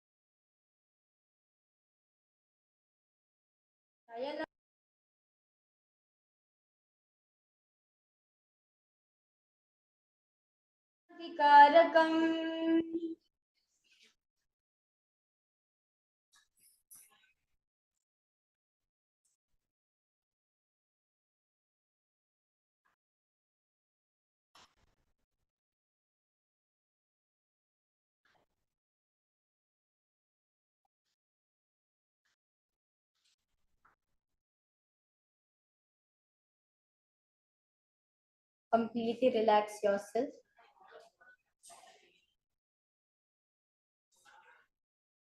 Bring awareness to every single body part in you, from the toes to your nails, the tip of the nails, to the cell, to the nerve, the muscle, to the bone, every single part.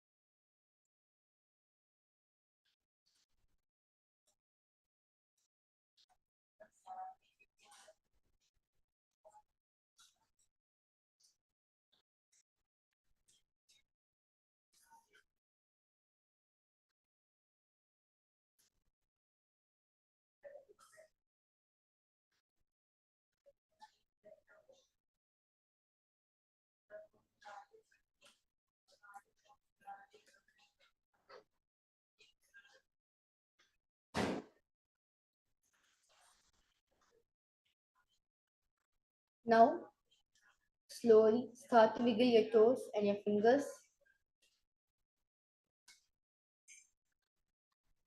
Pull your thighs to your chest. Rock yourself up, left and right.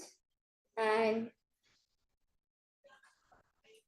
bring yourself to a comfortable seated position. Yes.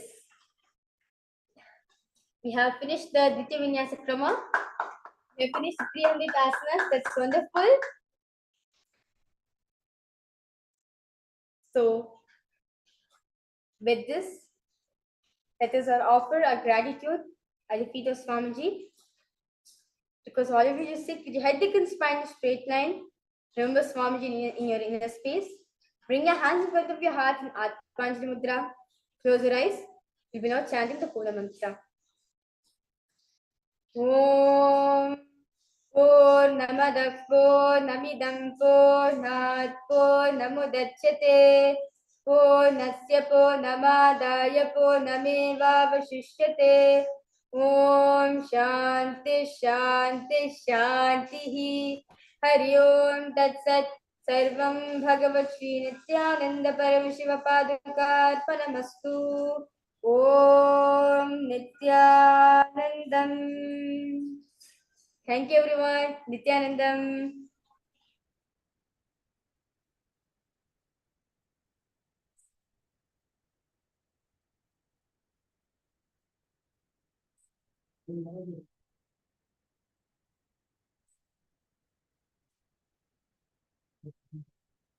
Nithyanandam everyone. Welcome to the Paramashivoham Level-1 program.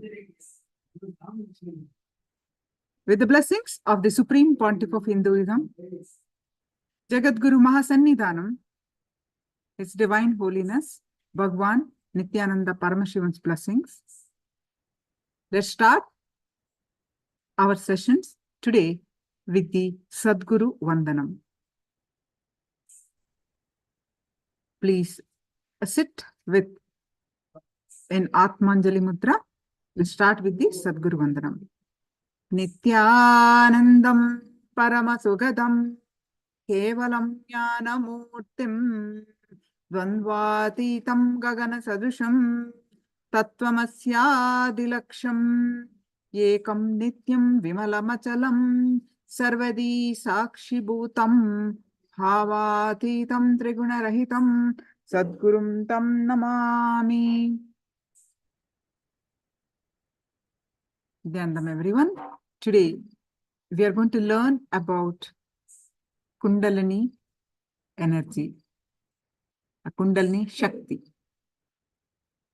We are going to learn about what is Kundalini Shakti and deeper secrets of Kundalini Shakti awakening, and Kundalini awakening, how it is a miracle and also it is a science. Means for all of us it is possible. And Kundalini awakens, how it awakens your inner potential. And by the way, Kundalini awakening is purely your decision. And how it is like Kundalini current, the deeper secrets, and some techniques to awaken Kundalini Shakti, and scientific experiments done on Kundalini awakening, and you will understand finally that Kundalini awakening is the secret to success. So we are going to learn about all these things today, about the Kundalini, and let's start our first session. Our next Acharya is here to lead us to the first session.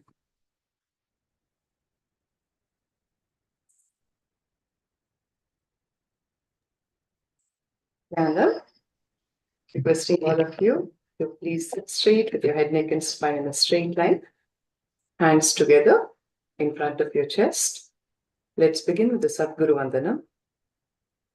Om Nithyanandam Paramasukhadam Kevalam Jnanamurtim Dvandvatitam Gagana Sadrusham Tattvamasya-dilakshyan ekam nityam vimalamachalam sarvadhi sakshibhutam bhavatitam trigunarahitam satgurum tam namami.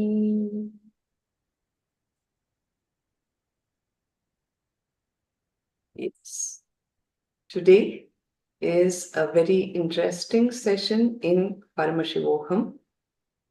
All spiritual seekers would have some idea about the Kundalini energy.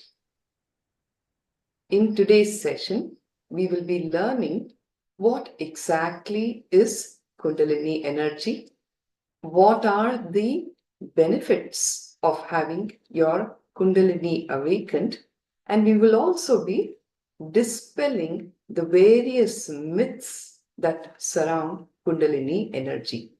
Bhagavan goes on to say,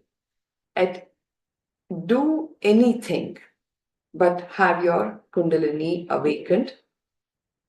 Get the initiation from the right master and have your Kundalini awakened, and only then really does life start for you.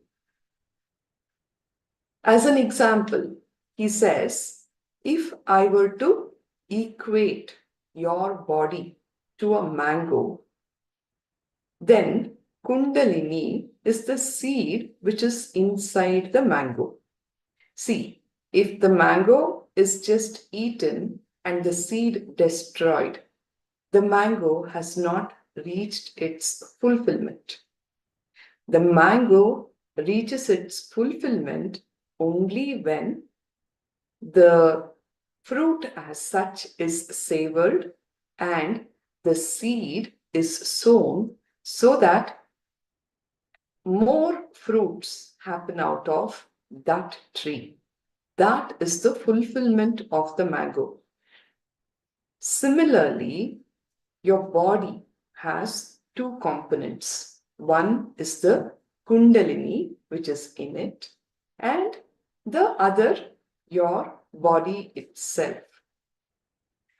Just living with a little money, having a house, a car or two, a wife, a job, a children, all of that, and ending your life at the end of it all is just like eating the mango fruit.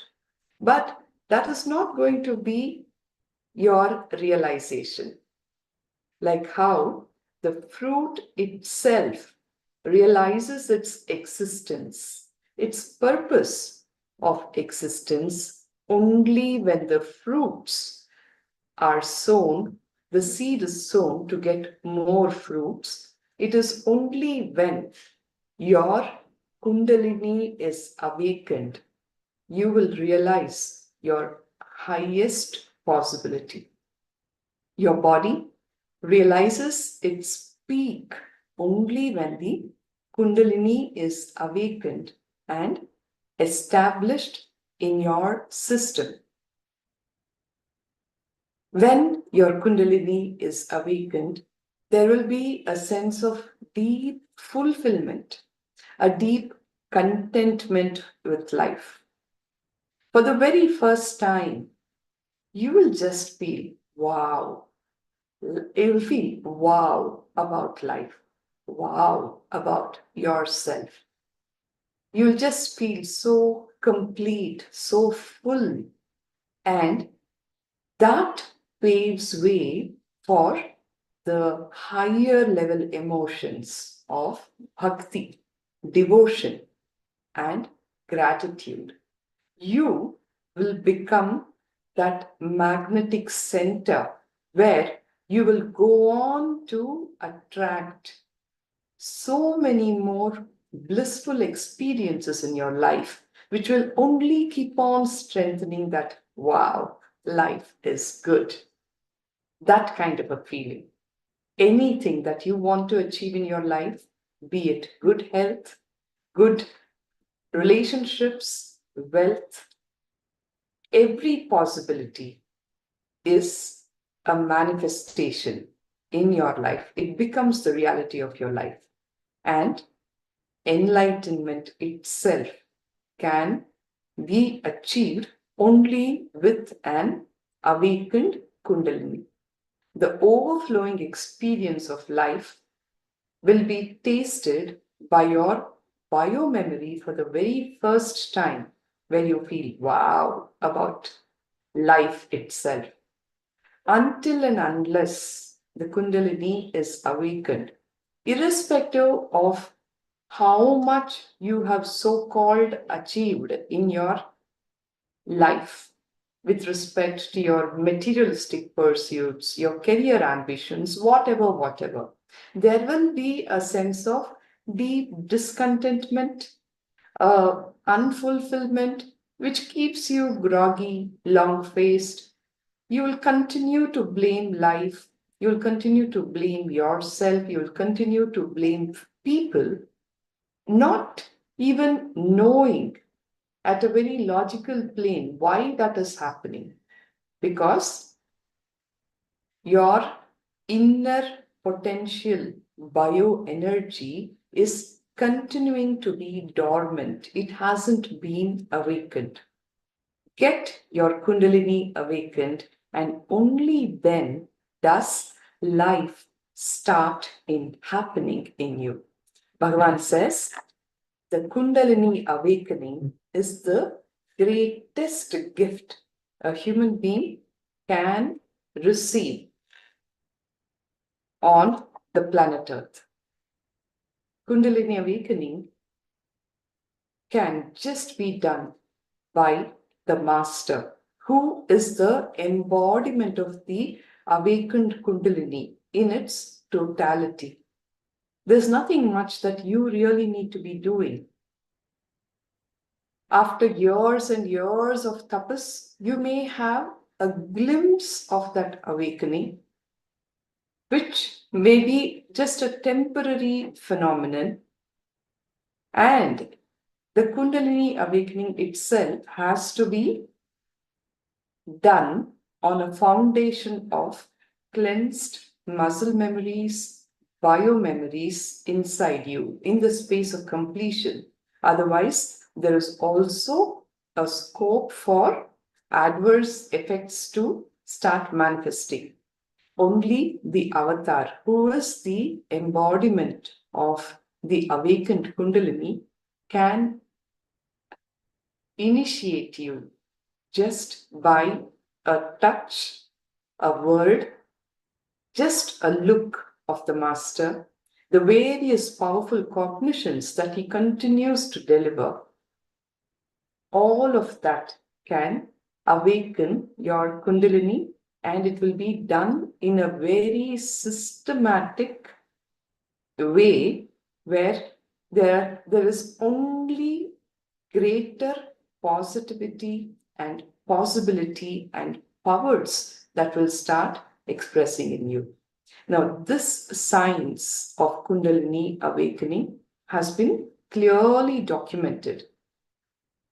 A lot of misrepresentations about Kundalini have been busted with this clear scientific documentation of the Kundalini, the awakening itself, the science that can be reproduced, that can be replicated any number of times in multiple groups of people, has been scientifically documented and has been made available for all of us human beings to reap the fruits of this beautiful gift that has been given by the master. It has been scientifically validated. Patanjali, who is the master of yoga, goes on to say that the highest Kundalini awakening experience is one of Jagrata Shushupti. Jagrata Shushupti means the state of restful awareness, a deep restfulness. This is something that the Master has gifted to all of us.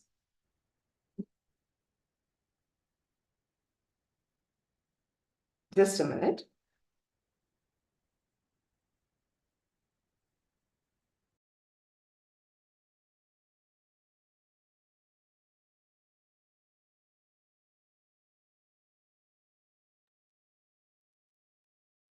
Please give me a minute, I'll get back.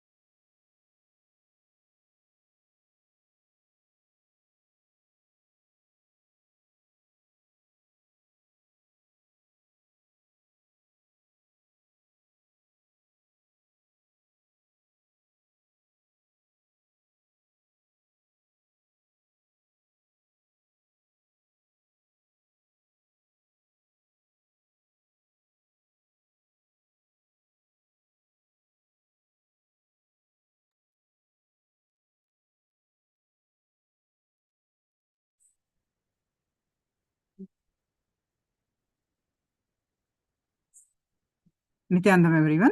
So as we are sorry for the technical glitch, we're waiting for the Acharya to come back. So meantime, you can share your thoughts on what are the cognitions that you had earlier. Did you ever have a Kundalini awakening experience? I can share that, Ma Christina. And you have any questions also, you can share here.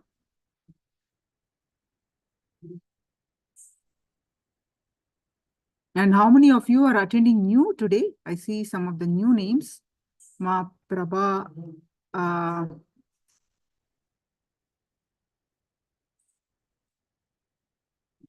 Yes, you can share it in the chat.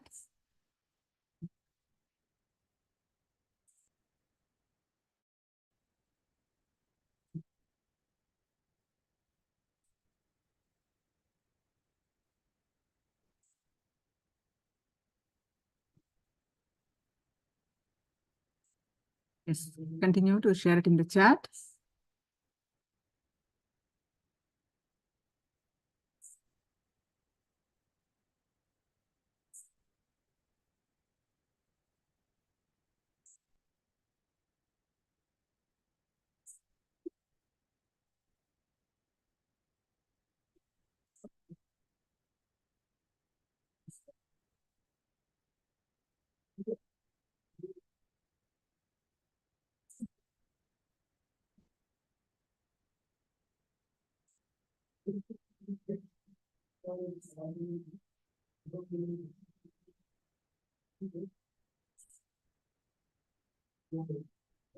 Yes.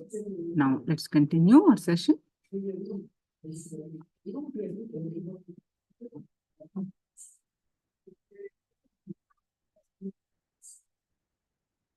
Yes, ma'am. Thank you, Madai Swami, and completing with all the delegates here about the interruption. Yes, like I was saying, with the Kundalini awakened, life changes. Your perception about life changes, and your response to the various happenings in life changes. You will be responding from a very, very empowered space. So, with this introduction, we will now enter into the presentation, the signs of Kundalini Shakti.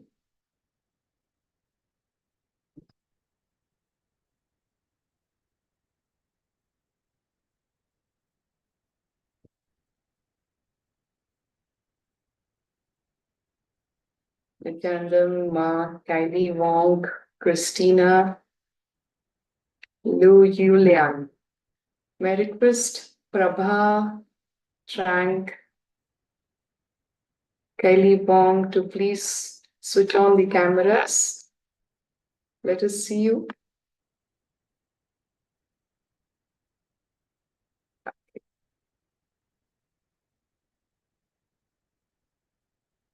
Yes, thank you, Ma Prabha. Nithyananda. Welcome to Paramashivoham. Yes, the signs of Kundalini Shakti with the Supreme Pontiff of Hinduism, Jagadguru Mahasanidhanam, His Divine Holiness, Bhagavan Nithyananda Paramashivam.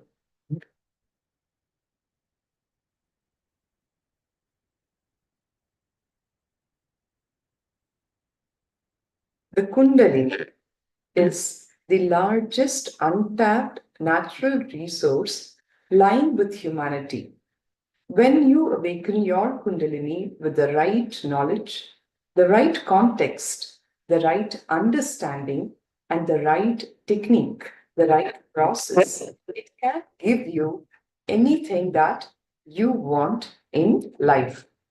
Kundalini brings the space of positivity to you, the space of possibility to you, the space of leadership to you, and the space of enlightenment itself to you. Kundalini is a kalpataru. It gives you anything that you want and the space of not wanting anything. The deep fulfillment, the deep contentment that happens in you as a result of the awakened Kundalini will take you to a space even beyond desires. You may start off with wanting a lot of stuff, but the deep contentment that happens is matchless. It is such a liberated way of living life, and that is what the awakened Kundalini can actually lead you to. The Kundalini energy is our inner potential bioenergy, which is available in our being in the form of potential. It is there, lying dormant in each one of us. In fact, Bhagavan says the fact that you are alive is because the Kundalini energy, the bioenergy, is very much there in you, but it is dormant. Only with the right method, knowledge, and process, when you awaken, it becomes a reality in you, a realization in you. So, talking about the awakening of the Kundalini energy, it is the inner potential bioenergy. At the end of the day, we are all not separate from the cosmos, the macrocosmos and the microcosmos, the Brahmanda and the Pindanda is one and the same. The small borders that we create with this we become the identity that we create for ourselves. We believe that we are separate islands, but it's all one connected energy flow.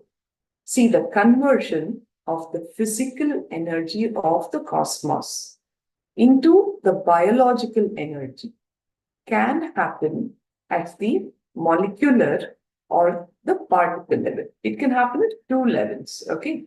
At the molecular level, the biological energy, that is the ATP, is produced by the mitochondria. Now, this is at the level of the cells. The energy is converted to ATP in the mitochondria. At the particle level, the energy of the biological system is called as the Kundalini Shakti. Are you all here? Understanding what's being shared? Any doubts, questions? You can stop.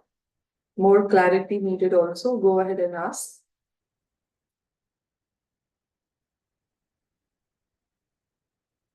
So the Kundalini Shakti is the energy that is stored and distributed through the holding centers, which are called as the chakras, into all aspects of the beings via the subtle channels or the nadis, which are 72,000 in number.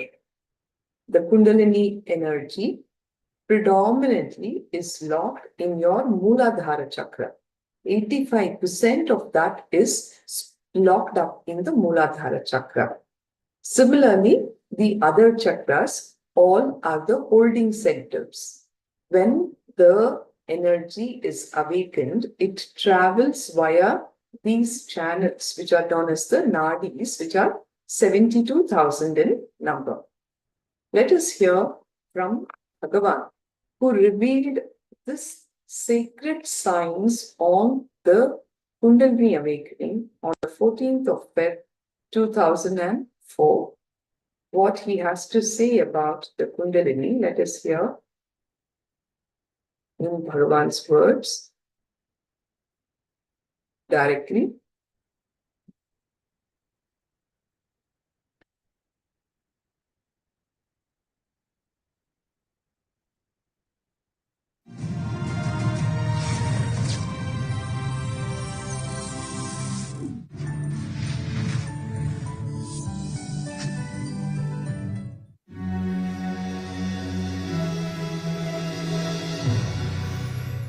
Here is a question. What is Kundalini Shakti?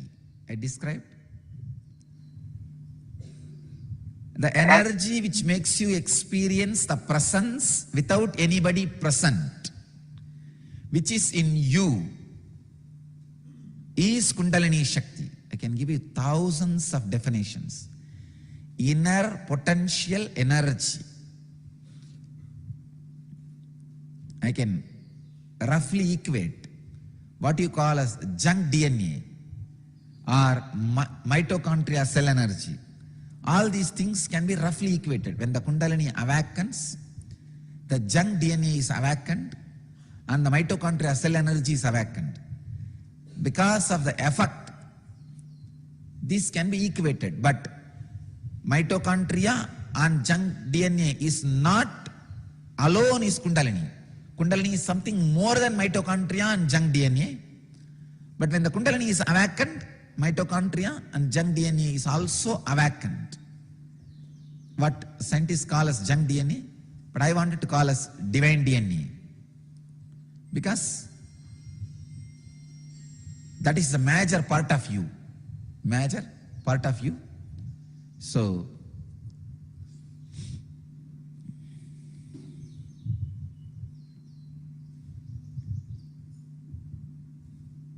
Kundalini is a inner potential bioenergy. When it is awakened, makes you feel the presence, pure presence without anybody present.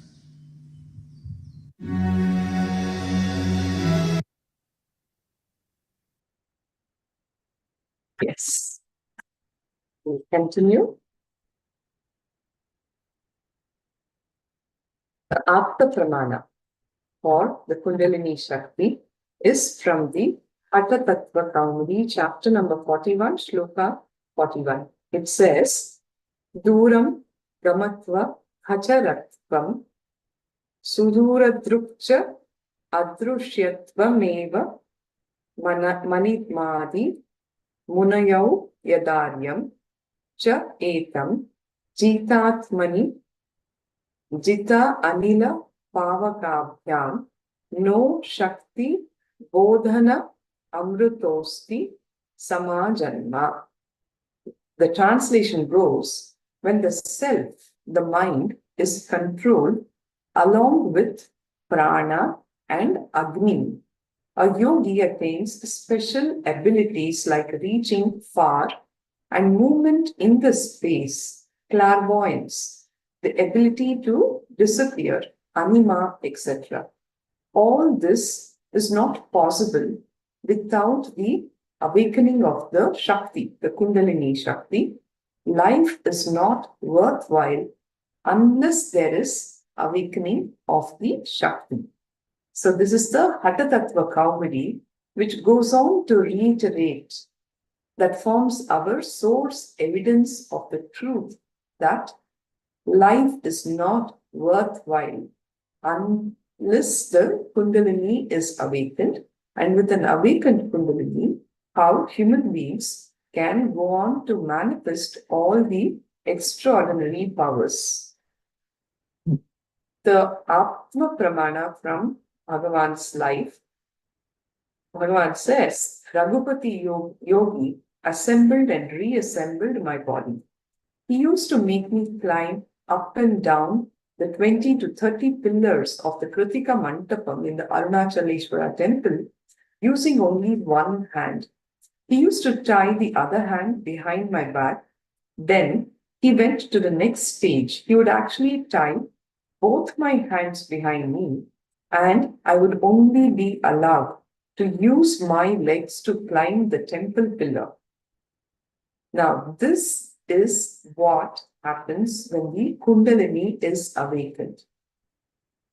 Takes you beyond all your logical understandings of what is your possibility. With an awakened Kundalini, peak positivity, peak possibility, and extraordinary powers of this nature get awakened. I also shared yesterday in the session as to how during one of the programs that Bhagavan conducted in the direct physical presence of the Master in Mahasadashivoham, Bhagavan simply awakened everybody's Kundalini, and people did in all postures, including the Mayurasana, Shirasasana, so effortlessly. Continuing with the Atma Pramana from Bhagavan's life, he says, Shivastambha Yoga is the best form of yoga, what is commonly known as the pole yoga. I commit to the Yoga Sampradaya, to all the yogis who keep this science alive, that I will make this as a lifestyle. This is my offering to all of you. I know what yoga has done to me. It is because of yoga that my body is even able to hold this enlightenment energy, the Kundalini Shakti.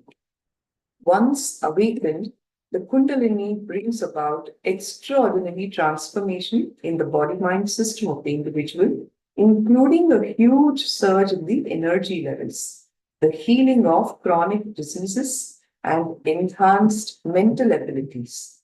Beyond all this, a host of other changes have been observed, but has yet to be systematically studied or quantified. Like I said earlier, only the rarest being, known as the avatar, by virtue of being established in the space of non-dual oneness, the space of Advaita, can awaken these Shaktis in others by the sheer power of his presence.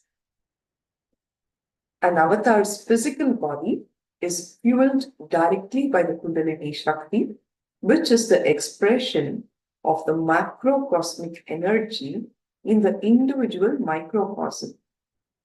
The avatar has the capacity to transfer his energy to the disciple until the disciple reaches a state of being able to access his own Kundalini Shakti through the entangled connection with the avatar.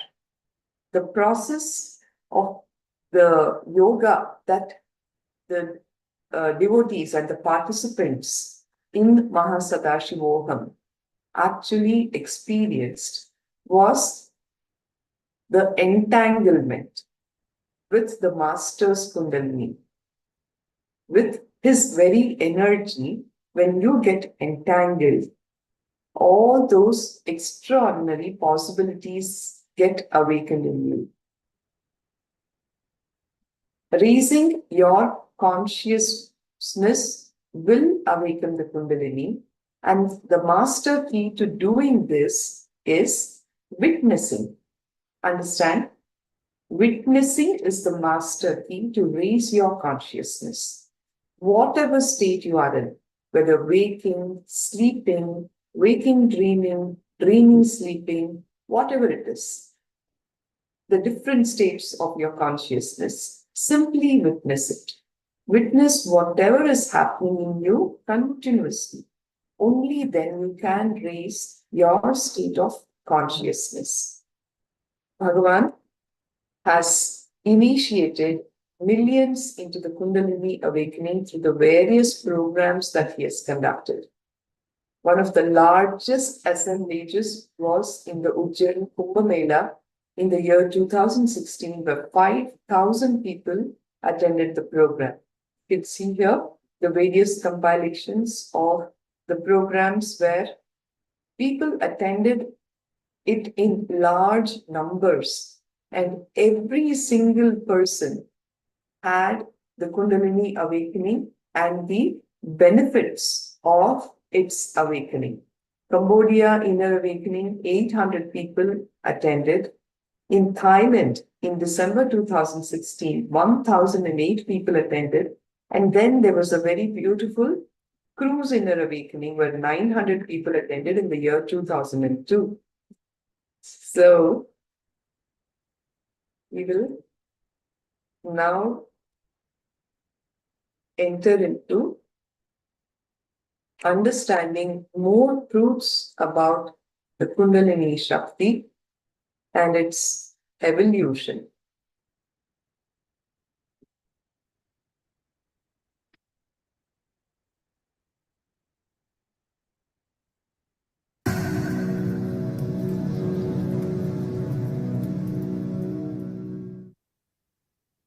The various evolutionary stage of your bioenergy.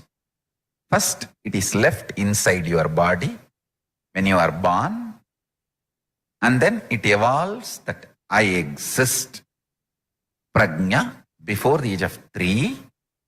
Then it evolves the anya, will. I want this, I want that, I don't want this, I don't want that. That anya before the age of 7. Then it manifests physical maturity roughly before 14. Then it manifests the psychological maturity to handle a relationship. Then it manifests and produces another own life. Listen carefully. All these are important steps of your Kundalini Shakti's natural flow of evolution. And at one point, it just stops the capacity of reproducing in your body. That period is called moopu. And then it just goes back to the root of the spine, Mooladhara, to rest. And it leaves your body is death. Listen to the steps. In this, at any point of time in your life, if you had initiation, then it goes and touches the Sahasrara Chakra based on your spiritual practice. It stays in Sahasrara or in various different conscious frequency levels. Based on that decision, whether you absolutely get enlightened or you go to KAILASA for further transition, or where you go, is all decided based on the quality of your existence during your lifetime. Listen. Now, the word Kundalini is roughly translated as bioenergy in English. Moop is Tamil word, where your Kundalini decides not to engage in physical reproduction action anymore. Means the male body decides not to become father anymore. Female body decides not to become mother anymore. It happens based on the person to person, the age, different ages. Now listen. Listen, this is the punchline.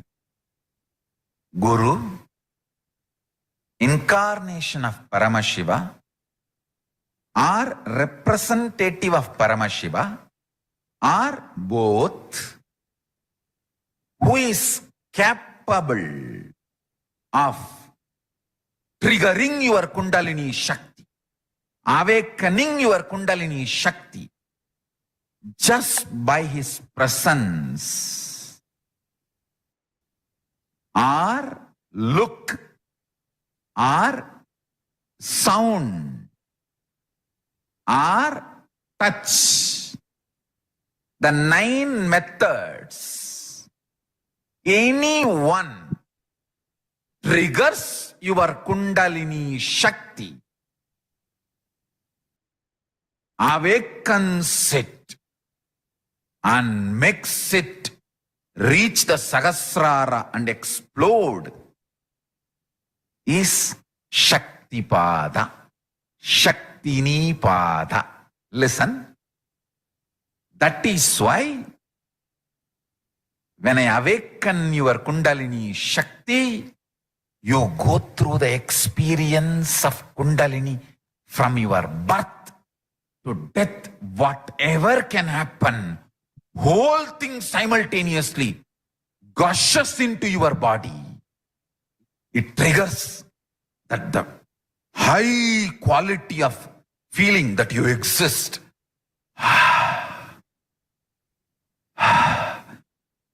That is why large quantity of oxygen is inhaled. The prana is inhaled. Samana is inhaled. Body becomes light and start jumping, getting shaken. The body starts levitating. And the puppy love, extraordinary romance is triggered. You don't know why you are so happy. Understand, my Kundalini awakening is not brainwashing, it is heart washing. Your heart is triggered and you fall in such ecstasy. I should say, raise in such ecstasy. You feel as if you are in puppy love. That Kundalini's prajna explodes. Agnya explodes. And love explodes. Literally, body goes through all the stage I described. The bioenergies, all the stage at one go in overwhelming way. And Parashakti beautifully manifests in you with Paramashiva. Paramashiva and Parashakti beautifully manifests in you.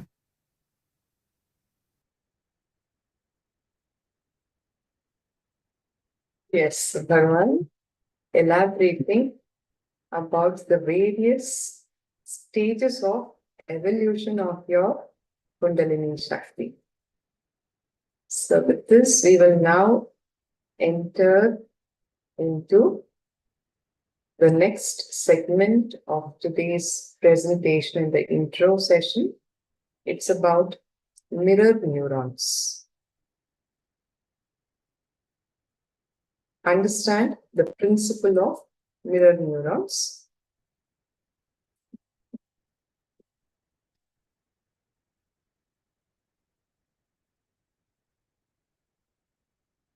Repeatedly, we keep asking all of you to be in front of the camera when you are sitting in a session.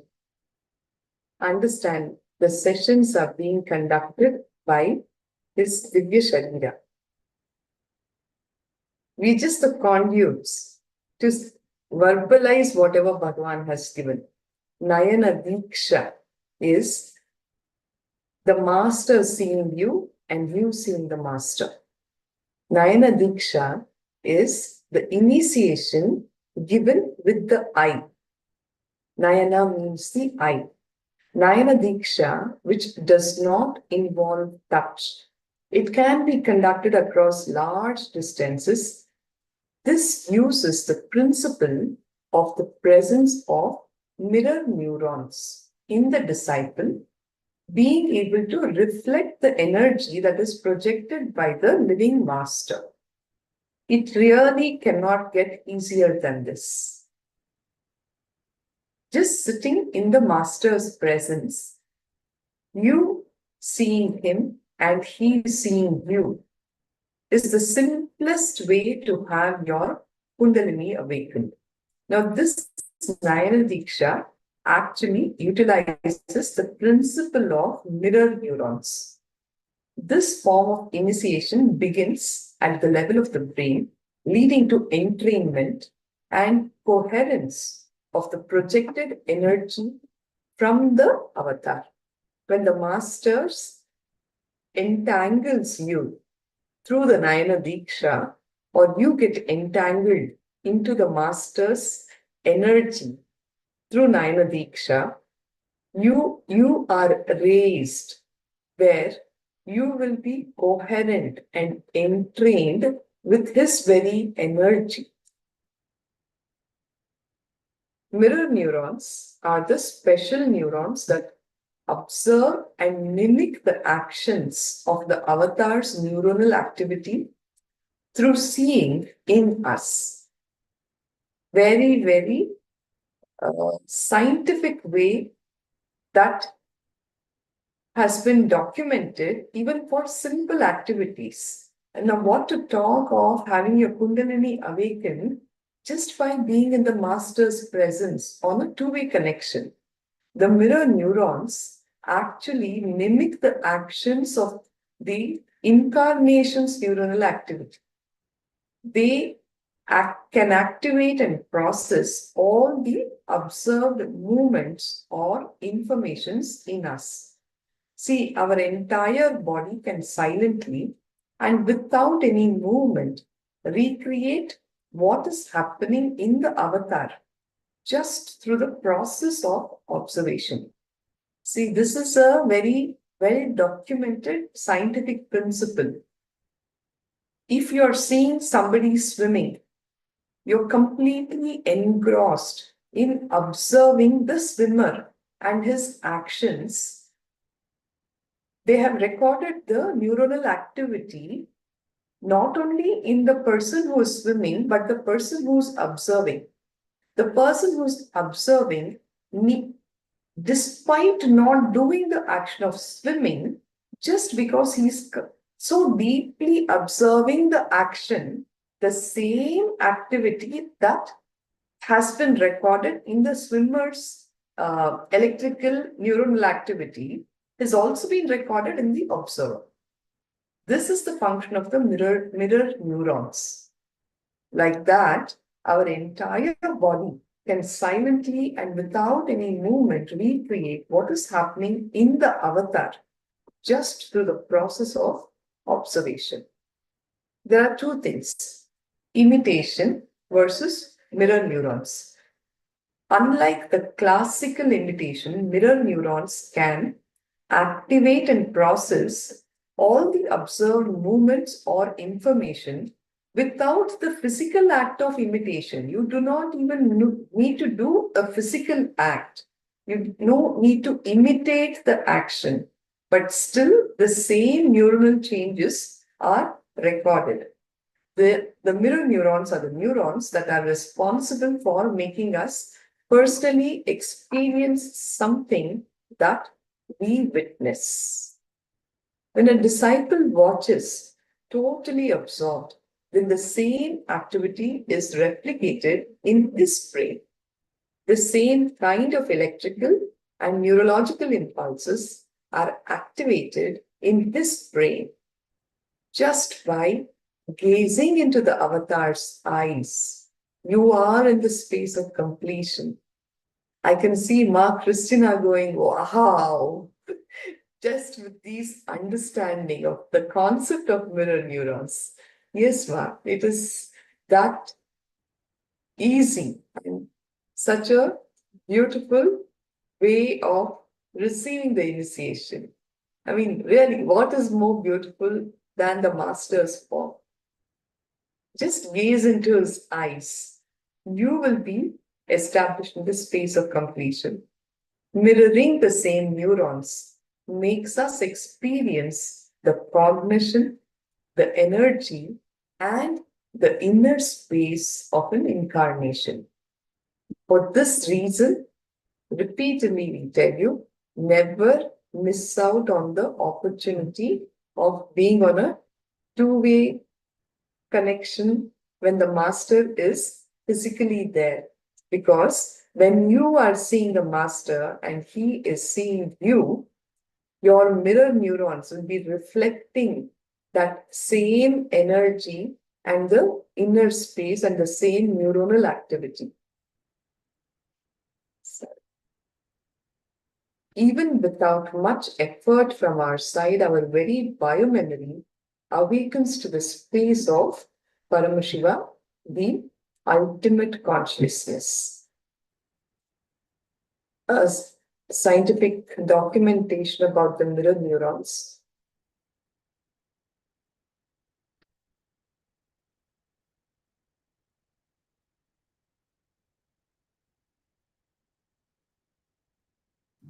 Hello again. Gaze into a mirror and what do you see? Well, I see my face, of course, but in my face I see moods, I see shifts of feeling.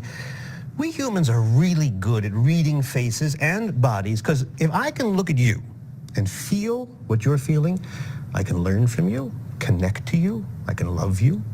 Empathy is one of our finer traits, and when it happens so easily, perhaps because, and this is brand new science, this is just out of the lab, we may have some special circuitry in our brains that helps us whenever we look at each other. Ask yourself, why do people get so involved, so deeply, deeply involved with such anguish, such pain, such nail-biting tension over football? Cleveland Browns are gambling on defense. Why are we such suckers for sports? And it's not just sports. We can lose it completely at the movies, at video games, watching a dance. Is there something about humans particularly, that allows us to connect so deeply when we watch other people? Watch them moving, watch them playing, watch their faces. Well, as it happens, scientists have an explanation for this strange ability to connect. It's new. It had never been found on the cellular level before. A set of brain cells found on either side of the head. Among all the billions of long branching cells in our brain, these so-called mirror neurons have surprising power. What we found is the mechanism that underlies something which is absolutely fundamental to the way that we see other people in the world.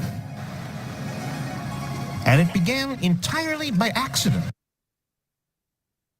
All right. I guess I'm short of time, but basically, this is documenting all the mirroring actions that happen even with our regular day-to-day activities. Like when you are watching a movie or when you're watching a particular sport or a game, how your whole body tunes yourself to the external happening. This happens with the process of mirroring. Similarly, this process is being used by the compassionate master in Nayana Diksha, the direct transfer of the spiritual energy by the avatar through a look. Diksha is the most effortless and a blissful way to raise our spiritual frequency. When we make this connection, we experience our unity with all of existence, which is the essence of divinity. When you entangle with the master and have that experience of his very inner space, you are awakened to the essence of your own divinity. It is then that we understand that we ourselves are also divine. Through this process, the mind layer drops and we open ourselves to receive the energy of the universe through the energy of space, Akasha. Melting into a deep mood of gratitude and devotion, we receive the beautiful return flow of divine compassion and the uplifting of our consciousness. Here we have a pictorial depiction of how entanglement can change our brain. The benefits of entanglement are not just limited to intangible sensations of well-being. See, as long as you say, wow, I'm feeling amazing, I'm feeling great, it's your subjective experience. So these have to be documented at an objective level. And that is exactly what has been shown here, how raising our inner frequency can also produce profound changes in our brain. The cortical regions of interest. Now, this is the frontal cortex, which is the seat of your intelligence, the seat of memory, where you make all your analysis, logical skills, analytical skills, the decisions, all of that. The intelligence center is brightened up and awakened with an awakened Kundalini. Similarly, in the subcortical regions, this is the limbic system where you have the caudate nucleus and the nucleus accumbens, the seat of memory itself. All of these also have documented profound changes at an objective plane. So with this, we will now have to end this segment. Diksha is the knowledge transmission system which modern science is just able to observe as mirror neurons. And this has been the way of education in Hinduism. Any questions from the participants? Please go ahead and let me know. Yes, I saw one question here on the chat box. Keeping Atmalinga in the body awakens the Kundalini? Yes, Ma. Ma, Leon. Yes.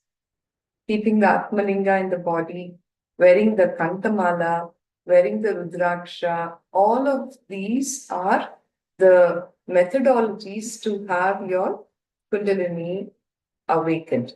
The Rudraksha is again the storehouse of energy.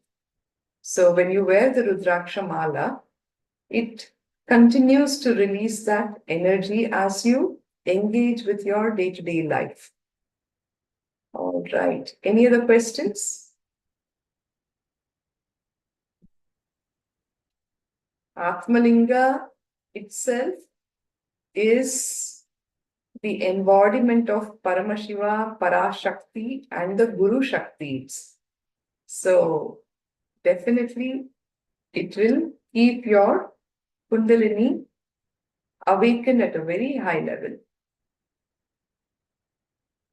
Any other questions? Please go ahead and ask. Else, I will conclude. Our Acharya is waiting to lead you through the next sessions. Okay. Fine. Please sit straight. Put your hands together. We'll chant the Purna mantra. Om Purnamada Purnamidam Purnat Purnamudachyate Purnasya Purnamadaya Purnamevavashishyate Om Shanti Shanti Shanti Hari Om Tat Sat Sarvam Bhagavat Shri Nithyananda Paramashiva Padukarpanamastu Om Nithyanandam.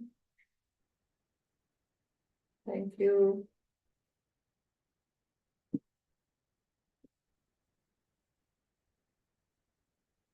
Nityananda. Nithyanandamma. Thank you, Ma. Nithyanandam. Yes.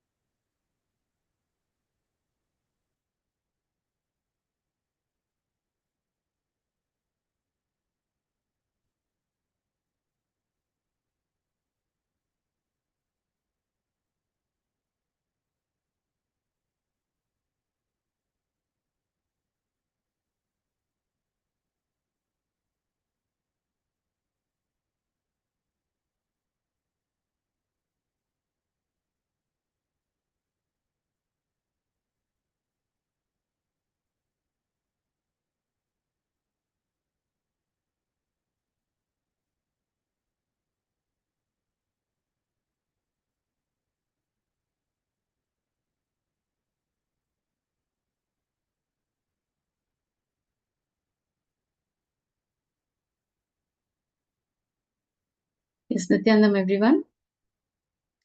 Can we all have our cameras turned on?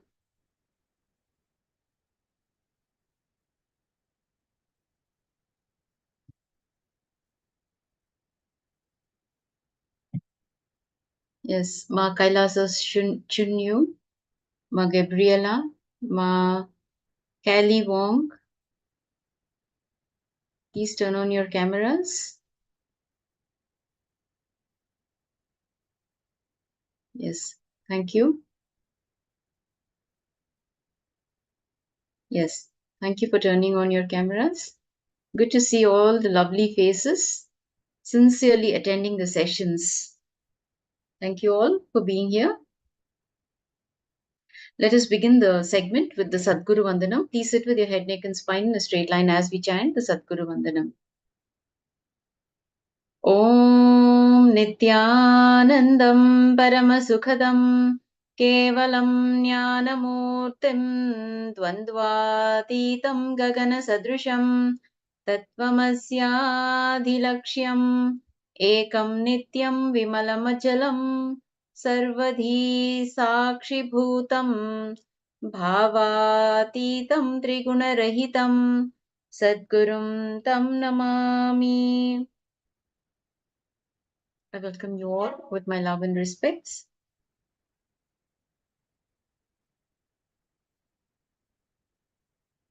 Yes. So today's topic is the Kundalini Shakti. What is the Kundalini energy? How it can be awakened and what it can do to a person to whom the Kundalini Shakti is awakened. What happens to the person whose Kundalini energy has been awakened? So we will be learning a whole lot of these in this segment.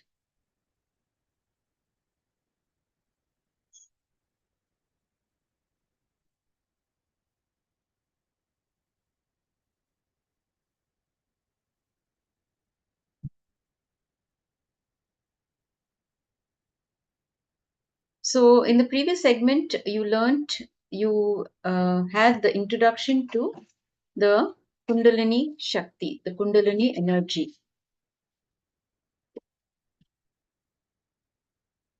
So can anyone share what is Kundalini Shakti? Can any one of you share what was your learning? What was the powerful cognition that you received during the previous segment? Your understanding about the whole session. Can anyone share? What is your understanding?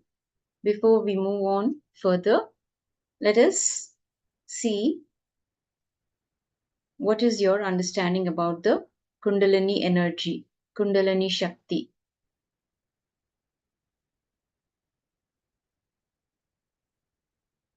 Would you like to share?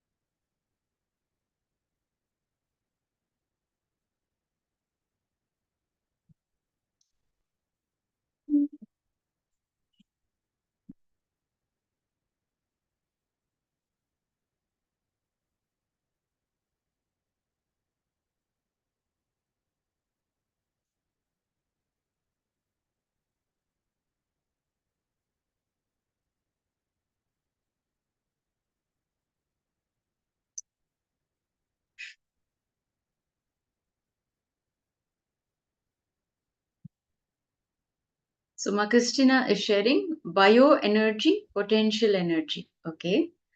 Ma Trang is sharing Kundalini is seed of God in our body. Okay. Beautiful understanding. So Kundalini is the innate potential energy that is inside each and every being, coiled up like a snake. The master's touch or just the diksha, the transfer of his bioenergy can awaken the Kundalini Shakti in each one of us.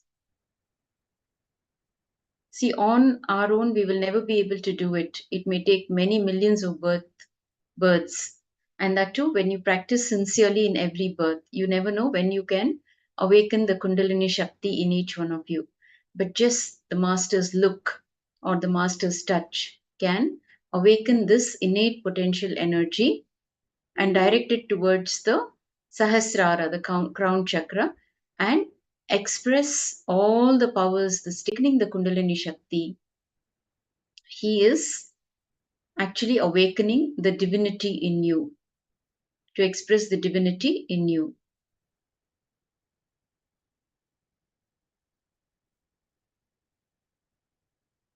Keeping Atmalinga in the body awakens the Kundalini Shakti.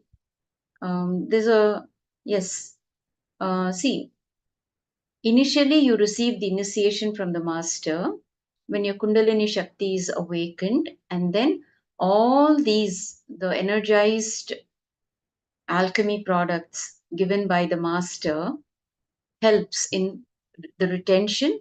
It keeps it alive, and you also need to practice. You need to practice the four tattvas.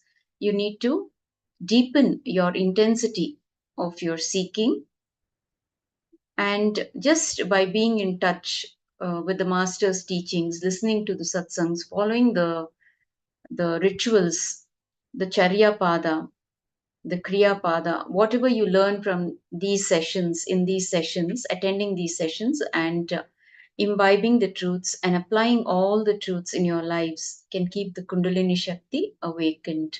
See, it is like the umbilical cord connection you have with the master. So only when you abuse the master, you lose these powers. Otherwise, it is always there. The Kundalini Shakti is always there inside each and every person. You just need to tap it. You should know how to tap that power and make it active and alive.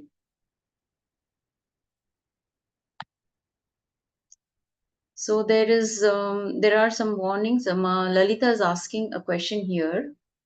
I want to ask if there are some warnings about awakened Kundalini, like if you don't control your mind, you attract suffering. See, mind itself is nothing but because of your mind, because of our mind, we suffer, isn't it? Only because of our inner chatter, we suffer. The continuous thoughts that happen, the thought currents that we entertain, is what brings us suffering. So, for every suffering, Swamiji is giving us an antidote here. The unclutching meditation, being unclutched every moment, is the best way to walk out of all sufferings. So, when you have your Kundalini Shakti awakened, as I shared earlier, just continue to follow his teachings. If you're not able to do anything, just chant the Mahavakya or listen to some satsang, any satsang of Swamiji. And because each and every satsang are filled with powerful cognitions, each and every word carries the master's energy that can keep you connected and grounded. Okay, so let us move on and learn more about the Kundalini Shakti.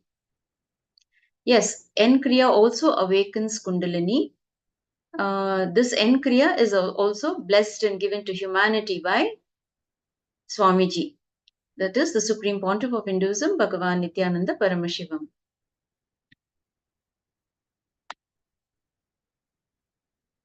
There are many ways to awaken the Kundalini energy, and we will learn more about it in this segment. Let's enter into the segment.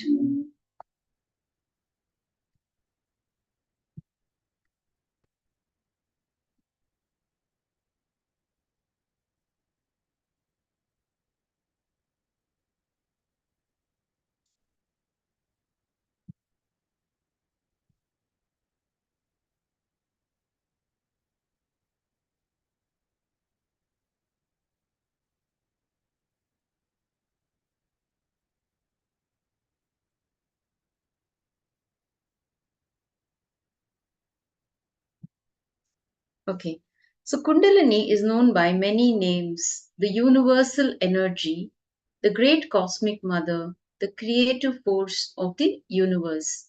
But the simple truth is that Kundalini is the highest potential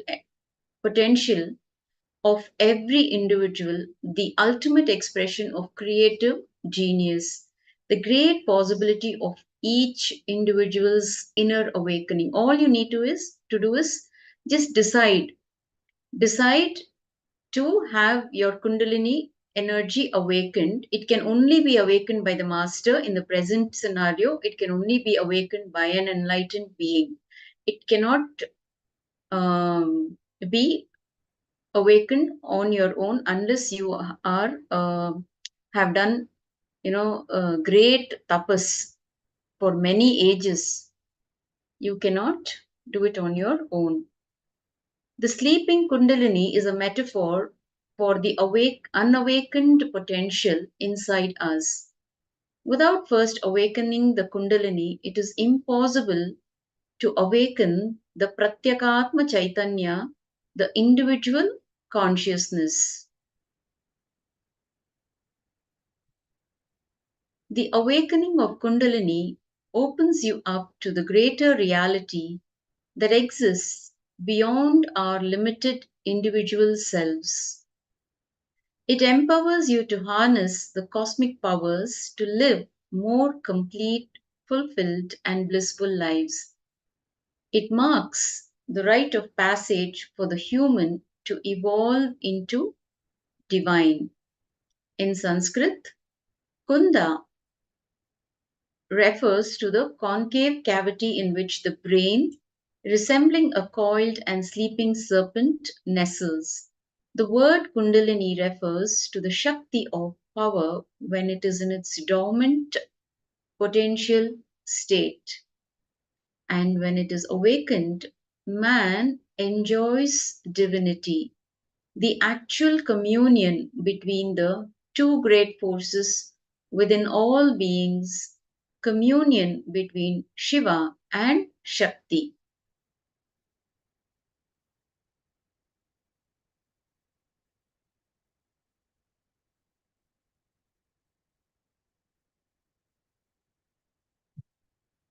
Since time immemorial, human beings have suspected that they have more energy and intelligence than they are able to realize and express in their day-to-day life, more than what their parents have taught them, and what the society at large has led them to believe. It is their belief in a higher potential that is at the root of all seeking and all creativity. There are some rare beings who express their higher energy and intelligence in its purest form as spiritual energy to enrich others. They are the enlightened beings of the world like Buddha, Mahavira, and Sri Krishna. Life, the very perception and response to it becomes totally different when Kundalini Shakti is awakened. And once it is activated through initiation by an enlightened master, this Kundalini Shakti leads to extraordinary experiences and enlightened lifestyle. When you awaken your Kundalini energy with the right knowledge, right context, right understanding, and the right technique and right process, it can give you anything you want. Kundalini brings the space of positivity to you, space of possibility to you, space of leadership, space of enlightenment itself to you. Kundalini is Kalpataru. It gives anything you want and the space of not wanting anything. So the benefits of an awakened Kundalini Shakti is it gives people extraordinary powers like telepathy, teleportation, materialization, and more. So understand, all of you can have your Kundalini energy, the Shakti, the innate potential energy that is sitting inside each one of you and coiled up in the form of a snake, like how a snake coils itself up. It is sitting there dormant right now. Just the master's look, one look by the master, the Diksha, or one touch by the master can awaken this Kundalini Shakti. Now, once your Kundalini energy is awakened, you can all manifest extraordinary powers like telepathy, teleportation, materialization. You will become more intuitive. Your third eye is much more active and alive. And just because one does not have access to these extraordinary powers, they need not think that these powers do not exist. Okay, just because you are not manifesting powers right now, you need not come to the conclusion that these powers do not exist and it is available only to a few people who are into spirituality and who are seekers. Understand, each and every one of you sitting here right now in this session have this Kundalini energy which is lying dormant.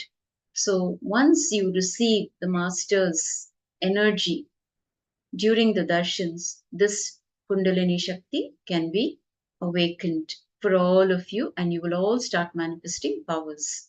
That's the best news. So the Kundalini Shakti can directly make one more productive. It can make one more aware, more conscious, intuitive, ultimately rich, not only in the realm of wealth, but also in health and relationships.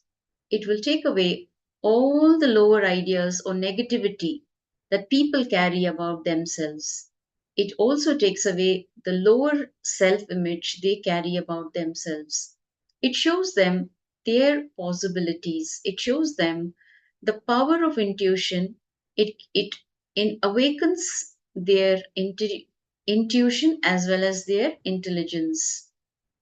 And once this Kundalini energy is awakened, one tends to forget tiredness and boredom.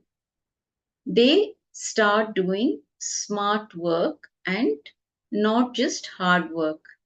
And with this smart work, naturally they see that they are more active, alive, and productive in their job, in their business, in their day-to-day life, resulting in deep contentment and fulfillment. the internal conflicts and struggles that they carry disappears.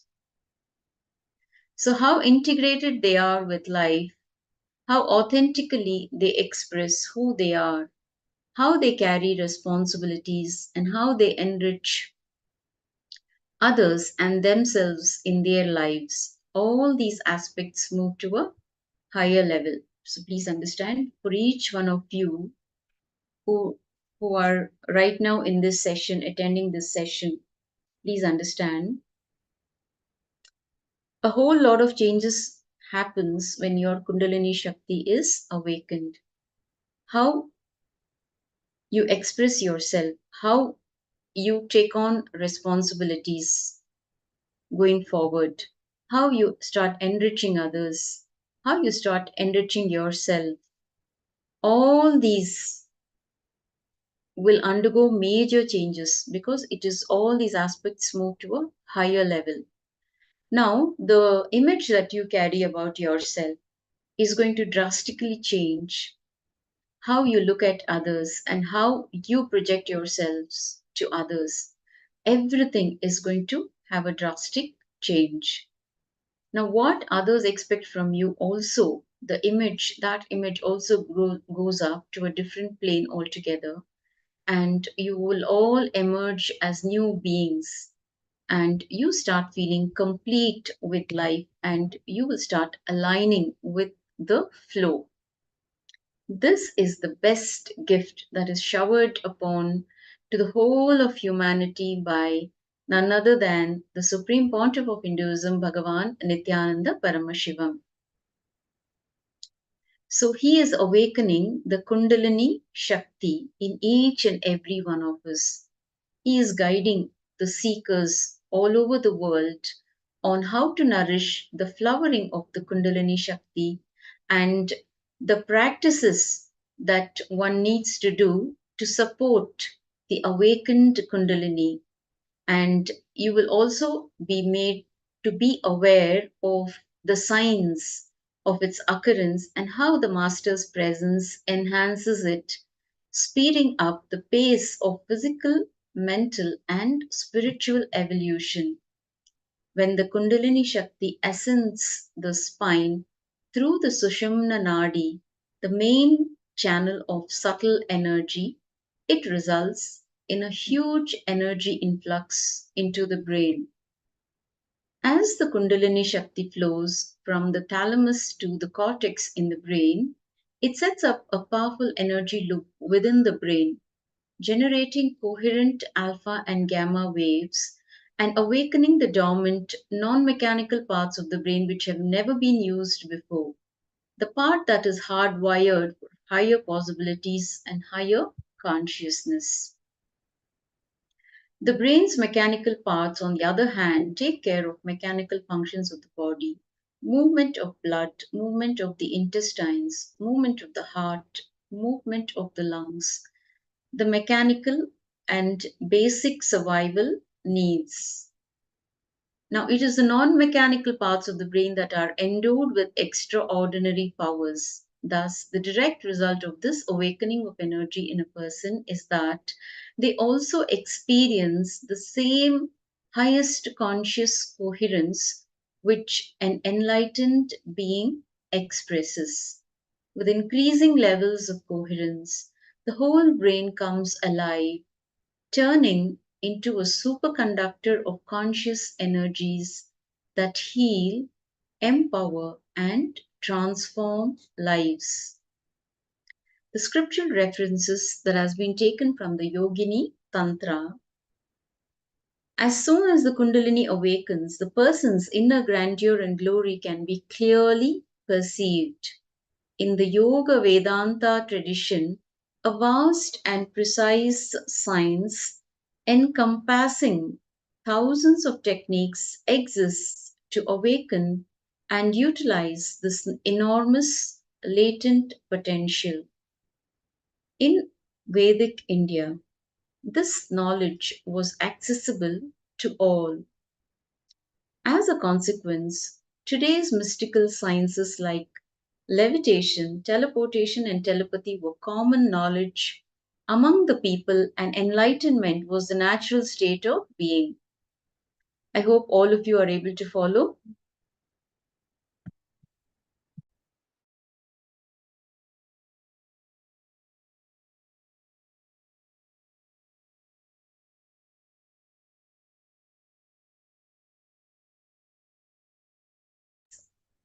So can you all please share your understanding, your powerful cognition that you have received during this sharing? So what is your understanding about the Kundalini Shakti, how it can be awakened, and what happens when the Kundalini Shakti is awakened? In simple words, in 1 or 2 words, you can share your understanding. This is an interactive session, so please be active, please be alive, please be more attentive.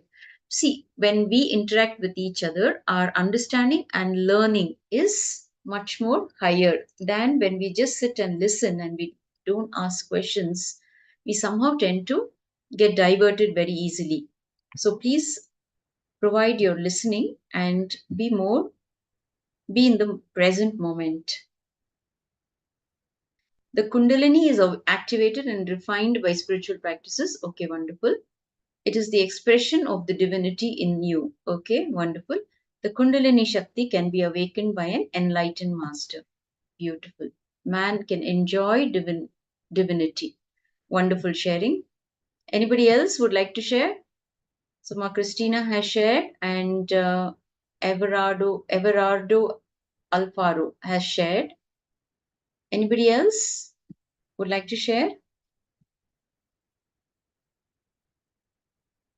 Okay, let's continue.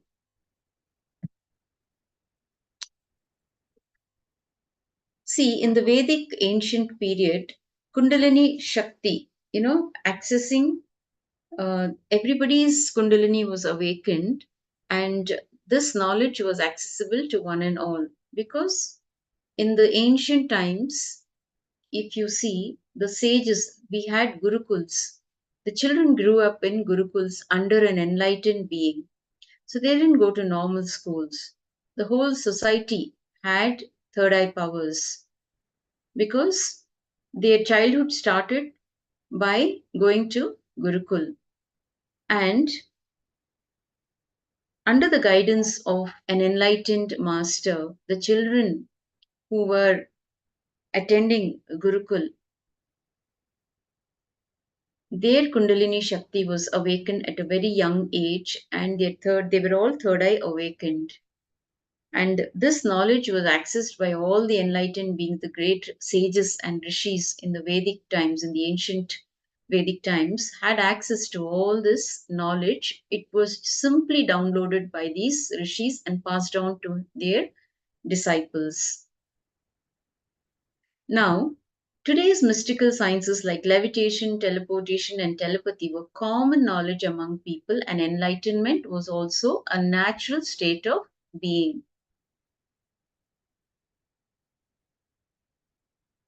Kundalini Kalpataru gives everything. Okay. So, when you attend the Kalpataru is what? Kalpataru, Swamiji is the Kalpataru who is always bestowing boons upon all the disciples, all his disciples. So, he causes the reality, and once you come to him, you become his disciple, he becomes the co-creator of your lives. So, sitting here and attending these sessions are just going to have that co-creator in your lives. He's going to be there guiding each one of you in your lives, post program also. But all you need to do is live his teachings day in and day out. Live his teachings. Try to be as integrated as possible. Initially, you may be struggling, but once it becomes a habit, it just becomes like how you breathe. So, once your Kundalini Shakti is awakened, living in complete harmony with the flow of life itself, these people whose Kundalini Shakti was awakened, they find joyous expression as creators and leaders in the outer world and enlightened mystics in the inner world. In course of time, our increasing reliance on the faculties of logic and reasoning led to the suppression of these mystical faculties, and the sacred science retreated from homes and monasteries into the few secret recesses of the Yoga Vedanta tradition in the Indian subcontinent, where it is preserved in its authentic form to this day. The Kaivalya Pada of Yoga Sutras. In these scriptures, Patanjali lists the different ways to attain the siddhis resulting from the Kundalini awakening. Janma Aushadhi Mantra Tapa Samadhija Siddhayaha. The mystical powers can happen by birth or through medicines, drugs or herbs, mantras, spiritual discipline, or through samadhi. Spiritual discipline is again living the four powerful truths, the four tattvas or the four principles.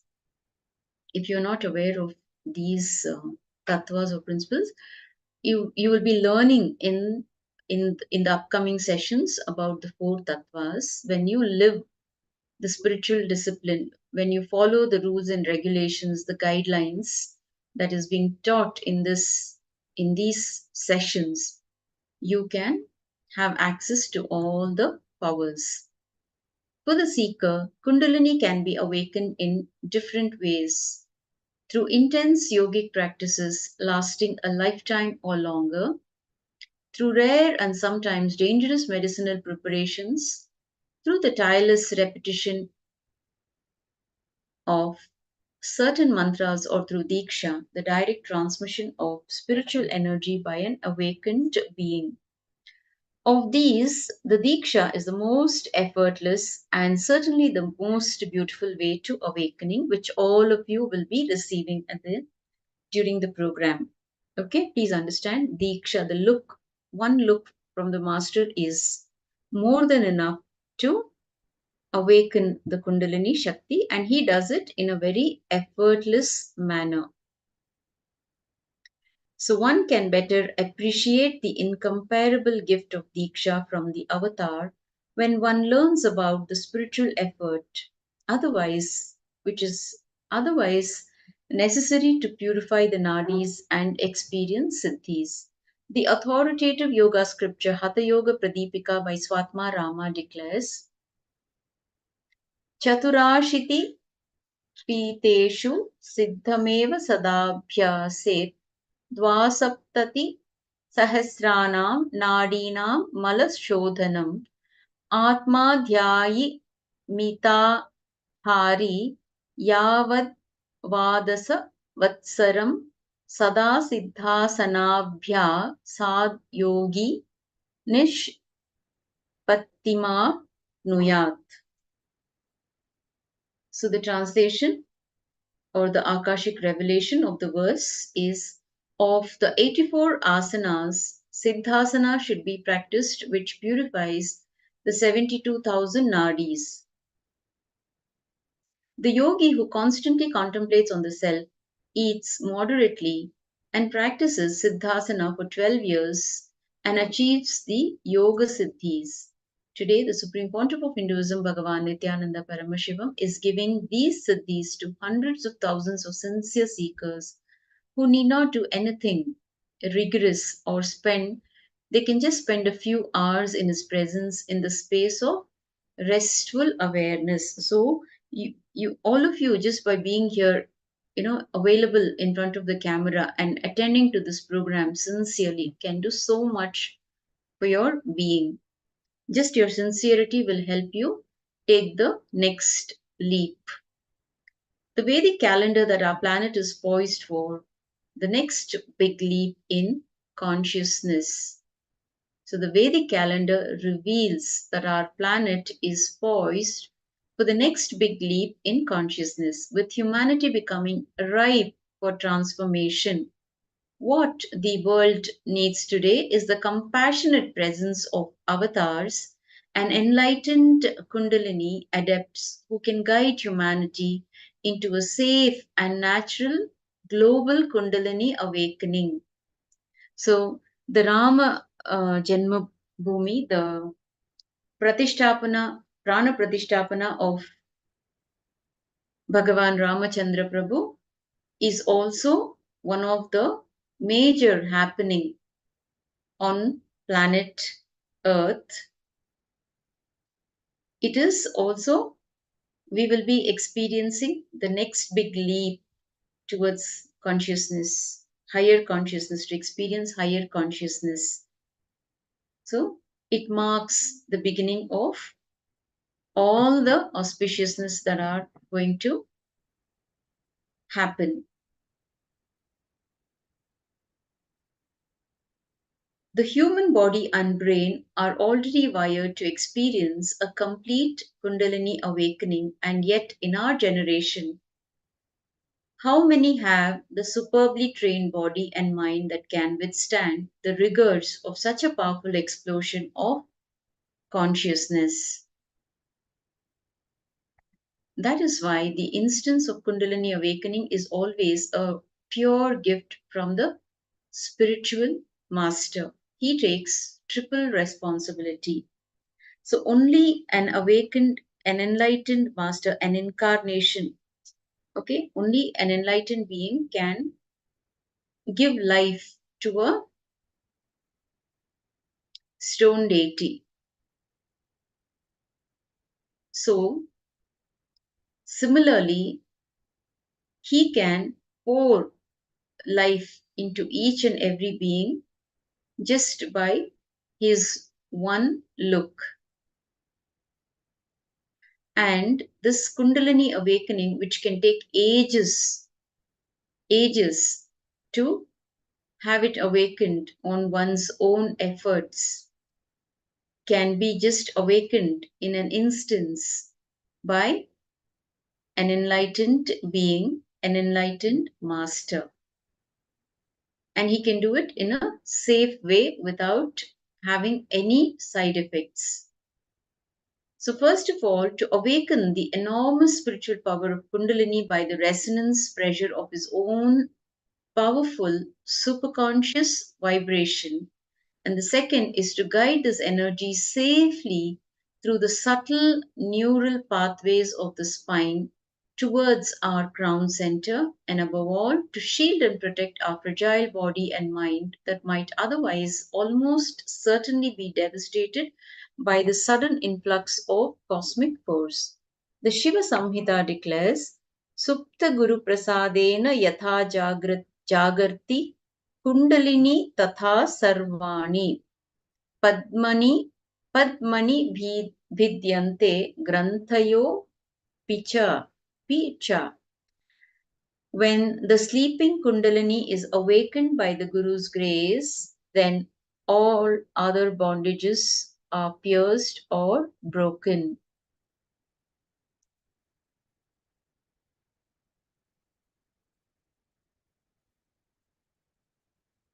Okay, so here, who's asking a question? Madar Shiny. So do we still get Swamiji Kundalini awakening when we are watching this live video on YouTube? Asking because some of us are following the 16 hours but watch on YouTube because we are working and then come home to cook, clean, etc. You can watch this program on one way on YouTube also, but during the darshan, when Swamiji comes live or alive, please be on two-way. It is highly recommended that you are on two-way. See, even if you are on one way, you will receive, but how receptive you are, how receptive you are to receive his energy also matters. That is why you are asked to be physically available. The master has to look at each one of you. So if you are in the Zoom room on two-way and with your cameras visible, on, turned on, the master is able to see you. The Nayana Diksha is continuously happening. Understand? The Nayana Diksha, that is, the master is watching you all the while. His energy is taking care of everything during the program. So when you make yourselves visible, when you make yourselves physically available, and when you're visible in the camera, the effects are much more. The energy that is received by you is much more powerful. when you make yourselves available. So it is always recommended for all of you to be on camera, and if possible to be on two-way. If you're working, you can always join the darshans, the live darshans by the master. During the darshans, you can make yourself available. Yes, once awakened, it can remain awakened forever. Okay. So, yes, ma, please do join. It's highly recommended that you join. That is why we give the Zoom link and we request you to be on two-way. See, this is a free program, isn't it? We're not charging you anything. It is a free program. It is just Bhagwan's compassion. He wants the whole humanity to get enlightened, to have the population in the whole world to be third eye awakened. It is just his compassion that is making this program being available to each one of you in the vicinity of your homes and your offices from wherever you're watching. So try to enrich as many people as possible and bring them here into this platform to have each and every person to receive his energy and also to live in an enlightened way. The best way to live is to live in an enlightened manner by having the grace of the master. So Naga Kiran, video is not coming. What video is not coming? Can you please be more clear? What exactly are you trying to ask? Naga Kiran?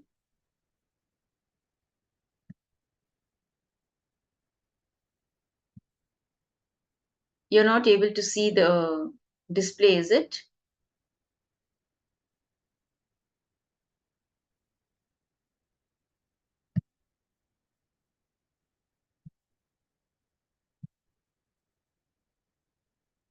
Is everybody able to see? All of you are able to see the slides, ma? Okay, thank you. So maybe there is some technical error from your end. You're not visible in the camera. You have to place the camera in such a way that you become visible. Okay.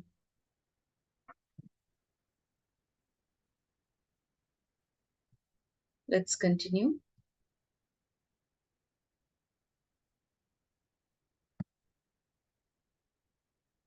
So the ascent of Kundalini. When the Kundalini ascends the spine through the Sushumna Nadi, the main channel of subtle energy, it results in a huge energy influx into the brain. As it flows from the thalamus to the cortex, Kundalini sets up a powerful energy loop, awakening the latent, unused, non-mechanical parts in the brain, mainly the limbic system and neocortex. The limbic system is that part of the brain which is associated with memories linked to emotions. It is also that part of the brain which corresponds largely to the third eye or Agnya chakra, which is the sixth or the final chakra in the body. The seventh chakra is known as the Sahasrara chakra or Brahmarandra, is not exactly a chakra but a subtle opening allowing the union of the Kundalini energy with the cosmic energy. The opening of the Agnya chakra allows for the unclutching of memories from its associated emotions, allowing for completion or making peace with life.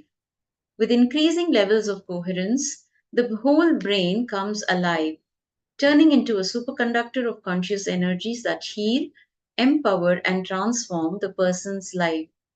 Enhanced awareness levels, greater creativity, and extraordinary abilities start to express, like levitation, teleportation, and materialization. This influx of superconscious energy also visibly reverses aging and improves immunity to disease. Kundalini is not just a blind force like electricity, it is a conscious spiritual power of cosmic proportions that knows where to go and what to do. So once awakened, Kundalini rips through millions of years of our human conditioning. It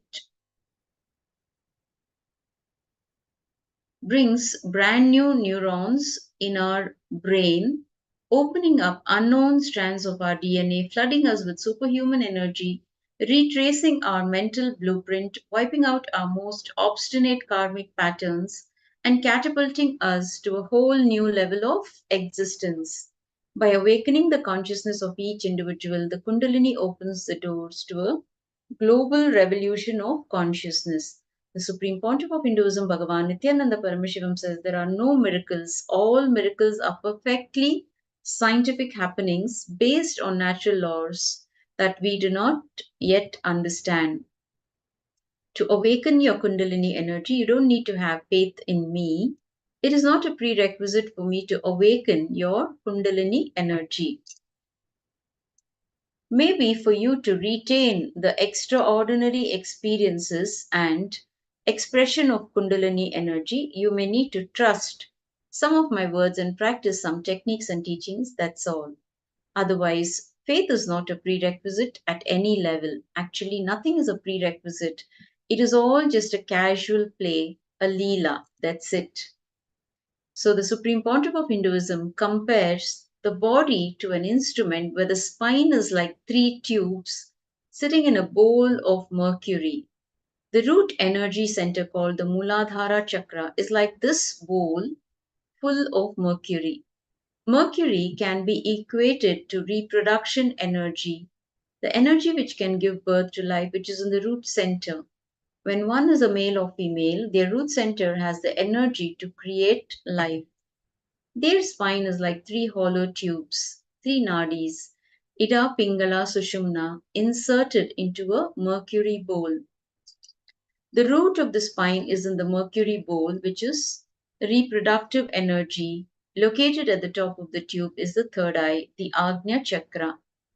When life breath, prana, is intensely sent with high pressure through the 2 side tubes, through both the nostrils, Ida and Pingala, the mercury gets through the center tube and reaches the top. So these are all intricate details about the Kundalini Shakti. Of course, it is difficult to remember each and every sentence that is being shared here, but just relax. You're all under the guidance of an incarnation. The incarnation of Paramashiva is here to guide you towards enlightenment. So just relax and be seated and allow the master to do his job. And he does a beautiful job, a wonderful job. And I can share this from my own experience. Okay, so just relax and just have these truths to settle inside your system so that you are more comfortable when the process happens. So with the pressure created with the intense infusion of prana energy through the center tube, the Sushumna, the Kundalini Shakti, the life energy reaches the crown center and blossoms. The Agnya chakra opens. So the methods of Kundalini awakening. The Kundalini Shakti can be awakened by thousands of methods, and the Supreme Pontiff of Hinduism, Bhagavan Nithyananda Paramashivoham, uses 4 methods to awaken the Kundalini Shakti in everyone from a newborn child to elders. Now, the first method is through the right breathing and postural processes like yoga, pranayama, and kriyas, the body is prepared. So, understand when you attend this program, try to attend right from the beginning of the program. Begin your day with yoga. For each of us, it's a different time zone. Okay, so try to as much imbibe all the procedures, all the techniques, procedures that are being shared in this program. So the way the program is designed, the program is of course definitely designed by the master himself with all he has, I can say, not only designed the program, he's poured everything, that he has to give to the humanity in this program. He is aligned it in such a way that, one session leads to the other and one day leads to, that is, you keep evolving during every session. You are no more the same person. When you attend one session completely sincerely, you don't remain the same person in the next session. So much would have changed within. and you are not even aware of it. So again, when you are sitting in this session, try to be available as much as possible, because your awareness levels are getting higher. Okay, you're receiving so much from the master. The master is continuously working on each and every being attending this program from various platforms. It could be online, it could be on two-way, and it could be just listening. Okay, by providing, if there is sincerity and intensity, that will actually, it is like, a sponge that is cotton that is brought in front of the fire, how it can just catch fire.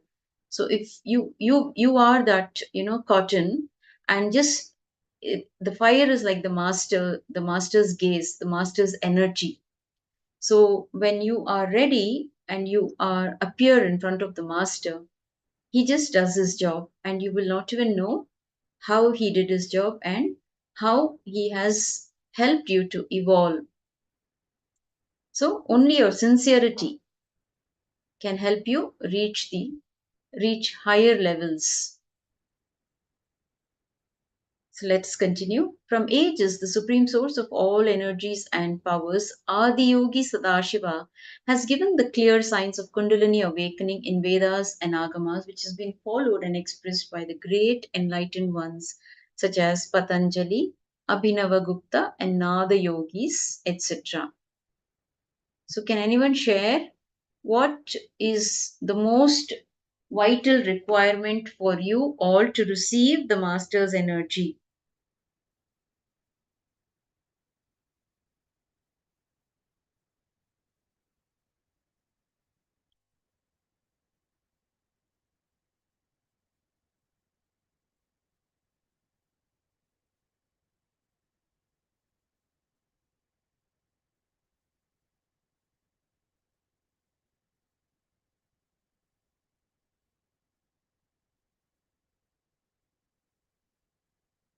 Please share.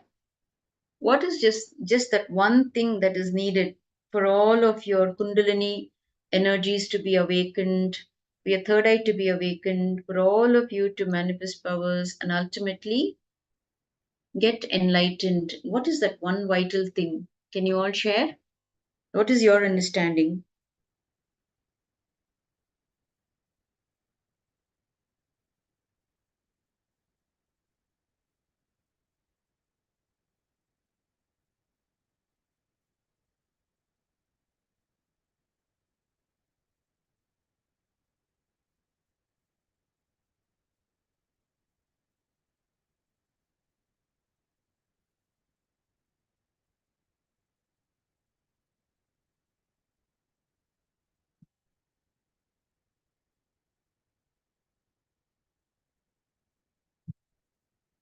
Yes. See, it's very simple. My Shine is sharing its acceptance. Okay, Ma Christina did not understand the question. So, what is required from your end to have your Kundalini Shakti awakened? What is that one thing that is required from your side? How can your Kundalini energy be awakened by the Master? What do you need to do?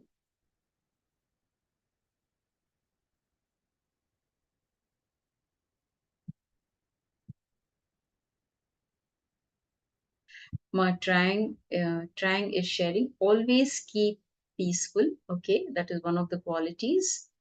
Okay, and what else is required? What is that one vital, simple thing that is required? Being physically available to the master. Just sitting here, being physically available and attending this session is all that is needed from your end. Can you all type this in the chat? What is required from your end?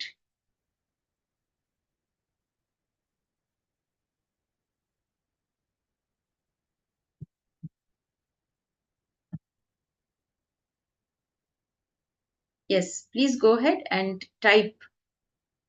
Sincerely, physically available. Being physically available in front of the Yes, being physically available for the master to do his job.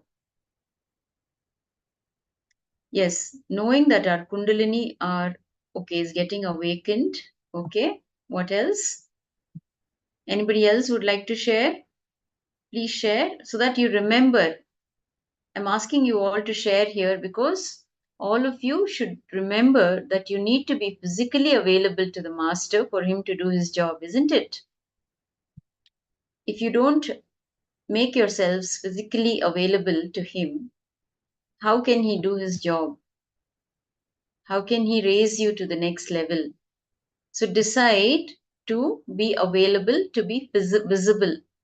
Okay, you need to be visible in the camera all the time. You just can't keep your cameras turned off and expect your Kundalini Shakti to be awakened. Please understand. That is why I'm asking you all to type here in the chat box so that you can all remember that one, just one simple thing from your end. Okay? So, with the right breathing and postural processes like yoga, pranayama, and kriyas, the body is prepared.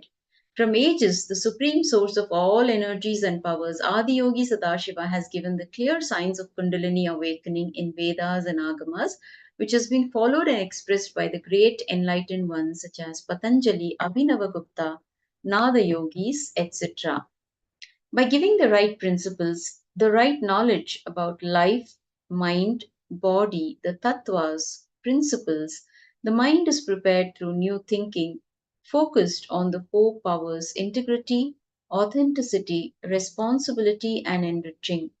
With proper initiation, through the intense infusion of prana energy as described above, prana energy is transmitted by the touch given on the third eye, Agnya Chakra. Kundalini is awakened. Just by a mere will, the transmission of energy can be done wherever people sit. So, Bhagavan Nithyananda Paramashivoham uses all the four methods to awaken the Kundalini Shakti so that the awakened Kundalini energy stays eternally, permanently, forever in your being. It becomes part of your bioenergy and biomemory forever.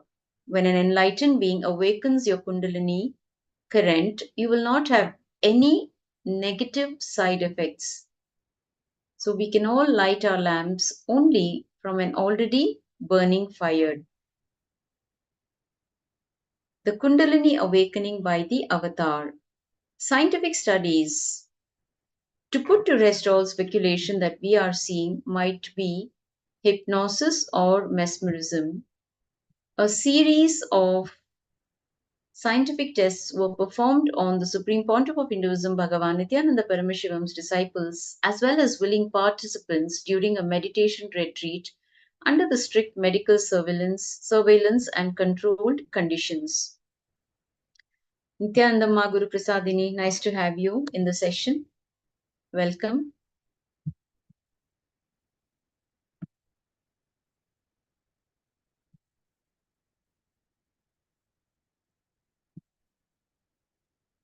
Okay, so the results that were conducted on the participants attending a spiritual retreat, the results of the same, the results were astonishing. In the first such experiment, within seconds of the Supreme Pontiff of Hinduism awakening their Kundalini energy, the brain functions in the subjects leapt up the scale, instantly recording sharper focusing abilities, faster parallel processing, and higher alertness levels. Most significantly, while their brain was going into overdrive, the subjects themselves remained in a state of complete relaxation, comparable with the states of deep meditation or sleep. But the strongest proof of the effects of Kundalini awakening comes from the post activation studies conducted on these individuals. These studies revealed that elevated levels of cognitive and mental function endured in all the subjects for weeks after the initial activation. Long term post activation benefits were found to include better learning abilities, more effective problem solving and decision making, and even apparently unrelated benefits like enhanced interpersonal relationships. The implications of these findings in a vast range of areas like depression therapy, functional enhancement, mind coaching, memory training, personal development, stress management, and drug rehabilitation are inestimable. If a brief spell of Kundalini awakening is actually impacting normal people in such powerful and permanent ways, can we imagine the impact of sustained awakening on the spiritual course of our planet? In the hands of avatars like the Supreme Pontiff of Hinduism, Bhagavan Nithyananda Paramashivoham, Kundalini awakening might be well on its way to becoming the ultimate natural steroid for the human race, triggering and sustaining powerful positive changes in virtually every area of our lives. The Supreme Pontiff of Hinduism, Bhagavan Nithyananda Paramashivoham, says Kundalini awakening has to be first experienced in the presence of the Master who has mastered this science.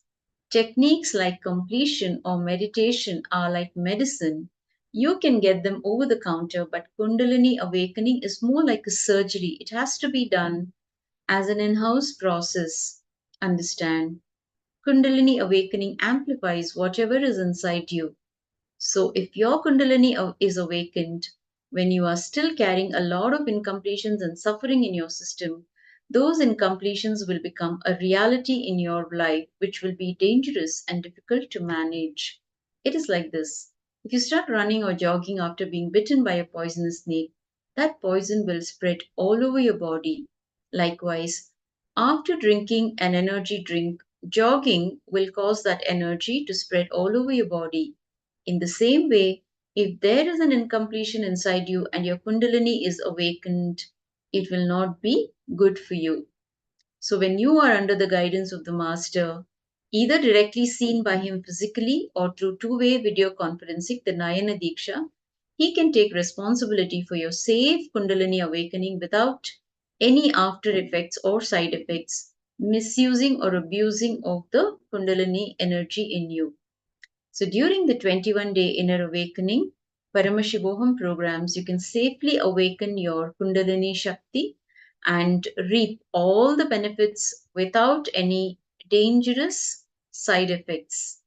However, the Supreme Pontiff of Hinduism, Bhagavan Nithyananda Paramashivoham, also observes that the physiological and psychological changes triggered by the Kundalini awakening, however radical they may be, cannot match the silent transformation of consciousness, which is what Kundalini memories are, memories that have become so deeply embedded. Awakening is actually about. When the Kundalini is awakened, all in our system, they can recreate the physical symptoms. The old mental and physical patterns are broken or destroyed. A new accompanying these emotions, like those experienced during higher pattern, a conscious pattern is evolved, which is completely strong, fear, or anger. Muscle memories are also responsible for our freedom and liberation.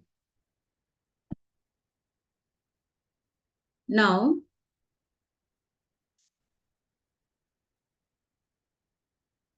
the strong cognitive shift or this understanding or realization that you are beyond body and mind, and this realization that biomemories are memories that are locked into our cells. They are a conscious existence which is eternal. This is to carry hereditary memories, past life memories, and memories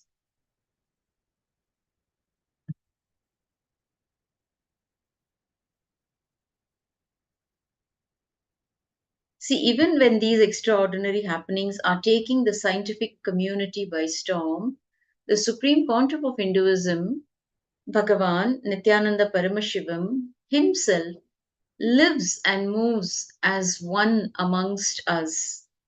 teaching, healing, initiating, and working tirelessly to preserve the mystical signs of Kundalini, one of the innumerable spiritual treasures of the millennia old Yoga Vedanta traditions of India that might be humanity's only hope for liberation in the centuries to come.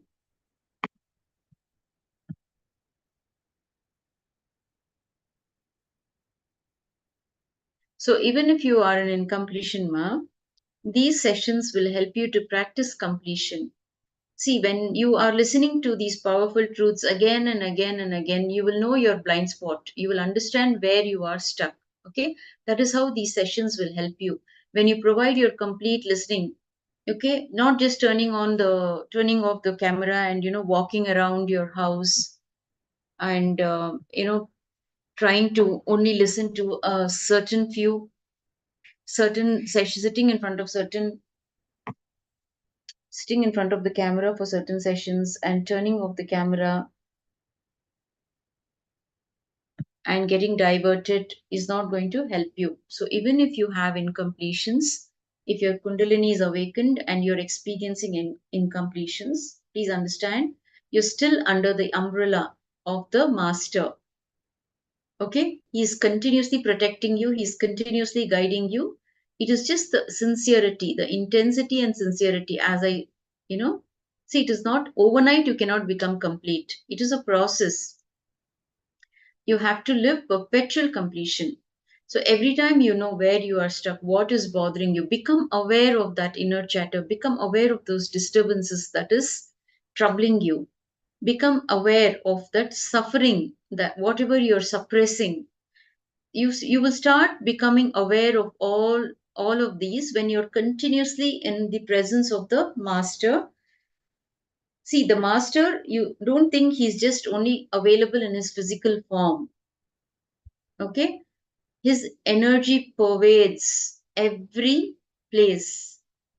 So you can experience him right in the vicinity of your home. He will be available as energy. So when you have that connection, okay, instant connection, the feeling connection, the more stronger the feeling connection, the more you feel his presence. Okay, always work towards having a feeling, a strong feeling connection with the master. That's the best gift that anyone can receive from the master, the feeling connection. Okay, life is much more beautiful, life is much more simple and much more smooth. So even if you have incompletions, it is absolutely fine.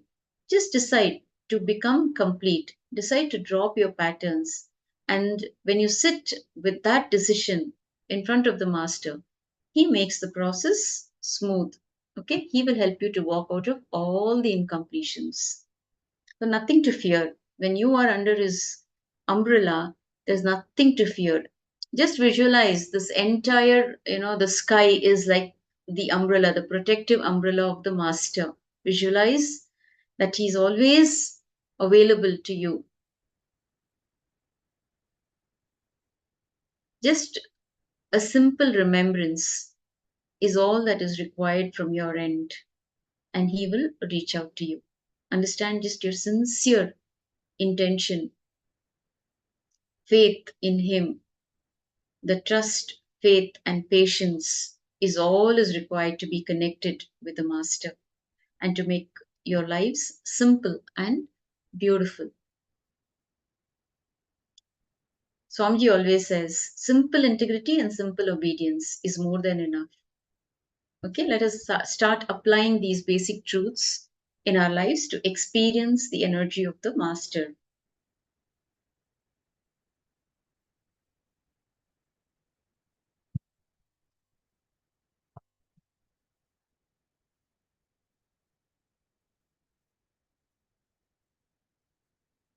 Now, contrary to what was once believed, the brain is not the only center where our neural responses are stored.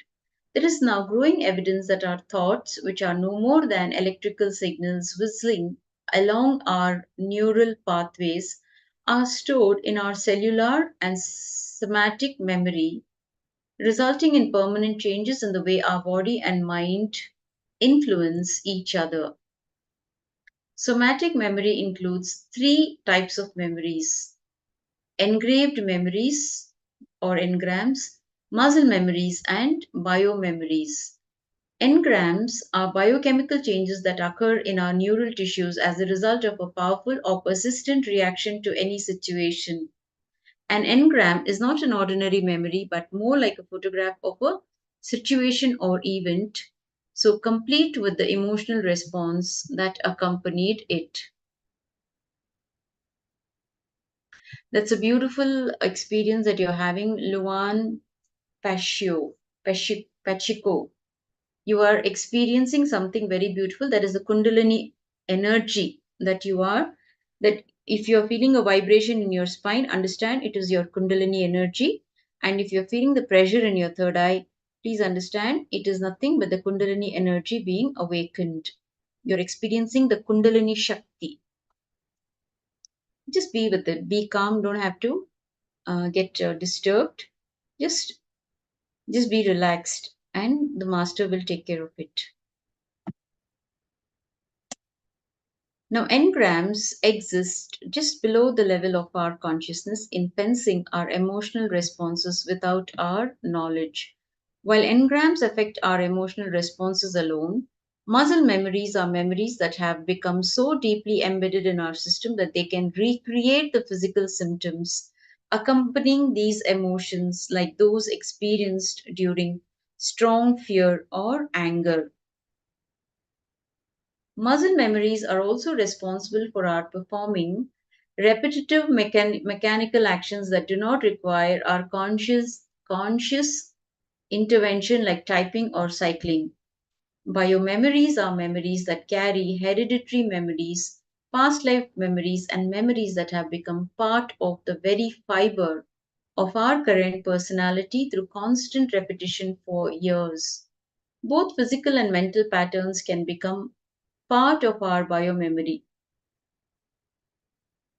Mental states like depression and anxiety can quickly become part of our biomemory if we are not careful.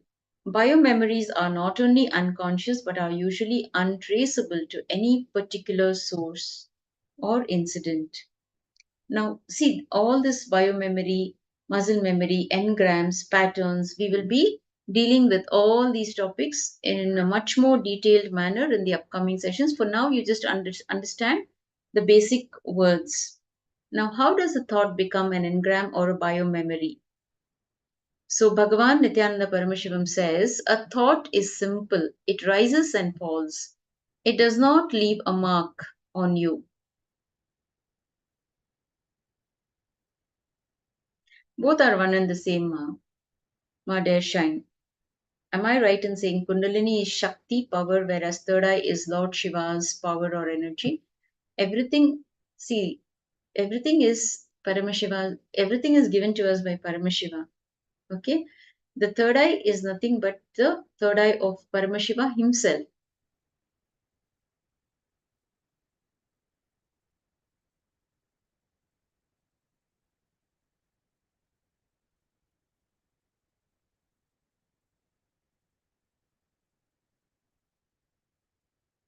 Now, Bhagavan Paramashiva says, Bhagavan Nithyananda Paramashivam says, a thought is simple. It rises and falls. It does not leave a mark inside you. For example, if a thought comes to you, I would like to have coffee, it is just a thought, not a pattern or engram. But if you fulfill this thought every time by the action of drinking coffee, after a few days it becomes an engram. That is how you start craving for that particular action. You start feeling, how I wish that I could have coffee. Engram is like owning water, it creates a certain movement in your mind. After some weeks, you actually start feeling afraid that if you don't get your coffee in the morning every day, you will have a headache. This means that this thought is solidifying like water becoming ice. It has become part of your muscle memory. So, after 1 year, if you continue to pursue this habit, one day, if you don't have your coffee in the morning, you will actually get a headache. When a pattern becomes so solid that it starts affecting you physically, it is called biomemory. Biomemories are tough like crystals and are very difficult to break. So, can Kundalini awakening alter our thought patterns? A very nice question. So, Bhagavan says yes as well as no. Our thoughts carry a minuscule physical weight that can be a drag on our bodies. So, everybody has experienced how we feel on certain days and as light as a feather on certain days, even though our physical weight remains the same. This shows that our thoughts and engrams can actually pull us down. Kundalini awakening or initiation have the power to temporarily free us of our binding cognitions. But if the negative patterns continue to be encouraged, they can return and persist even after Kundalini awakening. The initiation is an inspiration, a glimpse of a different space, an encouragement to return again and again to that high energy space. With repeated initiation, we are constantly exposed to that elevated space. Gradually, our muscle memory starts enjoying the space and it becomes part of our biomemory.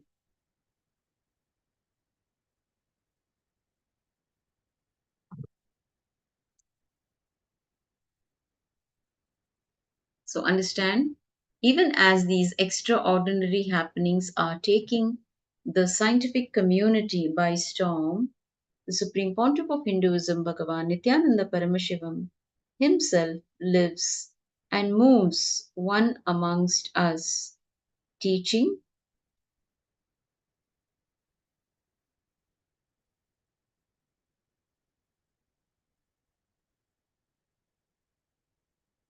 healing, initiating, and working tirelessly to preserve the mystical science of Kundalini, one of the innumerable spiritual treasures of the millennia old Yoga Vedanta traditions of India that might be humanity's only hope for liberation in the centuries to come. So, with that, we come to the conclusion of this segment. If you have any questions, you can always share here. You can share in the chat box. You can ask questions if you have doubts. You can share. You can type in the chat box.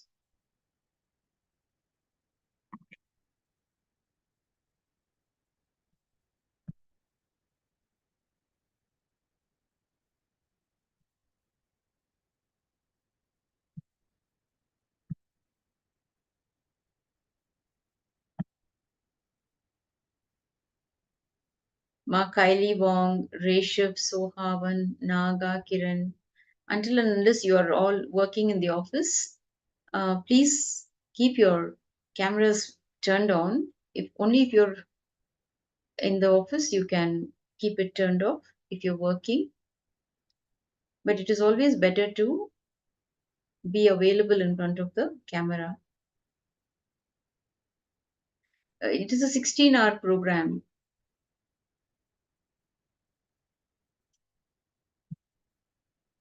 So, what time is it in your respective countries? Different country, you're all attending from different countries, different states. So, what time is it in at your place, in your location? See, even though it is very late for most of you, you're all sincerely attending this program. Like when she's in, I see him almost every day attending the program so sincerely. Only your sincerity is going to help you raise you to the next level. So Nagakiran is attending from India. So it is 10:48 p.m. in India. Okay. What about the rest of you? I hope you're able to follow. So Ma Christina is attending from France. It is 18:18. Okay, it's in the evening. Okay, so Luan Pacheco is attending from Brazil. Wow. And it's 15:18. Okay, it's in the afternoon. Yes. So once your Kundalini Shakti energy is awakened, it is permanent. So Darshine, she is Darshine is attending from South Africa, and it is 1919. Okay, wonderful. Everardo Alfaro, for him it is 9:19 a.m. Okay, so there are many people watching on YouTube also from various countries, and yes.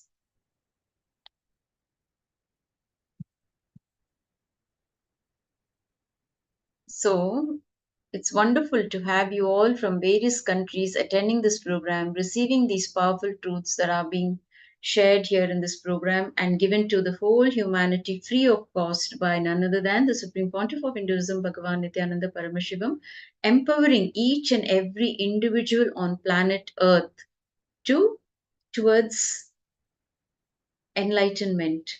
Okay, this journey, all of us are here only to get enlightened, and somehow, because of our forgetfulness, we have forgotten our existence, why we happened on planet Earth. Yes, there are no frontiers or barriers for the master. He can pervade. Okay, his energy can pervade any space, any place on planet Earth. So understand, it is his call, Paramashiva's call, that you're all here today attending. You're all ready for the master, and that is how you have all landed here in this program, attending from various places, from various time zones. Some of you are on YouTube, watching on YouTube, and some of you are here on two-way. So it's wonderful to have you all attending this program, and let you all be empowered by his teachings, and let you all become Paramashivas. Let you all become his army, his ganas. So with that, I conclude this segment with the Purna Mantra. Let us all sit up straight with our head, neck and spine in a straight line. Sit with your folded hands. It is called the Anjali Mudra. Okay. Remember Paramashiva in your third eye. Offer your gratitude at his holy feet for choosing you all and bringing you all here in this platform. Let us offer our gratitude for all the truths that we are receiving every day, and we are getting empowered every minute. We are being empowered by him. Okay, let us now chant the Purna Mantra. Om Purnamadah Purnamidam Purnat Purnamudachyate Purnasya Purnamadaya Purnamevavasishyate Om Shanti Shanti Shanti Hari Om Tat Sat Sarvam Bhagavat Shri Nithyananda Paramashivam Padukarpanamastu Om Nithyanandam. Thank you all for your participation. Nithyanandam, the next Acharya is here. So she will be guiding you into the further sessions. Thank you, Ma Guru Prasadini. Nithyanandam. Thank you, Ma. Nithyanandam, everyone.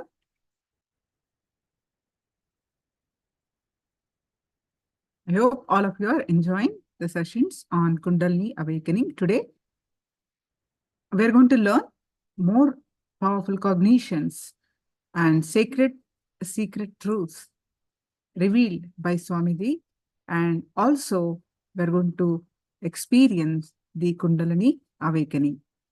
One of the best procedure, method, process that Swamiji has given to awaken the Kundalini is doing the power manifestation. So let's start our sessions with power manifestation. By today, we are going to do the consciousness over matter. So we're going to do the second day. Are you all ready? You can post your cognitions, what all you are learning. You can post, share, as I always explain.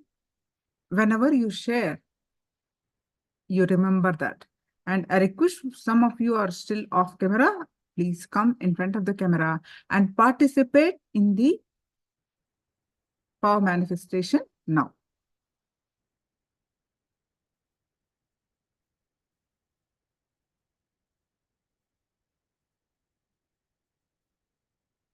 Yes. So how many of you are brand new today attending who never did even one power manifestation?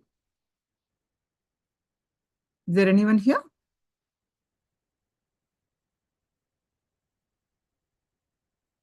And go ahead and post your powerful cognitions from Living Enlightenment book. Please go ahead and post your powerful cognitions from Living Enlightenment book.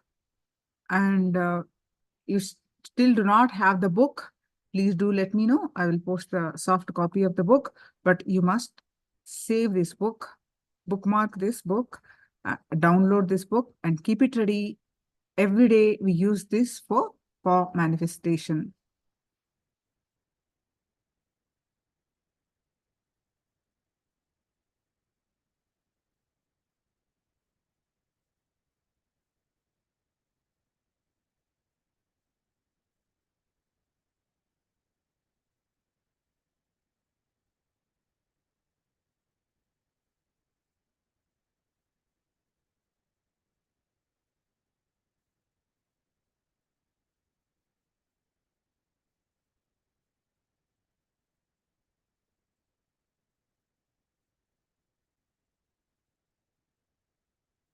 Yes. I'm posting for the benefit of the newcomers, the book. See, this is the book. You can save this book. This is the book Swamiji has said is a living deity. He compared this as a living deity. How Bhagavad Gita is a deity. It has got independent intelligence. It will lead you to move to your highest potential. This book Swamiji has blessed. Literally, this book speaks to you. How to use this book? I'll show you the book. This is how the book looks. The physical copy of this book is this. Swamiji has released in 2009 this book. He said one thing, whatever I said, whatever I'm saying, whatever I'm going to be saying is there in this book. I didn't understand at that time what he was going to say, how it is going to be there in this book.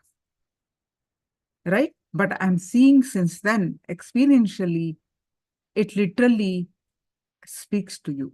You find it yourself. This book, you don't read like any other book from first page to last page.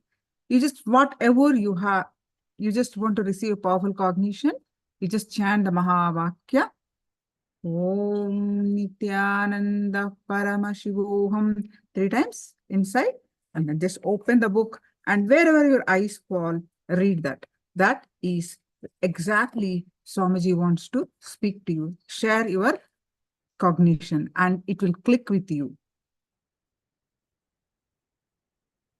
For those of you who do not have the physical copy, I have posted the link in the chat.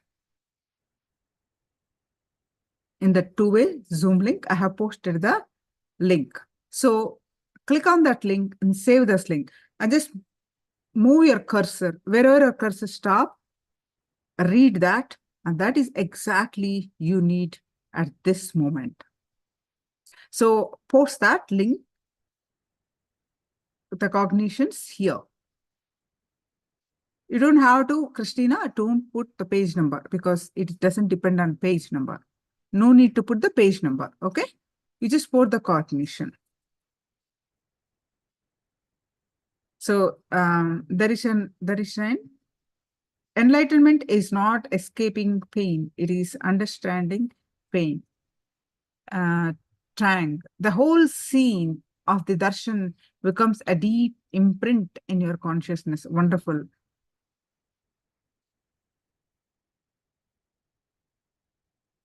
Wonderful. So now, all of you quickly go ahead and get a coconut. The power that we are going to manifest is consciousness over matter. How we are going to do that?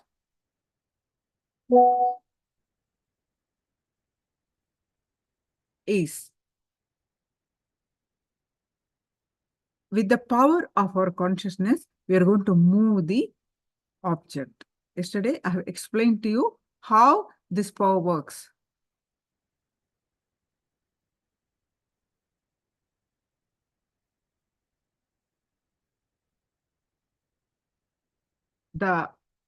In the advanced level, it literally, the nature listens to you.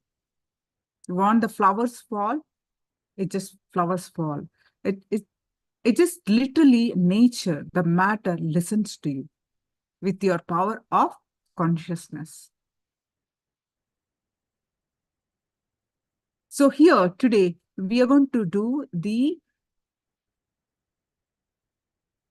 just with one object.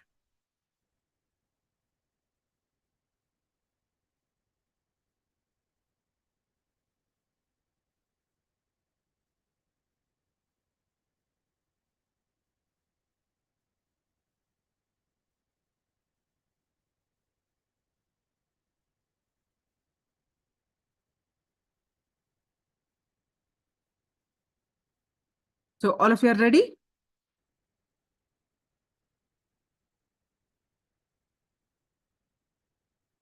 Guru Prasadini, the person who does not expect gain or loss from anything works happily with no need even for motivation.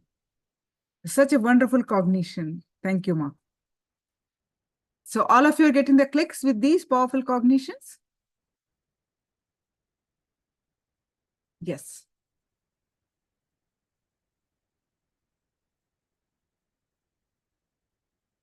Okay, so now please go ahead and quickly get your objects. The object can be preferably coconut in the initial level. If you do not have the coconut at the moment, please go ahead and get a round fruit.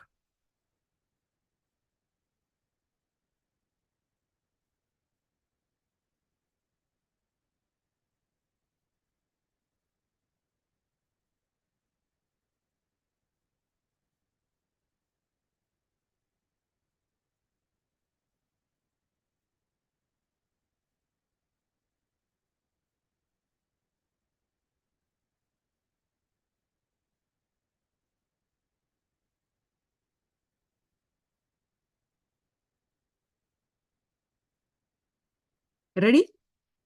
All of you are ready? Can I have a thumbs up? Yes. Now please sit straight. Please sit straight with your head, neck, back, straight line. Understand? The power manifestation awakens your Kundalini because you are going to experience oneness space with Paramashiva Swamiji. So when you experience your Kundalini awakening, your head, neck, back should be straight line. Okay? Always for power manifestation, don't sit like this. Okay, sit straight with your head, neck, back, straight line. All right? So now, hold your object on your palm. Your palm should be straight like a table and place your object on your palm. Yes, correct.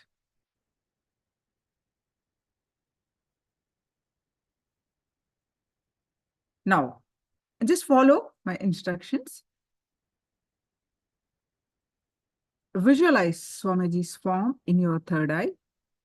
First, bring your awareness to your third eye. Forget rest of the body. Complete awareness on your third eye. Remember, whenever you bring awareness, your third eye will be awakened. So, bring complete awareness on your third eye. Any thoughts that are coming, let it come, let it go. You bring back your attention again and again and again to your third eye.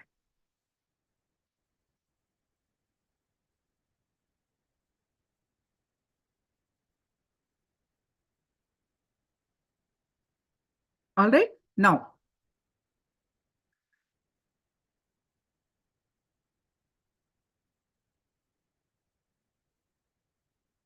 fill your inner space with Swamiji's form. Now,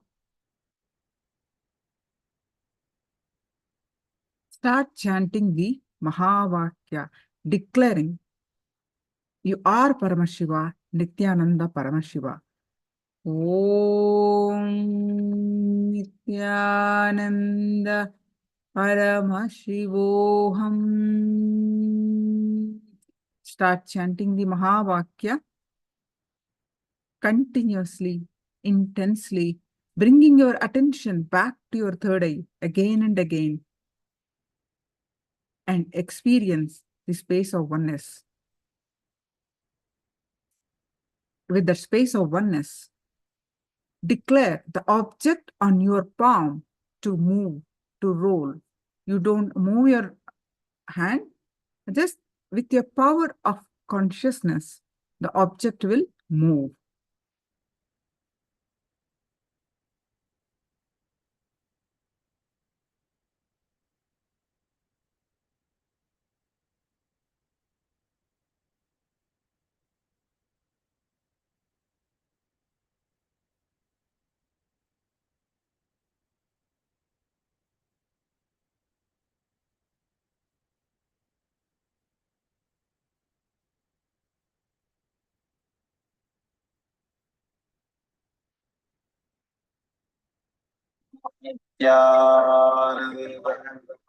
Paramashivoham. Om Nithyananda Paramashivoham. Om Nithyananda Paramashivoham.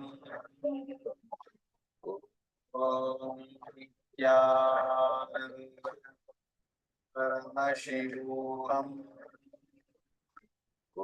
Om Nithyananda Paramashivoham. Om Nithyananda Paramashivoham. Om Nithyananda Paramashivoham. Om Nithyananda Paramashivoham. Om Nithyananda Paramashivoham. Om Nithyananda Paramashivoham. Om Nithyananda Paramashivoham. Om Nithyananda Paramashivoham. Om Nithyananda Paramashivoham. Om Nithyananda Paramashivoham. Om Nithyananda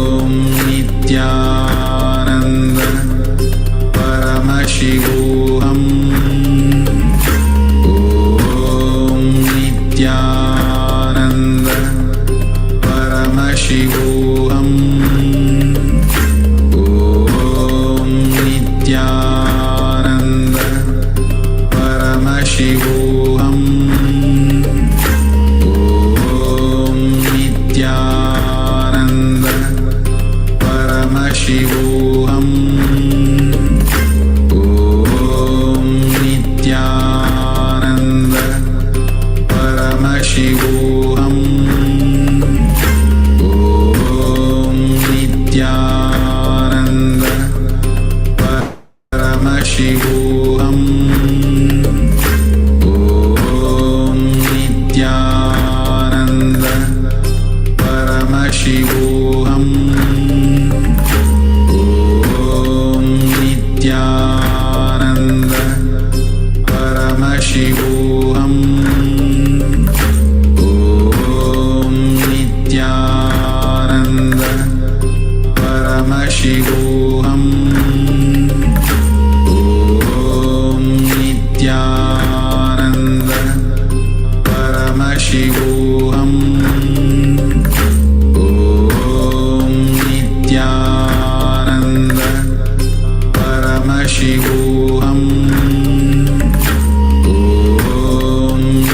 Nithyananda Paramashivoham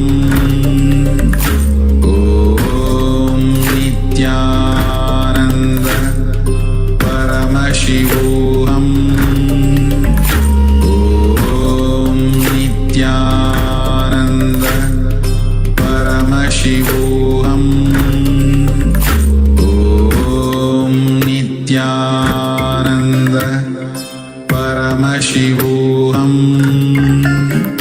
Om Nithyananda Paramashivoham Om Nithyananda Paramashivoham Om Nithyananda Paramashivoham Om Nithyananda Paramashivoham Om Nithyananda Paramashivoham Om Nithyananda Paramashivoham Om Nithyananda Paramashivoham Om Nithyananda Paramashivoham Om Nithyananda Paramashivoham Om Nithyananda Paramashivoham Om Nithyananda Paramashivoham Om Nithyananda Paramashivoham Om Nithyananda Paramashivoham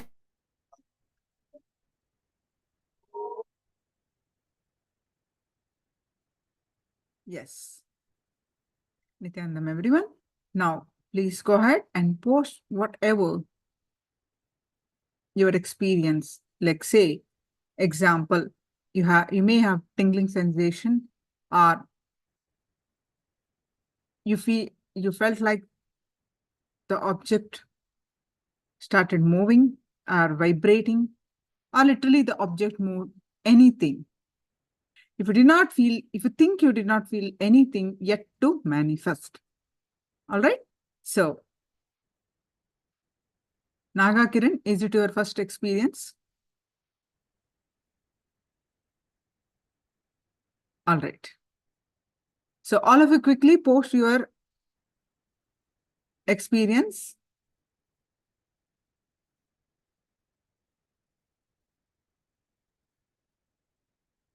Wonderful. Luan Pecho, he posted in, you can post directly to everyone. I managed to roll the lemon out of my hand. Wonderful. Darishan, yet to manifest. Wonderful. Resh Sharma, yet to manifest. Christina, very intense vibration. The fruit shaking. Wonderful. Any others? Naga Kiran, I got vibration and later fell down. Wonderful. Wonderful. Any other? I got it 3 times. Wonderful. Yes, thank you all for posting. Now, let's resume back our next Jnana session on Kundalini energy.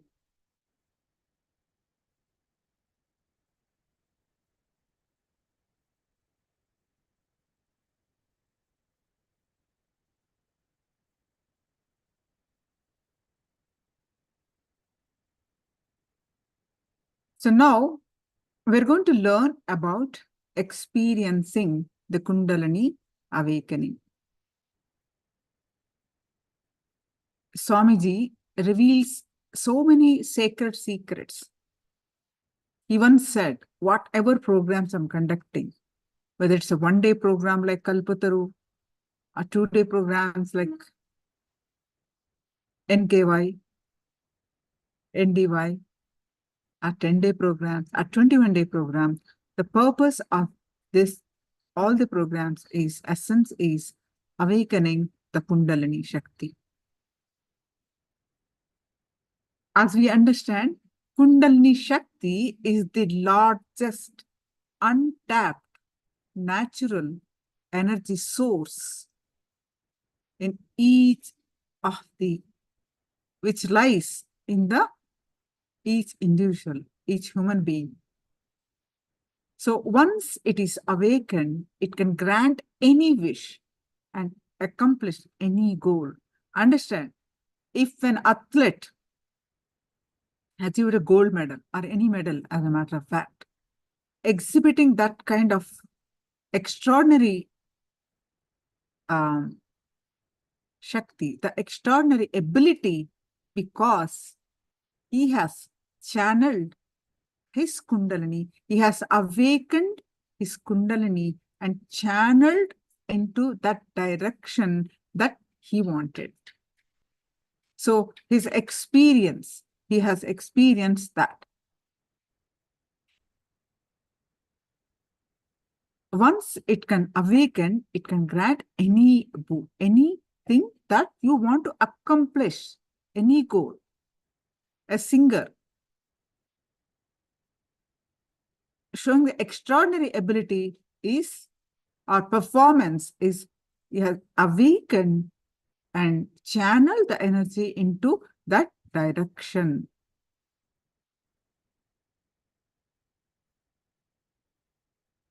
Swamiji Vivekananda says that when we pray intensely, even that, it is Kundalini which answers our prayers.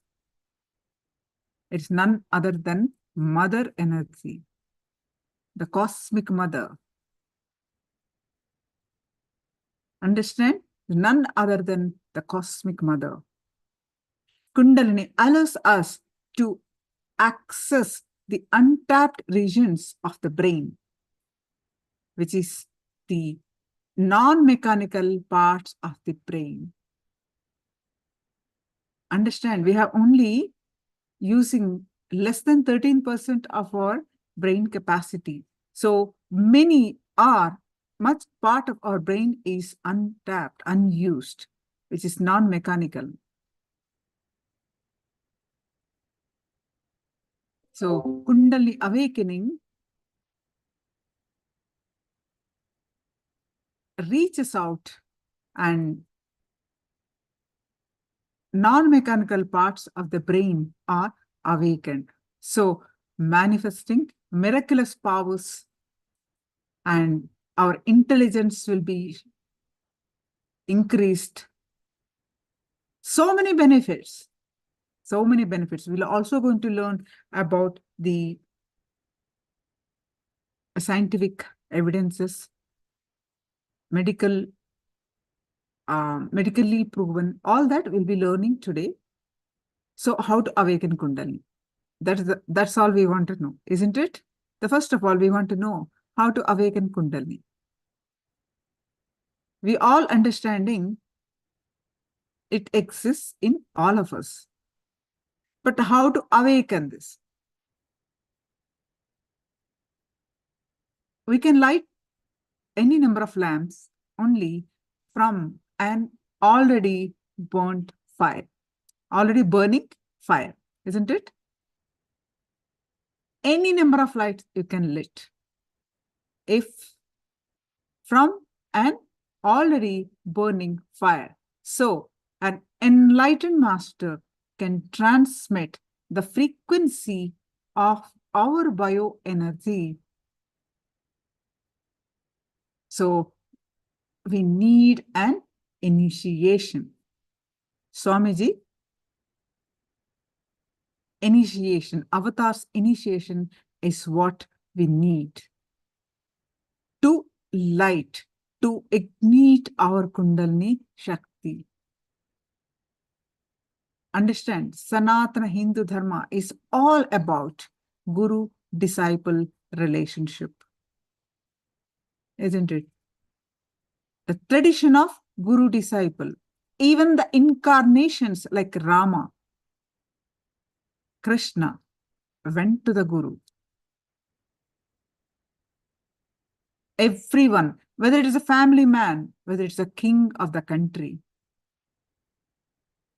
it's a sannyasi or anyone, everyone had Guru in olden days.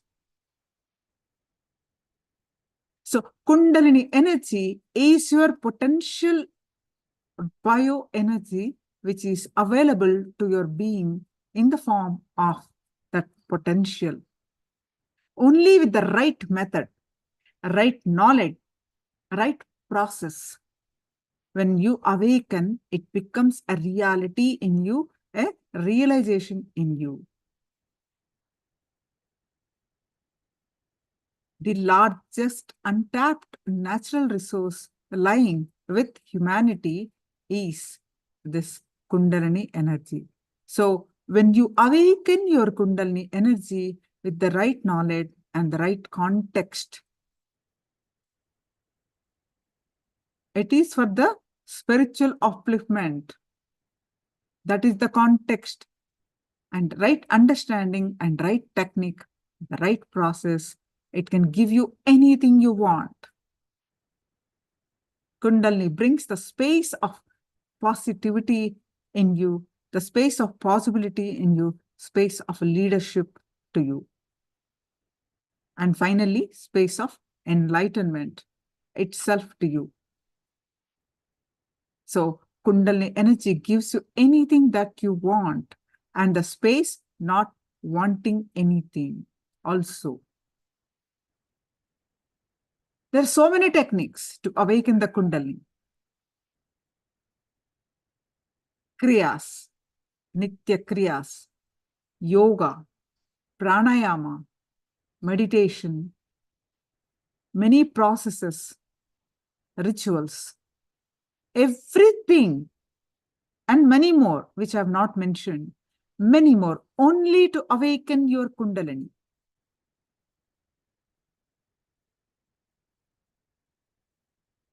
Either partially or fully.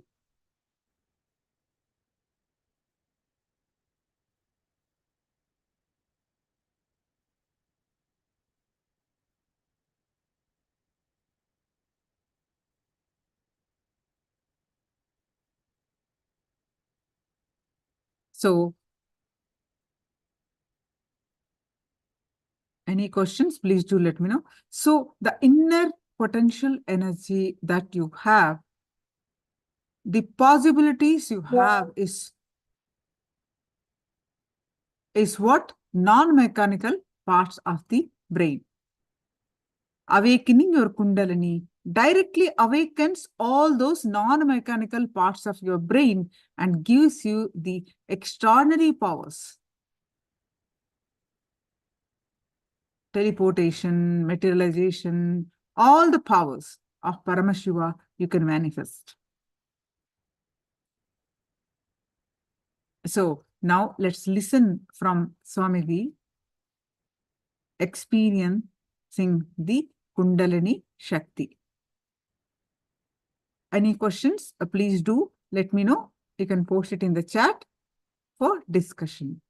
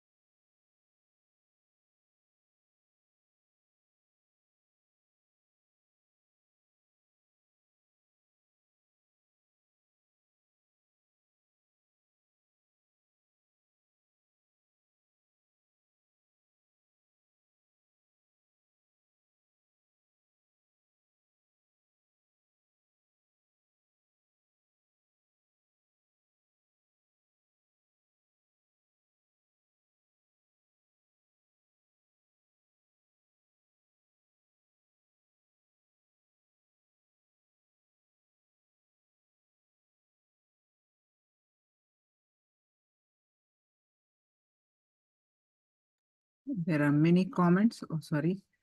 Yes. So, Yan Kriya. Yes. Haritiki also help in Kundalini awakening. Yes. It prepares the body and it also awakens the non-mechanical. It directly doesn't awaken, but how your body should be, the detoxification and helps in awakening the non-mechanical parts of the brain. Haritaki helps.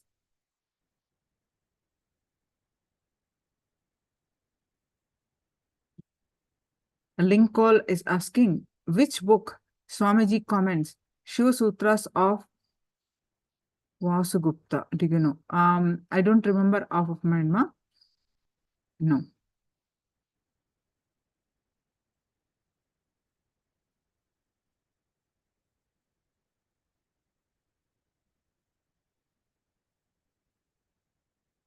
Christina says, higher frequencies help me to awaken the Kundalini few years ago. Wonderful.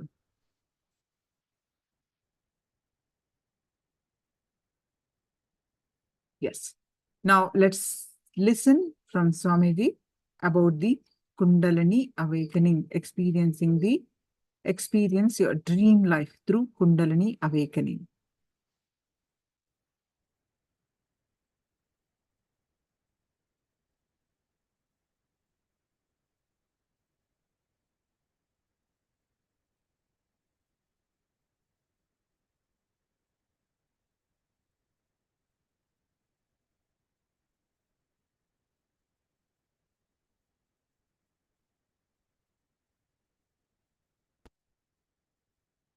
On how in our inner awakening program your Kundalini is awakened and how the energy is established inside you permanently and how it brings health, wealth, good relationships, success in every aspect of your life and the ultimate enlightenment itself.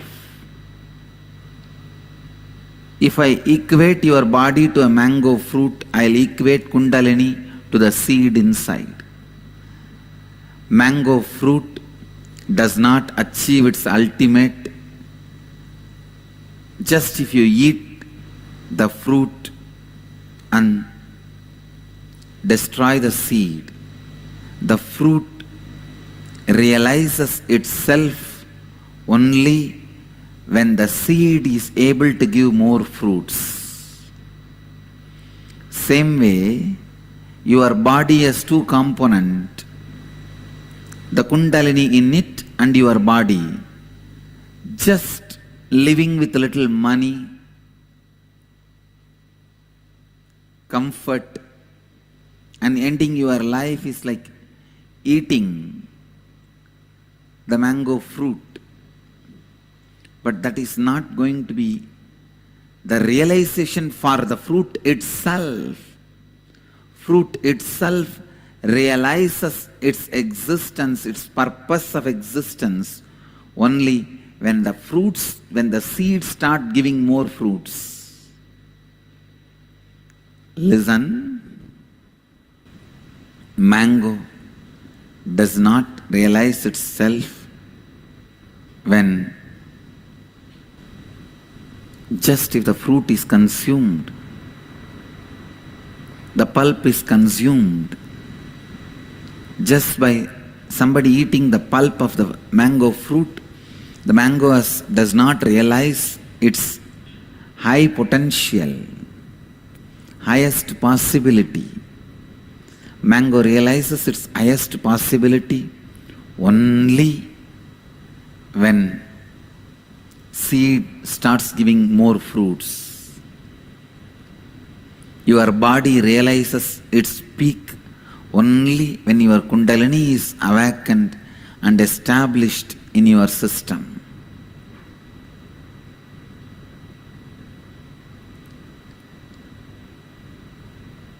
I tell you, if your Kundalini is not awakened, the continuous discontentment you carry, unfulfillment you carry, you will not even know the reason, but you will go on blaming everything and you will be carrying that discontentment. It is so unfortunate. Most of the human beings, whether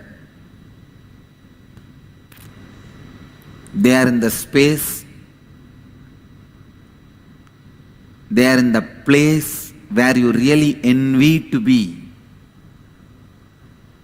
like a big social leader, big political leader, person with huge wealth, big celebrity, rich and famous. Whatever place you envy, even the people who are established in those places permanently, forever, listen, even they suffer with this great punishment of discontentment. अगर आपका देह आम का फल है, तो कुंडलिनी शक्ति उसका बीज है. अगर आपका कुंडलिनी शक्ति का जागरण नहीं होती है, तब आप लगातार अपूर्ण स्थिति में रहते हैं और एक संघर्ष भरी जीवन को अनुभव करते हैं. फल अपने आपको तभी परिपूर्ण पाता है जब उसकी बीज द्वारा अधिक फल उत्पन्न होते हैं. Listen. When your Kundalini is awakened, first thing you will experience a deep fulfillment, such contentment. In every dimension of your life, you will see God, too much, enough. It's overflowing. The overflowing experience of life will be tasted by your biomemory first time. Very rarely your muscle memory tastes the overflowing experience, but unfortunately, because it is immediately forgotten, biomemory never experiences. For every human being, Kundalini awakening is a basic need. Till then, you will be having the deep unfulfillment, discontent in some form or other. जब आपकी कुंडलिनी शक्ति जागृत होती है, तब आप एक अद्भुत और गहरी पूर्णत्व स्थिति को अनुभव करते हैं. आपके शरीर में भी दो हिस्से हैं, कुंडलिनी शक्ति और आपका शरीर केवल थोड़ा पैसा, थोड़ा आराम, एक आम खाने के समान है, किंतु वो उस फल की परिपूर्णता नहीं है. फल तभी अपनी जीवन का अस्तित्व तभी समझता है जब उसका बीज अनेक फल देता है. I'll tell you, somehow find a right master and awaken your Kundalini. Somehow. Because only then new life starts.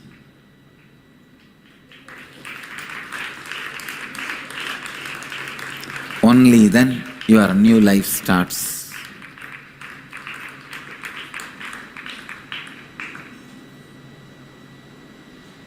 Only then your life starts.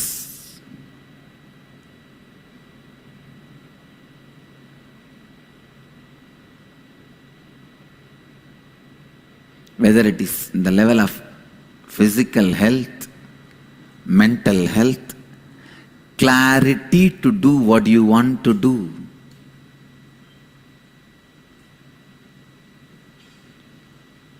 clarity to experience what you want to experience.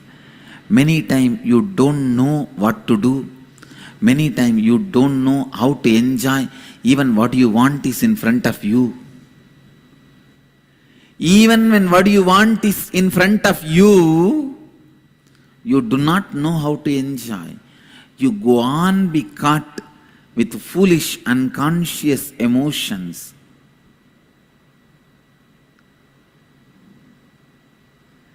जैसे भी करके अपने लिए सही गुरु का खोज कीजिए और अपनी कुंडलिनी शक्ति जागृत कीजिए, तभी आपका नया जीवन आरंभ होता है। चाहे वो आपका स्वास्थ्य हो, मनोबल हो, जीवन को समझने की स्पष्टता हो, यह सब तभी संभव होगा। Everyone, every individual should somehow experience Kundalini awakening,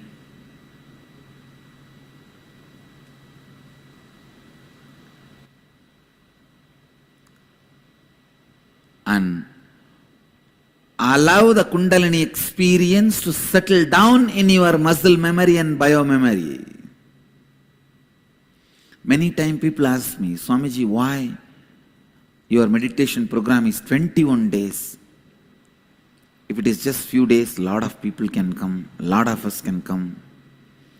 I know a lot of you will come, but what is the use? If I am not able to do what really needs to be done, and you are not getting what really need to be gained, then what is the use even if you come?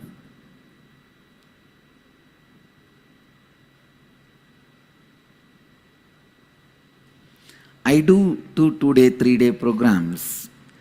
That is more like giving a glimpse of the Kundalini.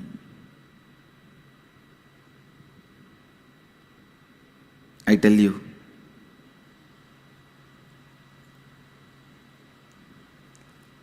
this May inner awakening with integrity and authenticity and responsibility and enriching, I declare, every individual who attends the May inner awakening, I commit with you all, will have the experience of physical levitation movements due to Kundalini awakening.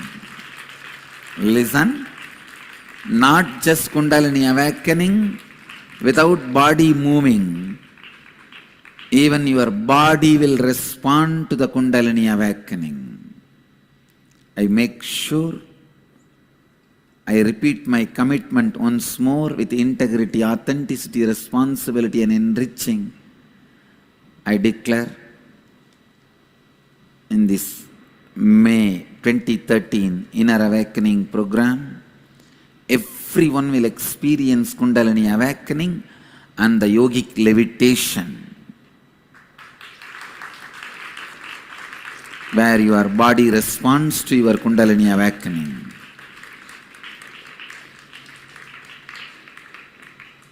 हर व्यक्ति को किसी भी तरह कुंडलिनी शक्ति का अनुभव करना चाहिए और महत्व रूप से उस कुंडलिनी शक्ति को अपने भीतर स्थायी करनी चाहिए। उसमें इनर अवेकनिंग में हर व्यक्ति को कुंडलिनी शक्ति जागरण का प्रत्यक्ष शारीरिक रूप से अनुभव होगा। ये मेरा वचन है।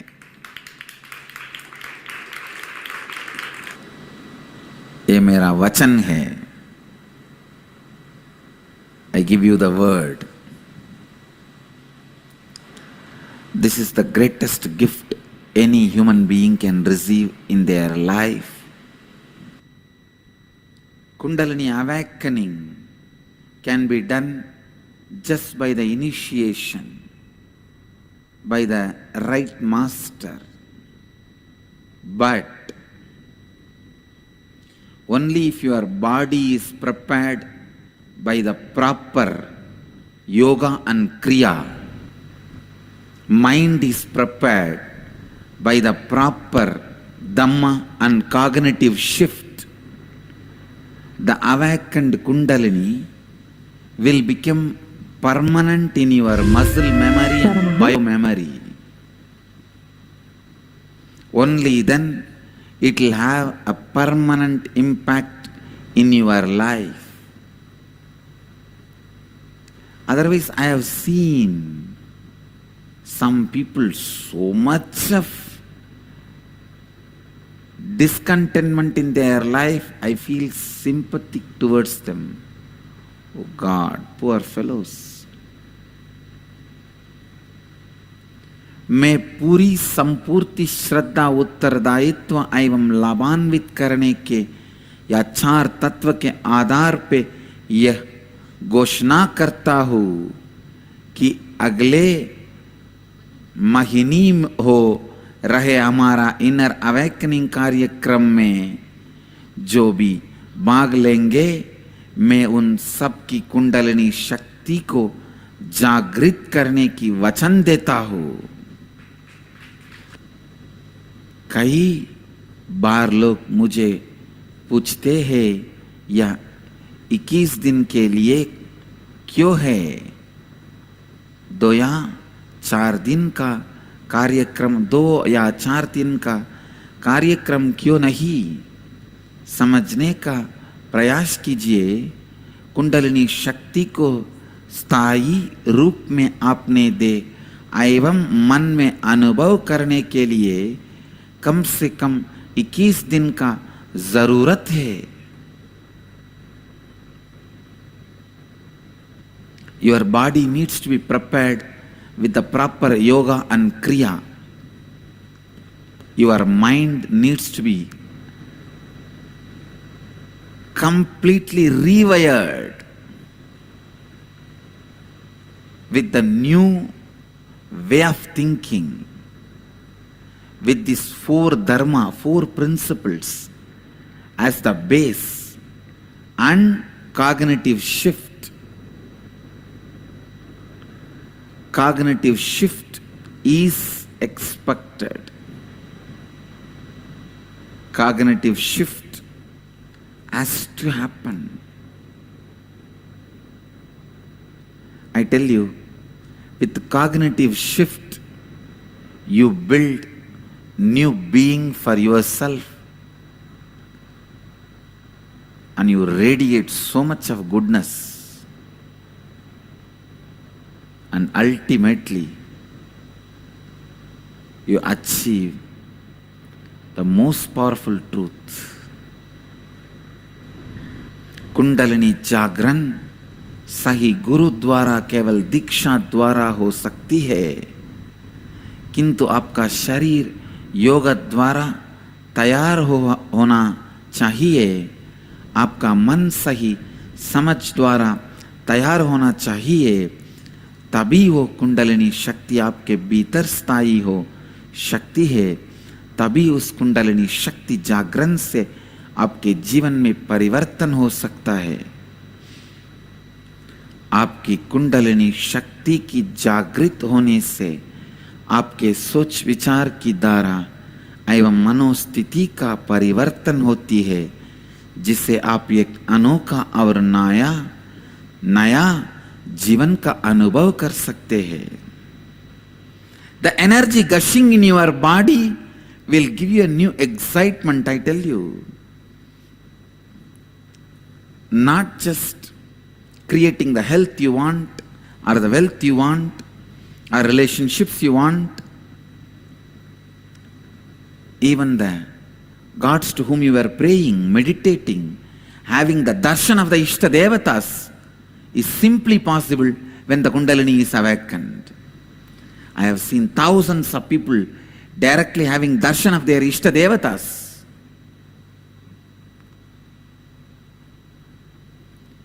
Experiencing the extraordinary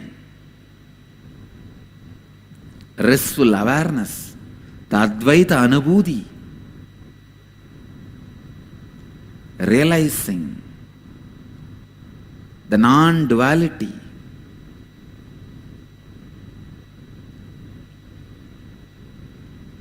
eternal restful awareness, the oneness happens. Please listen, this happens when your Kundalini is awakened. Whatever you think as auspicious, the great, right, best, simply becomes reality. It unfolds inside and outside. You just know you are living exactly the life always you wanted.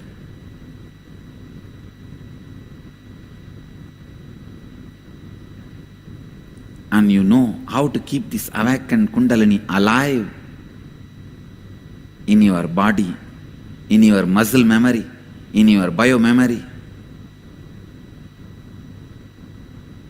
Kriyas and yoga prepares your body. This 4 tattvas prepares your mind. Kundalini awakening causes the conscious shift, the cognitive shift in your being, which leads to ultimate completion, contentment.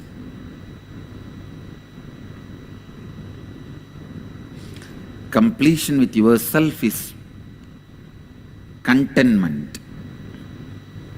Completion with everyone around you is peace.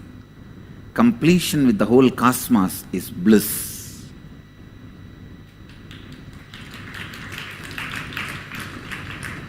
You will experience all the 3 when your Kundalini is awakened.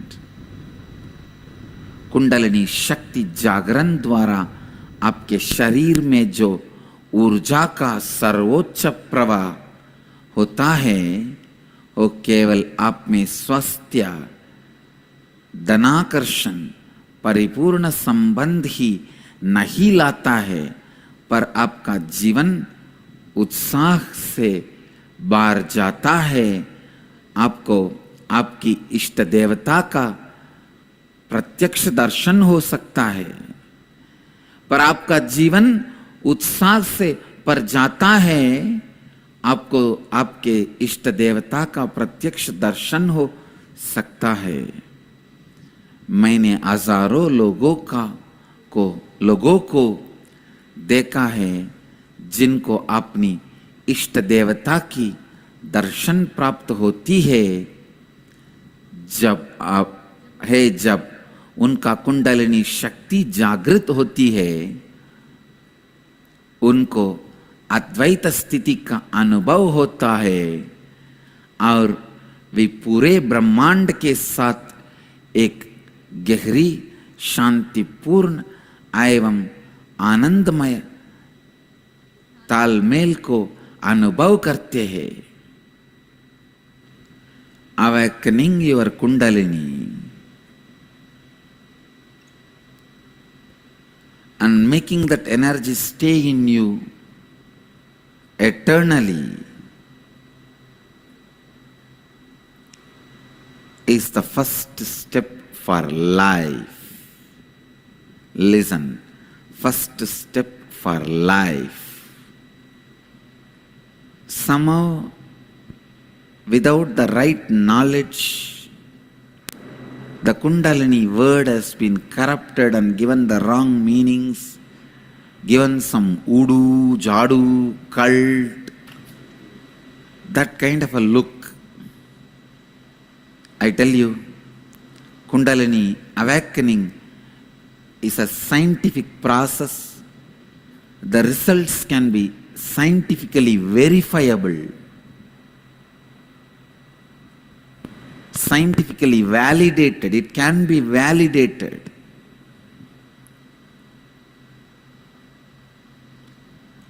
अपनी कुंडलिनी शक्ति को जागृत करना एवं उस शक्ति को अपने जीवन में स्थायी करना आपके जीवन का अनिवार्य पहले कदम है। अनिवार्य पहला कदम है।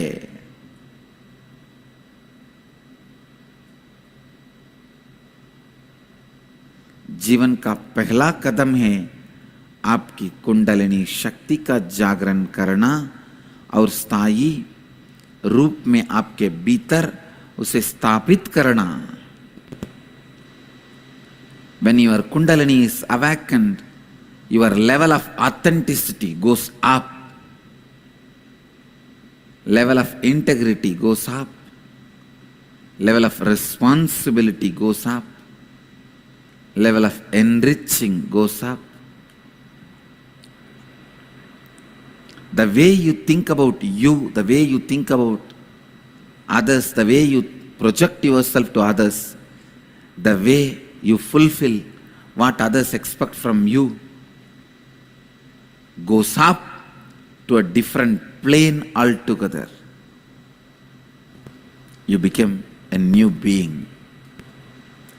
When you experience Kundalini, the internal conflicts you carry disappears.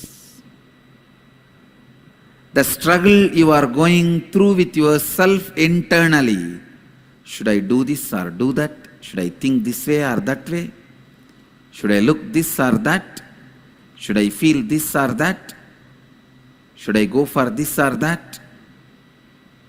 Everything disappears. जब आपकी कुंडलिनी शक्ति का जागरण होता है, तब आप स्वयं के बारे में जो सोचते हैं, स्वयं को अन्य लोगों के सामने जो प्रस्तुत करते हैं और अन्य लोग जो आपसे अपेक्षा रखते हैं, यह सभी अगला स्तर पे पहुंच जाती है।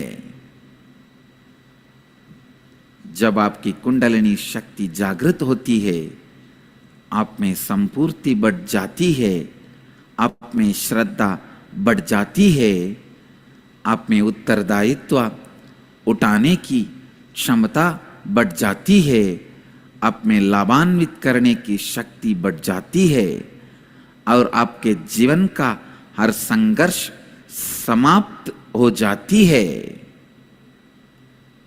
Life, the very perception and response to it becomes totally different when your Kundalini is awakened. First time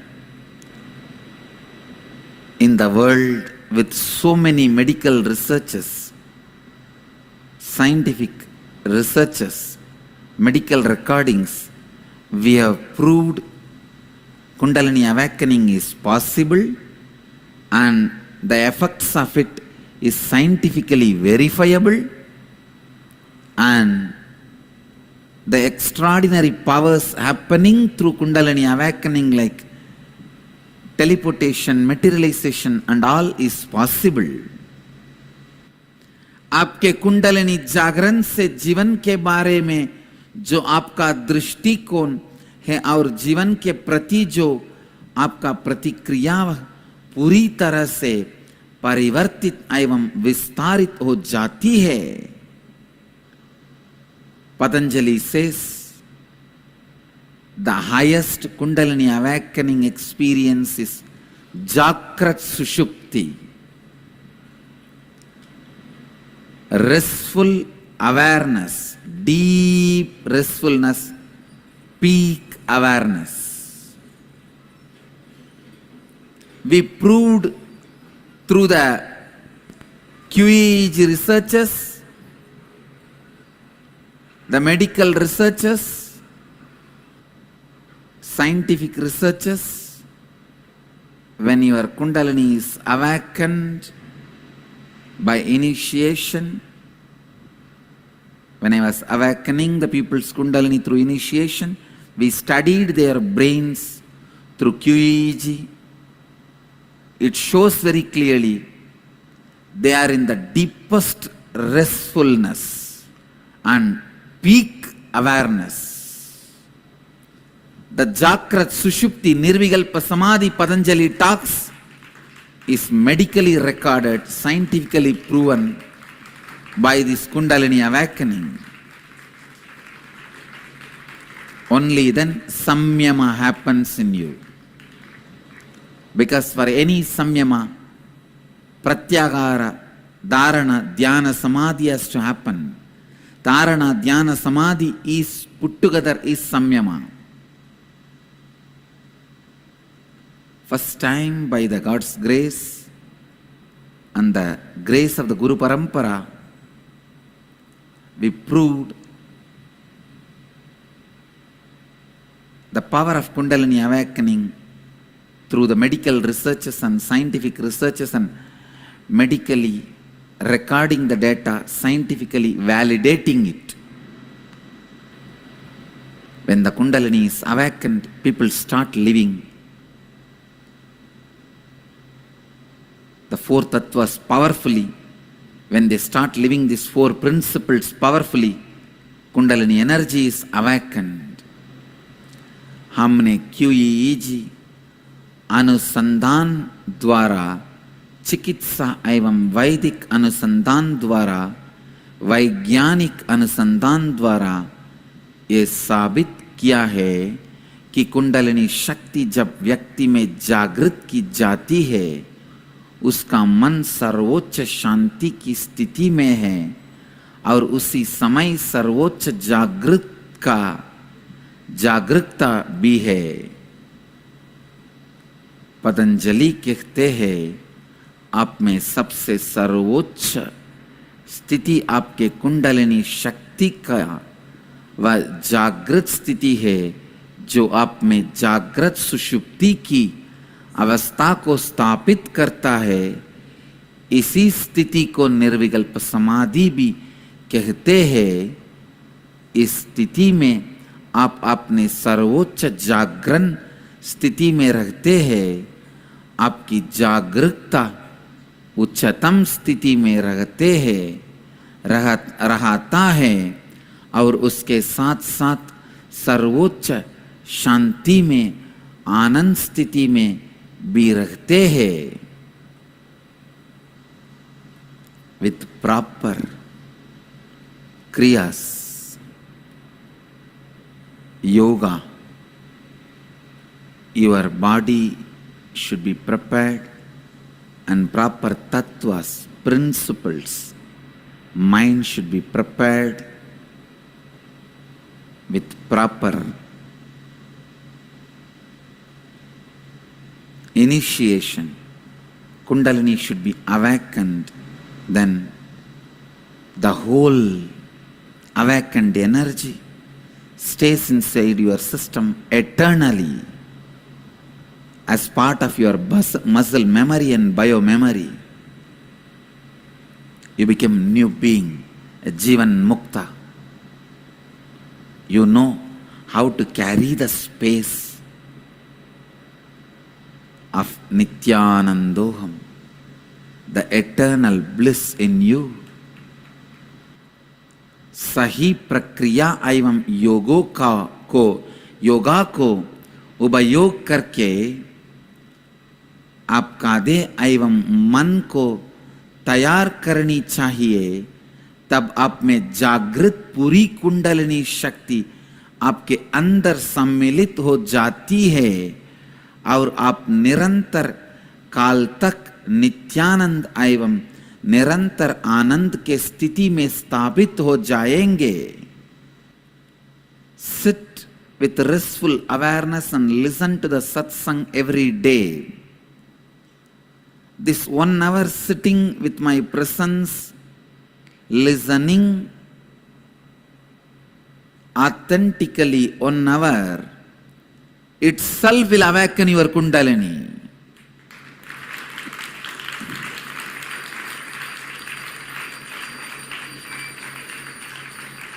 I tell you, from tomorrow, the Meenakshi Brahmotsava, time for Digvijaya.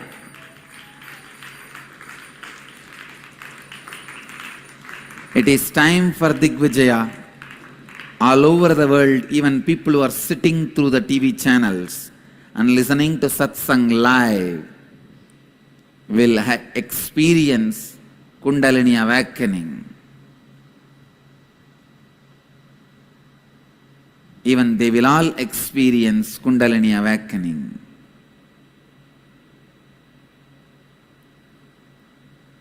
enriching temple, get ready, you will start receiving the calls. People who have never seen me physically, seeing only through the TV, listening to satsangs, will start experiencing Kundalini awakening, levitation, even materialization. मैं सभी दर्शकों से अनुरोध करता हूँ सचेत जागरूकता के साथ प्रतिदिन बैठिए और प्रवचन को सुनिए, सत्संग में भाग लीजिए। बस इसी से आप में कुंडलिनी शक्ति जागृत हो जाएगी। आप में कुंडलिनी शक्ति जागृत हो जाएगी। कल से हमारे आश्रम में हम मीनाक्षी ब्रह्मोत्सव का मना रहे हैं। इस मंगलमय समय में हमारे साथ जो भी सम्मिलित होंगे उन सबकी कुंडलिनी जागृत हो जाएगी। कुंडलिनी जागृत हो जाएगी। By the grace of Meenakshi, your Kundalini will be awakened. आज की सत्संग का सारांश है somehow experience Kundalini awakening. That is the first thing you need to do in your life. आज की सत्संग का सारांश है केवल आपकी कुंडलिनी शक्ति के जागरण से ही आप जीवन सही मायने में जीने लगते हैं। हमारे 21 दिन के कार्यक्रम में भाग लीजिए और अपनी कुंडलिनी शक्ति का जागरण होने की संभावना का अनुभव कीजिए। किसी भी तरह कुंडलिनी शक्ति का अनुभव कीजिए। यही आपके जीवन का पहला कदम है।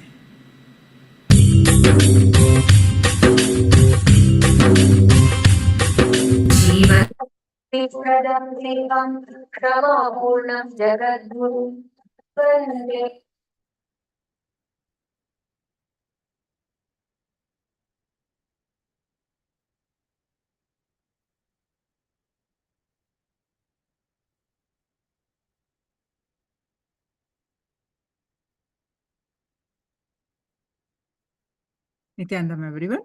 Now, please go ahead and post whatever is your understanding, what you remember, whatever your internalization, please post it in the chat.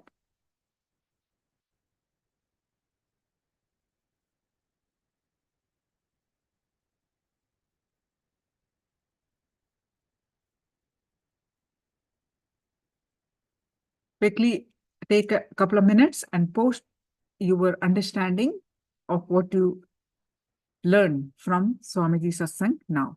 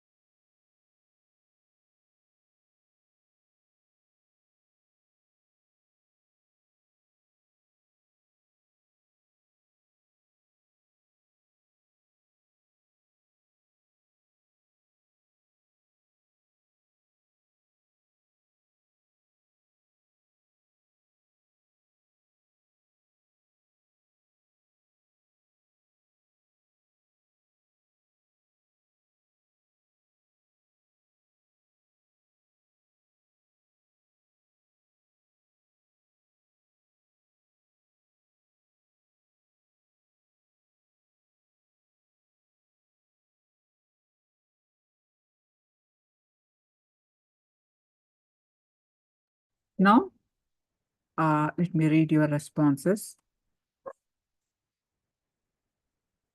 Ma Parameshwari wrote, Kundalini awakening is the first step for life. If you are prepared, your body and mind, Kundalini should be permanent. Vishwanathan, Kundalini Shakti is not an extraordinary power. It is a basic need of every human being. Wonderful. Guru Prasadini, the Kundalini energy stays eternally when the body and mind are ready. Only when the Kundalini is awakened, then our lives really start. Kundalini awakening is to start living the four tattvas. Wonderful, Christina. That's wonderful. Now, let's start the power manifestation. Please quickly get your objects. We're going to do the consciousness over matter one more round.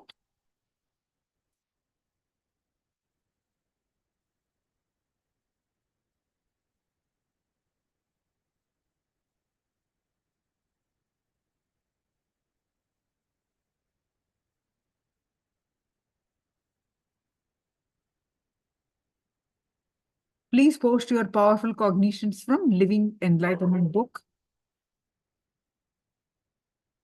Couple of minutes. Post your powerful cognitions from Living Enlightenment book.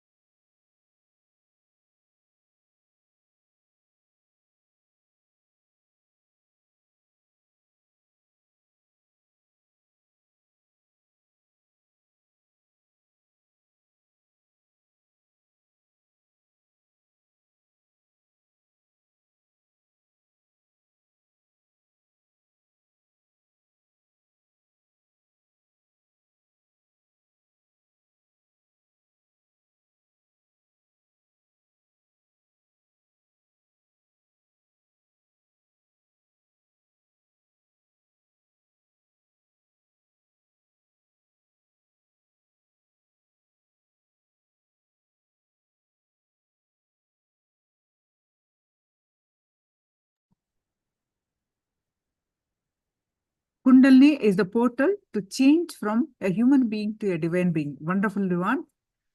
And Ma Parameshwari, you learn how to tap into the energy of love. You learn how to run your life on the beautiful energy of love. Only then will you know what is meant by the word love. Beautiful, Ma Parameshwari. Darshan, you don't have enough energy because all your emotional energy is taken away by the past incidences or people who are in your memory, either as attachment or anger or guilt. Wonderful. Vishwanathan, there is no greater loss than that if your body is spoiled without enlightenment. This is terrible loss. Wonderful. Now, please sit straight. Let's start manifesting the power of consciousness over matter, second round. So please sit straight and get your object and place it in your palm. The object can be preferably the coconut. If you do not have the coconut, please bring it by tomorrow. And it is not the only power that we are going to do it, but whenever we need it.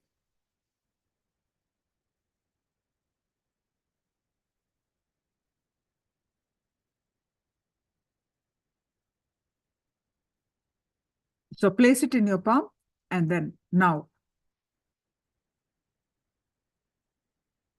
sit with head, neck, back, straight line. Bring your awareness to your third eye. Any thoughts? Just let it come, let it go. Bring your attention back to your third eye again and again. Forget rest of the body. Your inner space filled with Swamiji's form. And now start chanting the Mahavakya. Om Nithyananda Paramashivoham. Chant the Mahavakya and intensely, continuously, and experience the space of oneness. With that space of oneness, declare the object on your palm to move, to vibrate and to move, to roll. Declare with your power of consciousness, declare the object to move. Now start Mahavakya.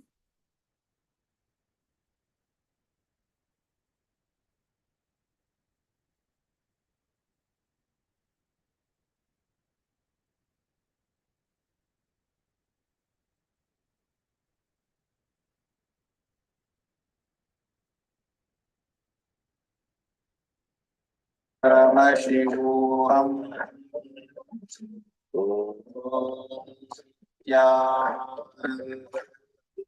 Paramashivoham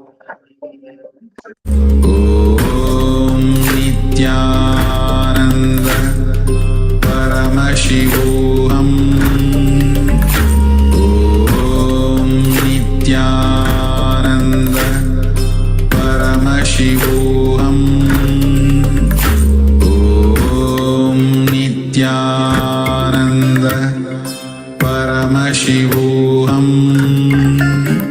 Om Nithyananda Paramashivoham Om Nithyananda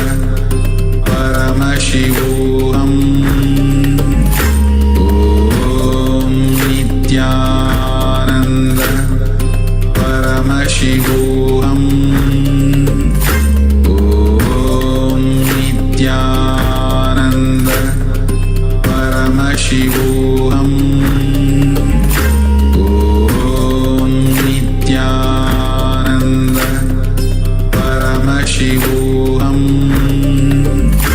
Om Nithyananda Paramashivoham Om Nithyananda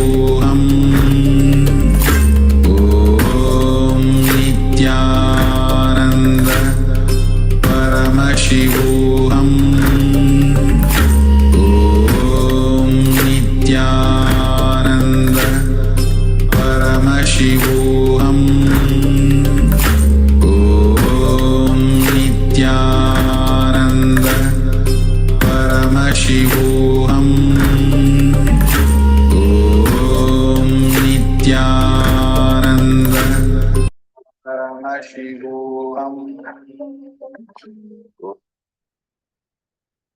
Yes. Now, please go ahead and post whatever is your experience in the chat.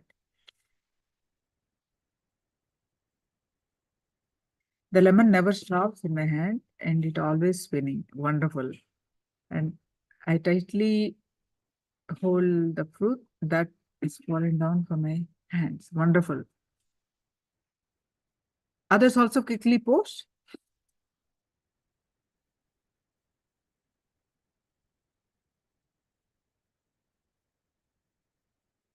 Share your experience.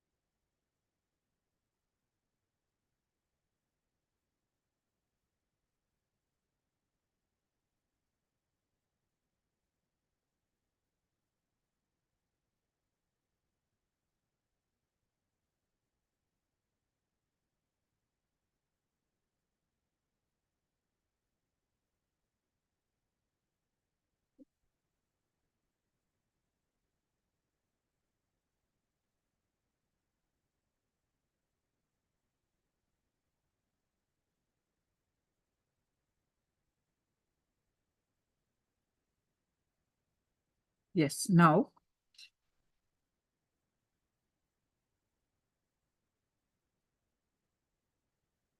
Yes, Luan, you can also do with your Atmalinga to stand. That's also, yes. But we start with the initial level with the round object. You get an initial breakthrough. Then you move on to next level. Christina says, just vibration. That's wonderful, ma. Parameshwari, coconut was 3 times. I try with Atmalinga vibrating. You can do multiple objects. You can increase the pace. You can do with multiple objects. You can also, next level, you can do the direction it should fall. Left side for a right side, front, back. You can command the direction. Lalita also posted, it is rolled.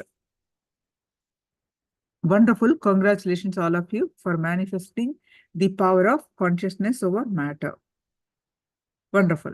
So now, Kundalini awakening is your decision. You always think that, oh, this Kundalini awakening can only happen after like prolonged.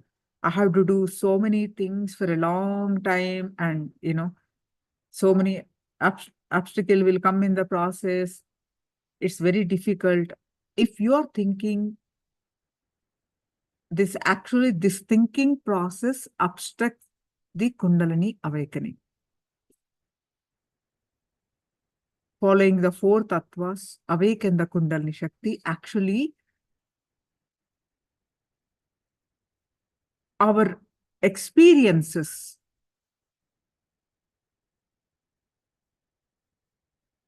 of life, how we are taking, how our thought currents directly connects to Kundalini awakening. I mean to say, our thoughts and words, what kind of a thoughts we are entertaining, what words that we are using are directly connected to Kundalini Shakti.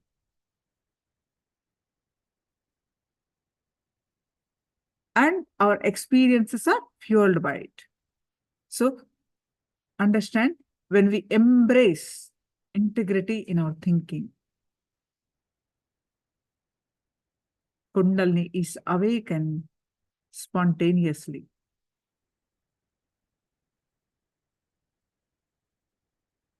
We'll be learning more of this in the upcoming sessions of this, the 4 tattvas. But understand one thing, your thoughts, the choice of words affect your Kundalini Shakti.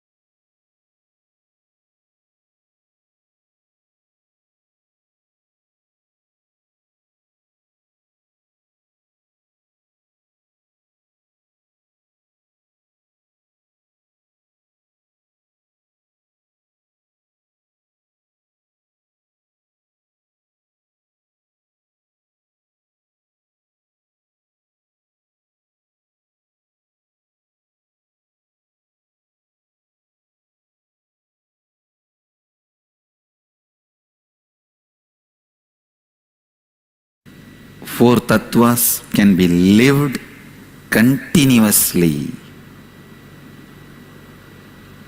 How?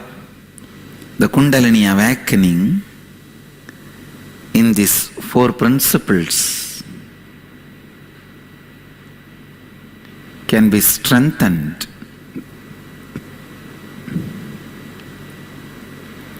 Please listen. Your Kundalini Shakti is not disconnected from your thoughts and actions. Only one thought can trigger your Kundalini and awaken, or make it shrink and coil back. Only one less thought, already your body is ready. Understand? Only one less thought, already your body is ready.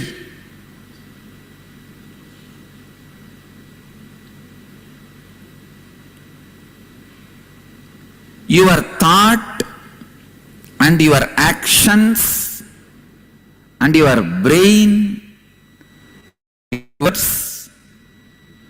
all this is directly connected to the bioenergy.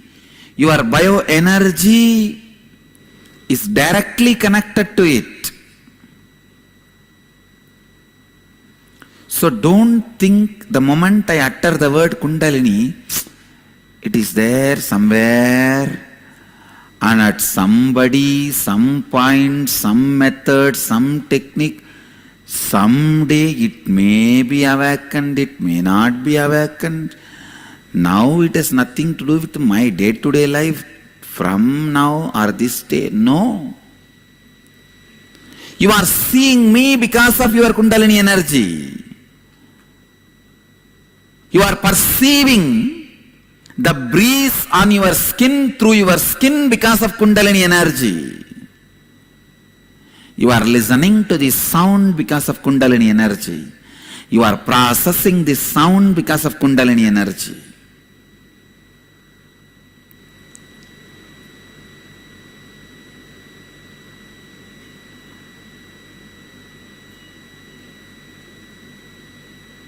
Listen.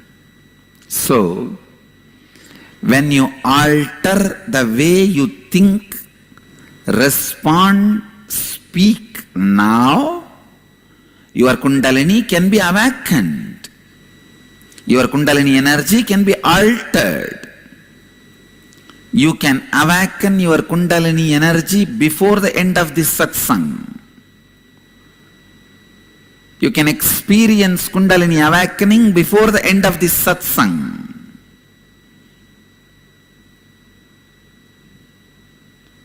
Listen.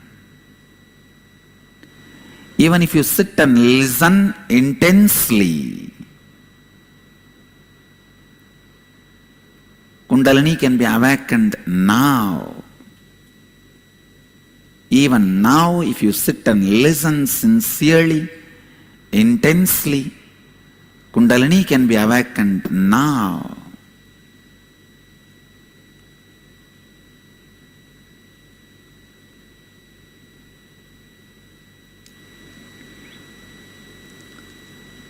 Every thought you create, maintain, cognize as a direct effect on your bioenergy.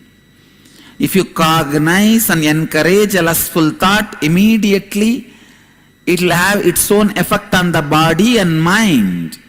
If you cognize and react to a spiritual thought, immediately the body and mind will have its own effect on it.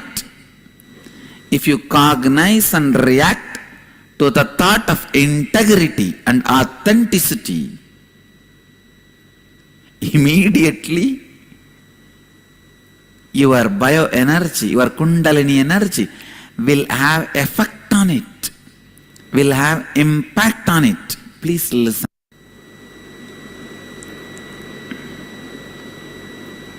The constant tiredness and fatigue you carry, please understand, when you start practicing authenticity, the first wall you face, either you can make the wall as stopping stone or stepping stone.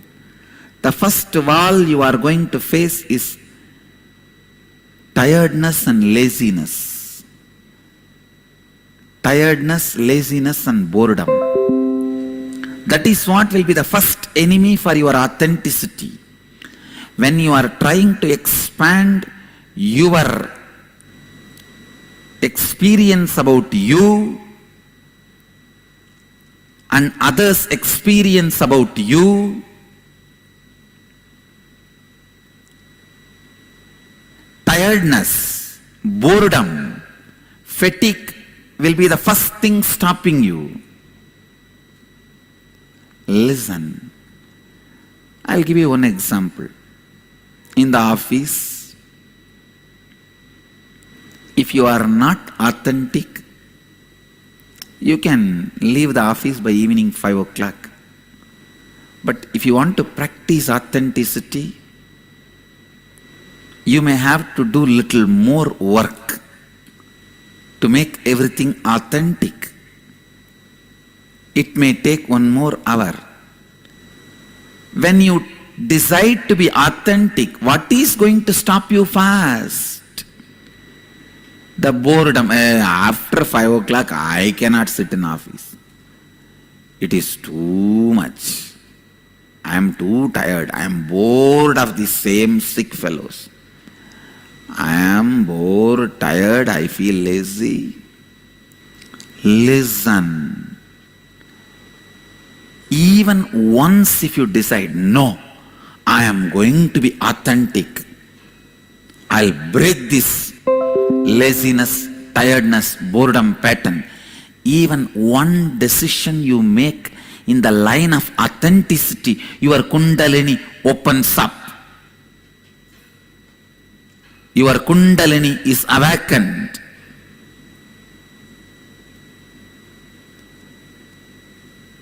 The moment I utter the word Kundalini, all of us think we have to do something very secretly, sitting inside some dark cave, some mantra, meditation, some practices.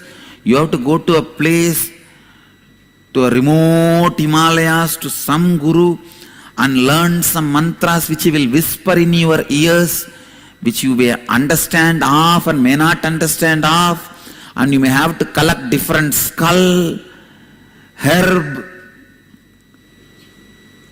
and sit on that and start chanting in the Amavasya midnight. Only then Kundalini will be awakened. No, no. Your Kundalini can be awakened in your office, through your office work.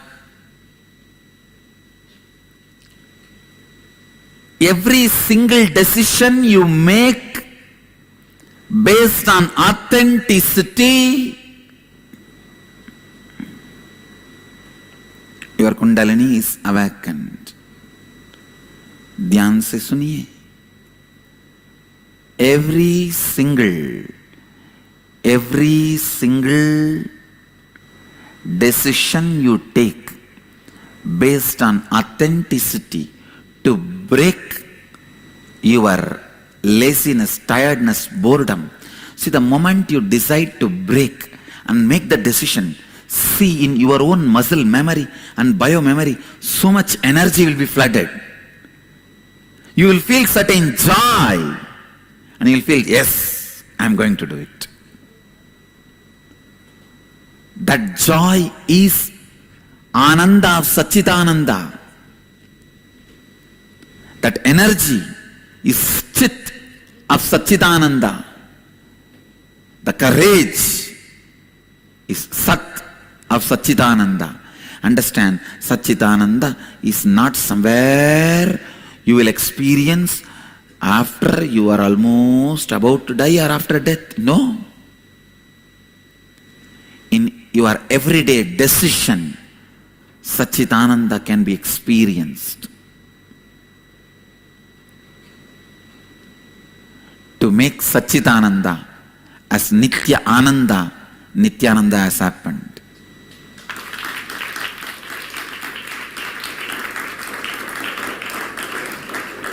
ध्यान दीजिए, आपकी कुंडलिनी शक्ति के कारण ही आप देख रहे हैं, कुंडलिनी शक्ति के कारण ही आप मुझे सुन रहे हैं. सुनिए, अगर इसी वक्त आप अपने बात करने का तरीका और सुनने का तरीका परिवर्तित करने की निर्णय लेते हैं, तो आप अपनी कुंडलिनी शक्ति को इसी वक्त जागृत कर सकते हैं. जब आप संपूर्ति एवं श्रद्धा से स्वयं के बारे में, स्वयं का अनुभव एवं स्वयं के बारे में अन्य लोगों का अनुभव को परिवर्तित करने का प्रयास करने लगते हैं, तब पहली दीवार जो आपके रास्ते में आएगी वह है थकावट और बुरियात. अगर उस समय आप श्रद्धा से उस थकावट और बोरियत को विनाश करने का निर्णय लेंगे, तब उसी क्षण आपका कुंडलिनी शक्ति जागृत हो जाती है. केवल एक विचार आपकी कुंडलिनी शक्ति को जागृत कर सकता है या फिर उसे सुप्त अवस्था में डाल सकता है. एक उदाहरण, जैसे केवल एक ही वासना से बड़े विचार से आपका शरीर उस पर प्रतिक्रिया करने के लिए तैयार हो जाता है. आपके विचार, कार्य, मस्तिष्क, शब्द सभी आपकी जीव ऊर्जा से सीधे रूप से जुड़े हुए हैं. यदि आप केवल एक बार यह निर्णय करेंगे कि मैं अपने इस कार्य में श्रद्धा लाऊंगा, आपकी कुंडलिनी शक्ति जागृत हो जाती है.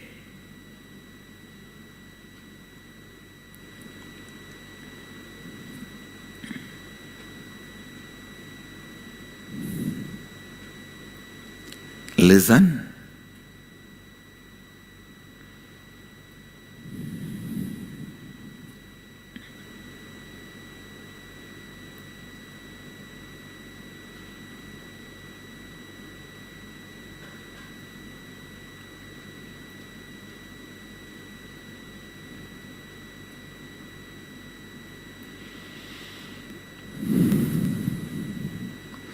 This is the basic truth you need to understand.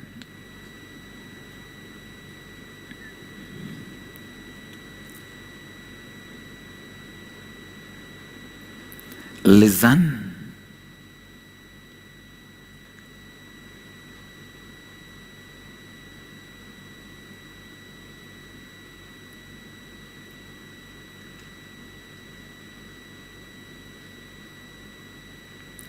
Unless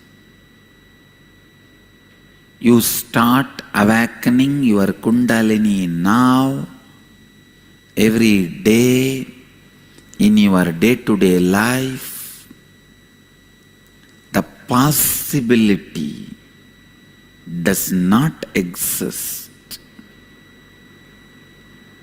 Possibility does not exist. Either it is now or never, because when you start believing, it will happen after some time, after some time, after some time. That belief itself becomes like a lacquer coating on you.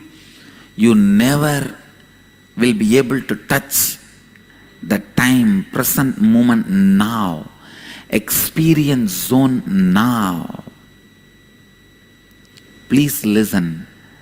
Person who is thinking about the future, his eyes will not be seeing the present, even if his eyes are open.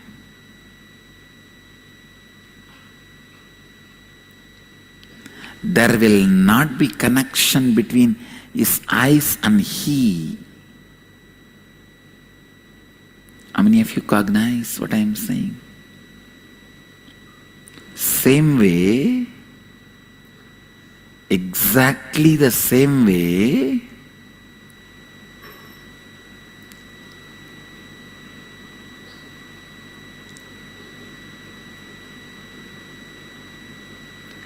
if you start believing Kundalini awakening can happen only after some time, it can happen after some time, please understand that belief itself will become an obstruction between you and the Kundalini awakening. That is one of the worst danger. You need to break that negative belief with integrity, with the right commitments. If you are committed with you again and again, Kundalini and all will not awaken for me. It may happen after 20 years, after 30 years of practice. Not for me. It is all maybe for the sannyasis, seekers who are evolved souls, not for me. It will take years. It may happen if I do this. If you have all these beliefs, that itself becomes a negative commitment you gave it to you. Because of that very negative commitment, it does not happen in you. In the young age, I used to have a strong feeling, these miracle powers will come only if you meditate without moving from a place for 12 years. Now I had this strong belief. I have to sit 12 years without moving, and my hair has to grow and enter into the ground like a banyan tree root. Only even when I want to get up, I will not be able to get up because my hair is already gone into the ground, rooted. Only then I will have siddhis. This belief has become such a negative commitment to me. I delayed me achieving Ashtama Siddhis. Maybe I can say me expressing Ashtama Siddhis. There's nothing like achieving. It was there already by birth. Expressing Ashtama Siddhis. Delay has happened just because of my own negative commitments. You also see in your life to be a leader, to be a Siddha, to be a Mahapurusha, To be a jnani, you may be giving a lot of negative commitments to you. You might have given a lot of negative commitments to you. How can I have Vaksiddhi? Swamiji can have. How can I have? I will have maybe after 20 years when I am old. Or next Janma. Even these thoughts become negative commitment in you.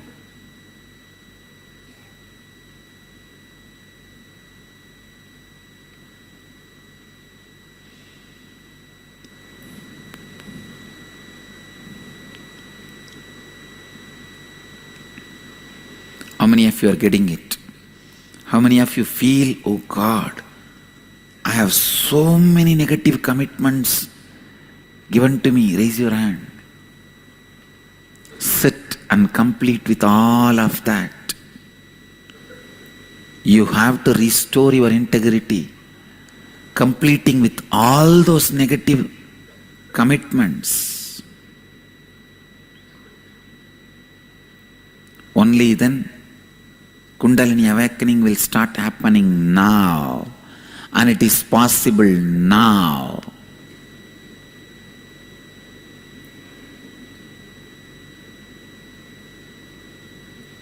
ध्यान से सुनिए, जब तक आप अपने कुंडलिनी शक्ति को अभी जागृत नहीं करेंगे तो भविष्य में आपकी कुंडलिनी शक्ति को जागृत करने की संभावना नहीं रहेगी, नहीं रहेगी। आप अपने कुंडलिनी शक्ति को केवल अभी जागृत कर सकते हैं, वरना कभी नहीं कर सकते हैं। जब आप ये विश्वास करने लगते हैं कि आपकी कुंडलिनी शक्ति जागरण अभी नहीं किंतु थोड़े समय बाद ही हो सकती है, तो आपको कुंडलिनी शक्ति का अनुभव नहीं हो सकता है। यह नकारात्मक विचार कुंडलिनी शक्ति को जागृत नहीं होने देती है। You have to awaken now. You can awaken now. आप अपने कुंडलिनी शक्ति को केवल अभी जागृत कर सकते हैं, वरना कभी नहीं कर सकते हैं। केवल अभी जागृत कर सकते हैं। Your every action can awaken your Kundalini. Your every action can become part of Kundalini.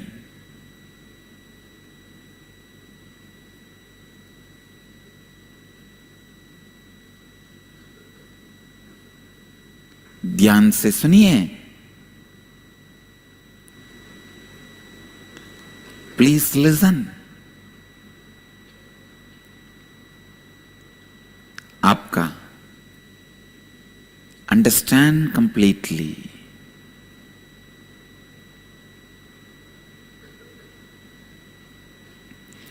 Even now, your decision to sit straight and listen with authenticity can awaken your Kundalini, or your decision to just fall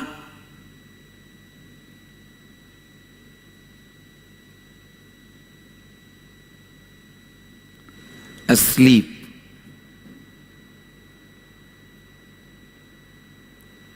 can shrink your Kundalini.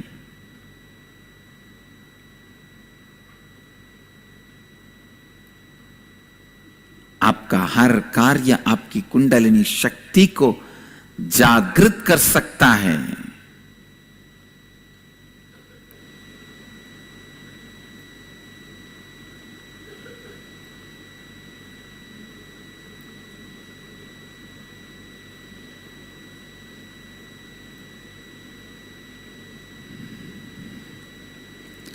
और आपके हर कार्य में आपकी कुंडलिनी शक्ति उपस्थित हो सकती है।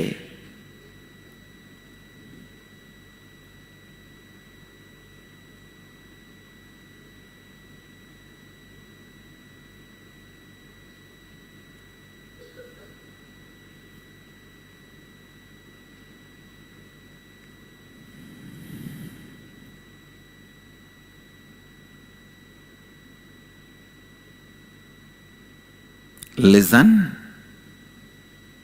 Listen.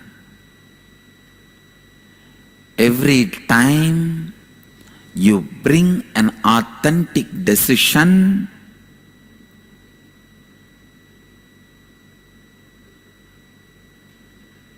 your Kundalini is awakened. Every time your Kundalini is awakened, you are raising yourself to the next level of authenticity.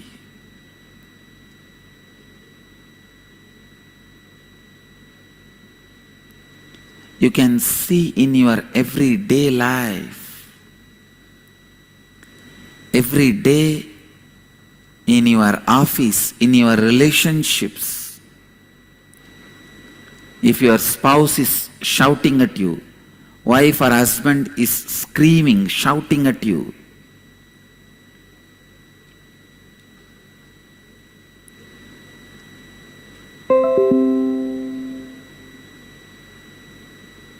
screaming at you, you decide, I will raise my authenticity level. Now I will not shout back or react. I will respond with integrity and responsibility. Even one decision awakens your Kundalini.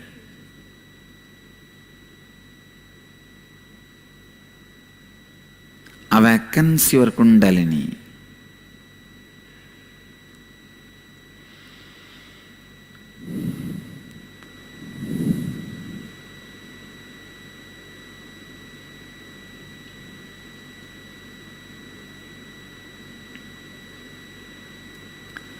जब भी आप श्रद्धा के साथ कोई भी निर्णय लेते हैं, तब आपकी कुंडलिनी शक्ति और ऊंची स्तर पर जागृत हो जाती है. Every single moment, when you wake up in the early morning, the awareness you bring it to you awakens your Kundalini. Or can put your Kundalini to sleep. When you listen, the awareness you bring it to your ears can awaken your Kundalini. Or can put your Kundalini to sleep. When you read, the awareness you bring it to reading, your eyes can awaken your Kundalini. Or can put your Kundalini to sleep. When you think, the integrity you bring it to your thinking can awaken your Kundalini or can put your Kundalini to sleep.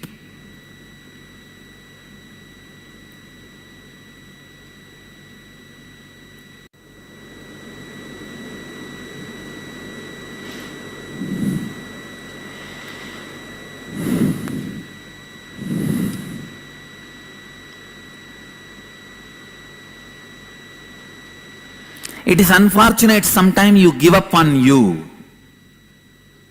You say, no, I cannot raise myself to the next level. When you give up on you, you are dead. Dead. Giving up on you is the worst thing can happen to you. Especially due to the patterns. Laziness. When you decide, you give up on you,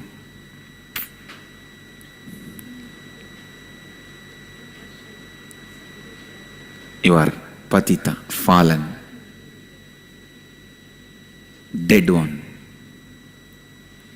If you live these principles, even if you leave the body, you continue to radiate, inspire millions, you continue to exist. If not, even while you are alive, you are dead. हर सवेरी जब आप उठते हैं, जो जागरूकता लाते हैं,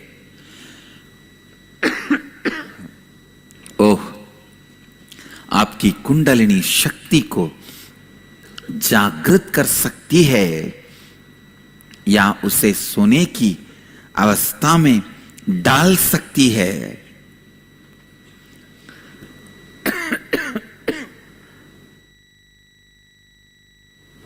पुनः सुनिए, जब आप हर सुबह जागते हैं, केवल अपनी जागरूकता द्वारा आप कुंडलिनी शक्ति को जागृत कर सकते हैं और उसके बिना अपनी कुंडलिनी शक्ति को सोने की अवस्था में डाल सकते हैं। जब आप संपूर्ति के साथ सोचते हैं, तब आपकी कुंडलिनी शक्ति को जागृत कर सकते हैं। और जब भी आप ऐसा नहीं करते हैं, तब आप अपनी कुंडलिनी शक्ति को सोने की अवस्था में डाल सकते हैं।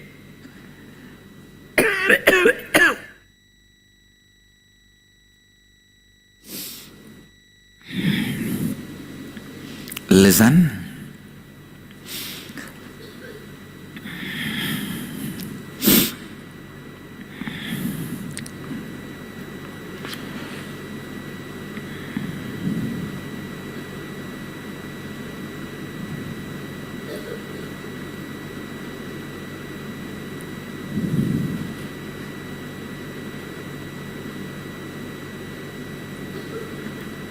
Whether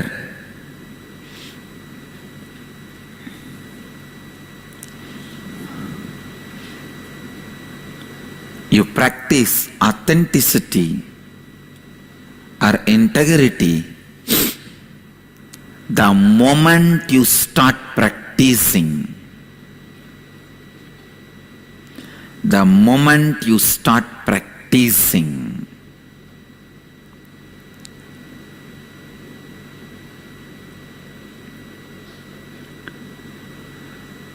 Kundalini is awakened. Your Kundalini is awakened. Listen, the moment you start practicing, your Kundalini is awakened.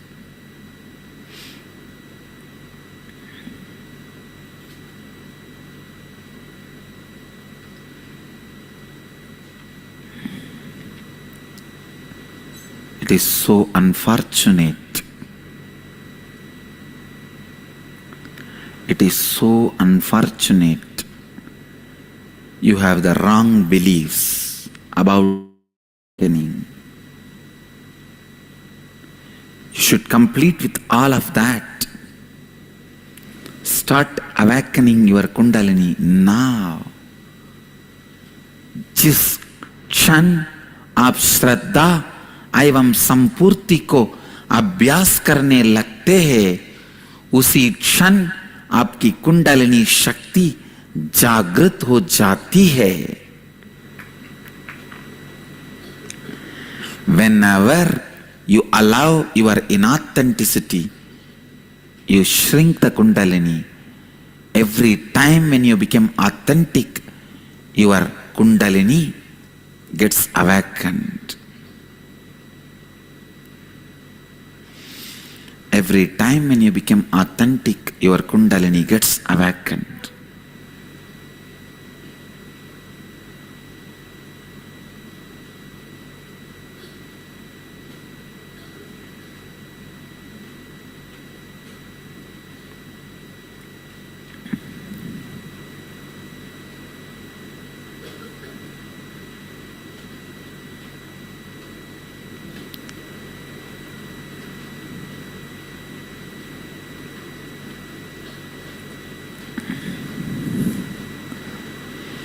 जिस क्षण आप श्रद्धा एवं संपूर्ति को अभ्यास करने लगते हैं, उसी क्षण आपकी कुंडलिनी शक्ति जागृत हो जाती है।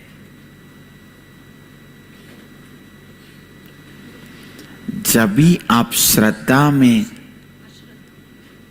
ध्यान से सुनिए, जब भी आप अश्रद्धा में रहते हैं, आपकी कुंडलिनी शक्ति संकुचित हो जाती है, और हर बार जब आप श्रद्धा में रहते हैं, तब आपकी कुंडलिनी शक्ति जागृत हो जाती है. Thousands of people come and ask me, Swamiji, I was suffering for years with this disease, that pain. The moment you put your hand, it disappeared. How can it be? Just few days before, one of my ashramites was suffering with whole body pain.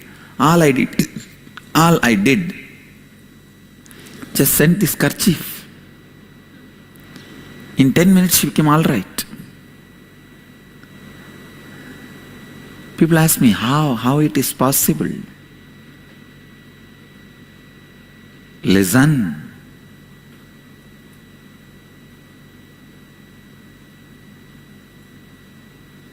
When you practice integrity and authenticity, your Kundalini energy is so alive and awakened.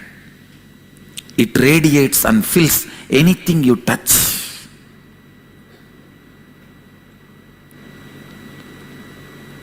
Sometimes people ask them, why you are suffering with the cough? No, I tell you, there is a truth. I took up the wrong pattern of Raman Maharshi and Ramakrishna of not healing their own body. But now I decided I am going to drop even that pattern. I am going to heal the body. Because the body is required to enrich others. You will see now how the body will be healed. Simply it will be healed. Just yesterday I was cognizing what is going on. Why? Because it has become too much. This cough has become too much. Doesn't allow me to sleep, and I was thinking, oh God, what is going on?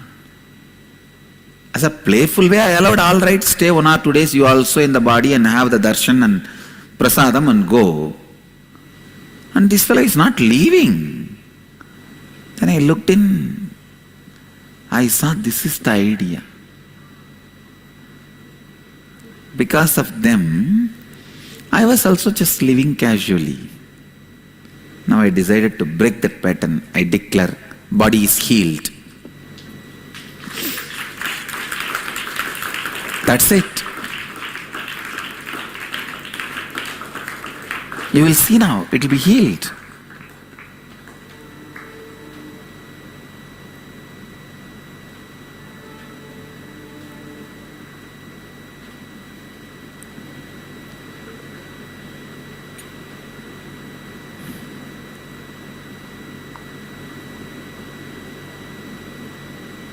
You should know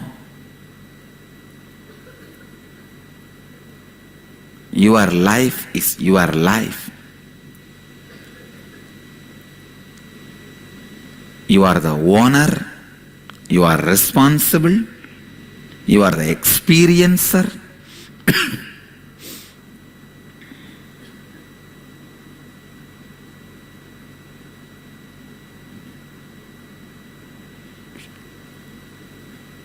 You are everything. You are the organizer, you are the conductor, you are the owner, you are everything for your life. Take the responsibility for your life and bring authenticity to your life. That's all is the essence of my today's satsang.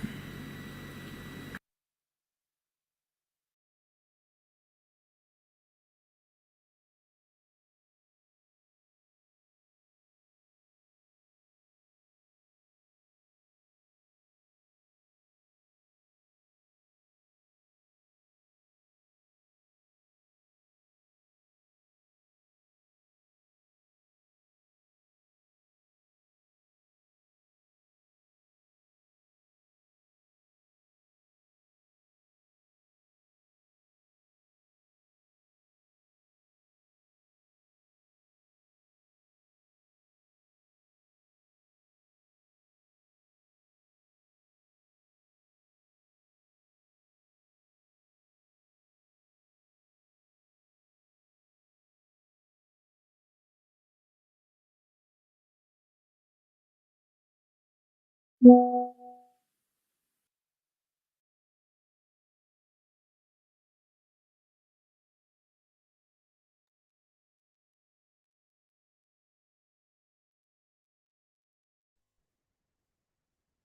please go ahead and post your internalization for this Swamiji's satsang.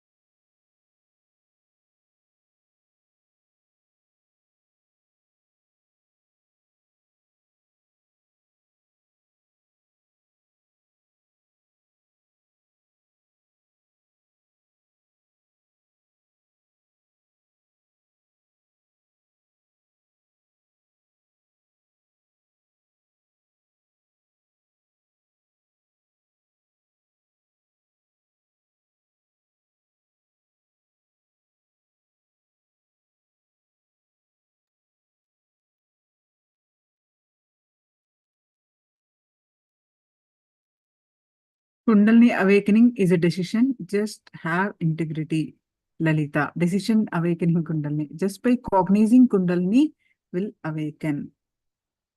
And if we decide awakening Kundalini, the possibility exists. That's wonderful. Any questions? Please do let me know.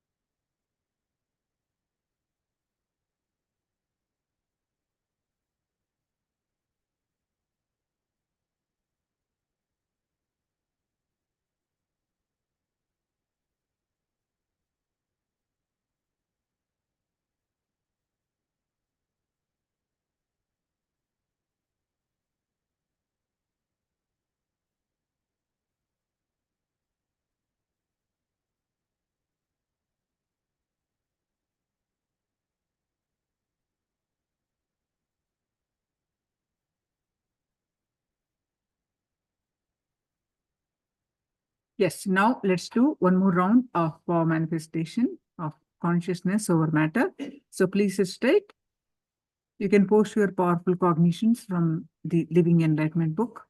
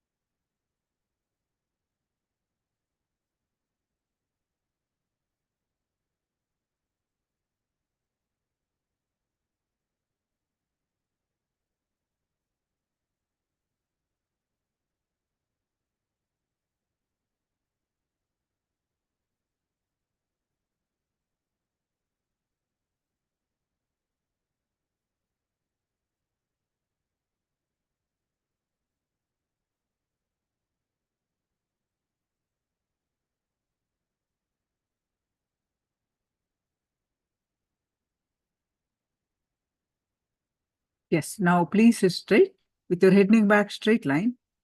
Visualize Swamiji's form in your third eye and place your object on your palm, and in your inner space filled with Swamiji's form, bring your awareness on your third eye again and again, and any thoughts that are coming, let it come, let it go. You bring your attention back to your third eye again and again. With this space, start chanting the Mahavakya. The recently posted, remove the impurity of your fantasies. Add the purity of friendliness in your relationship and process this with your patience. Wonderful. Now start chanting the Mahavakya and bring your attention back to your third eye. Experience the space of oneness. With that space of oneness, declare the object on your palm to move, to roll. And if you are very comfortable moving that, you now decide that which side to fall. Okay? If you are not yet manifested, you can just decide to roll or vibrate, object to vibrate. Start chanting the Mahavakya.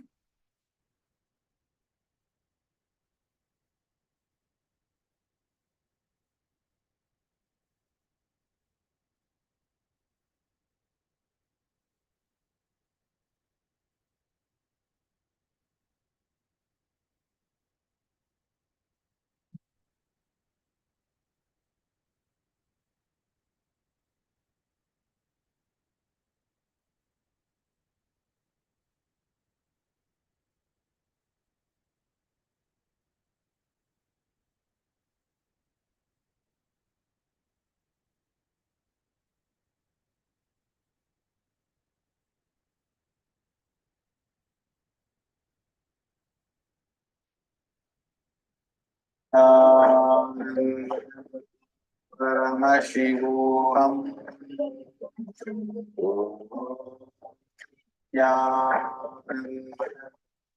Paramashivoham Nithyananda Paramashivoham Om Nithyananda Paramashivoham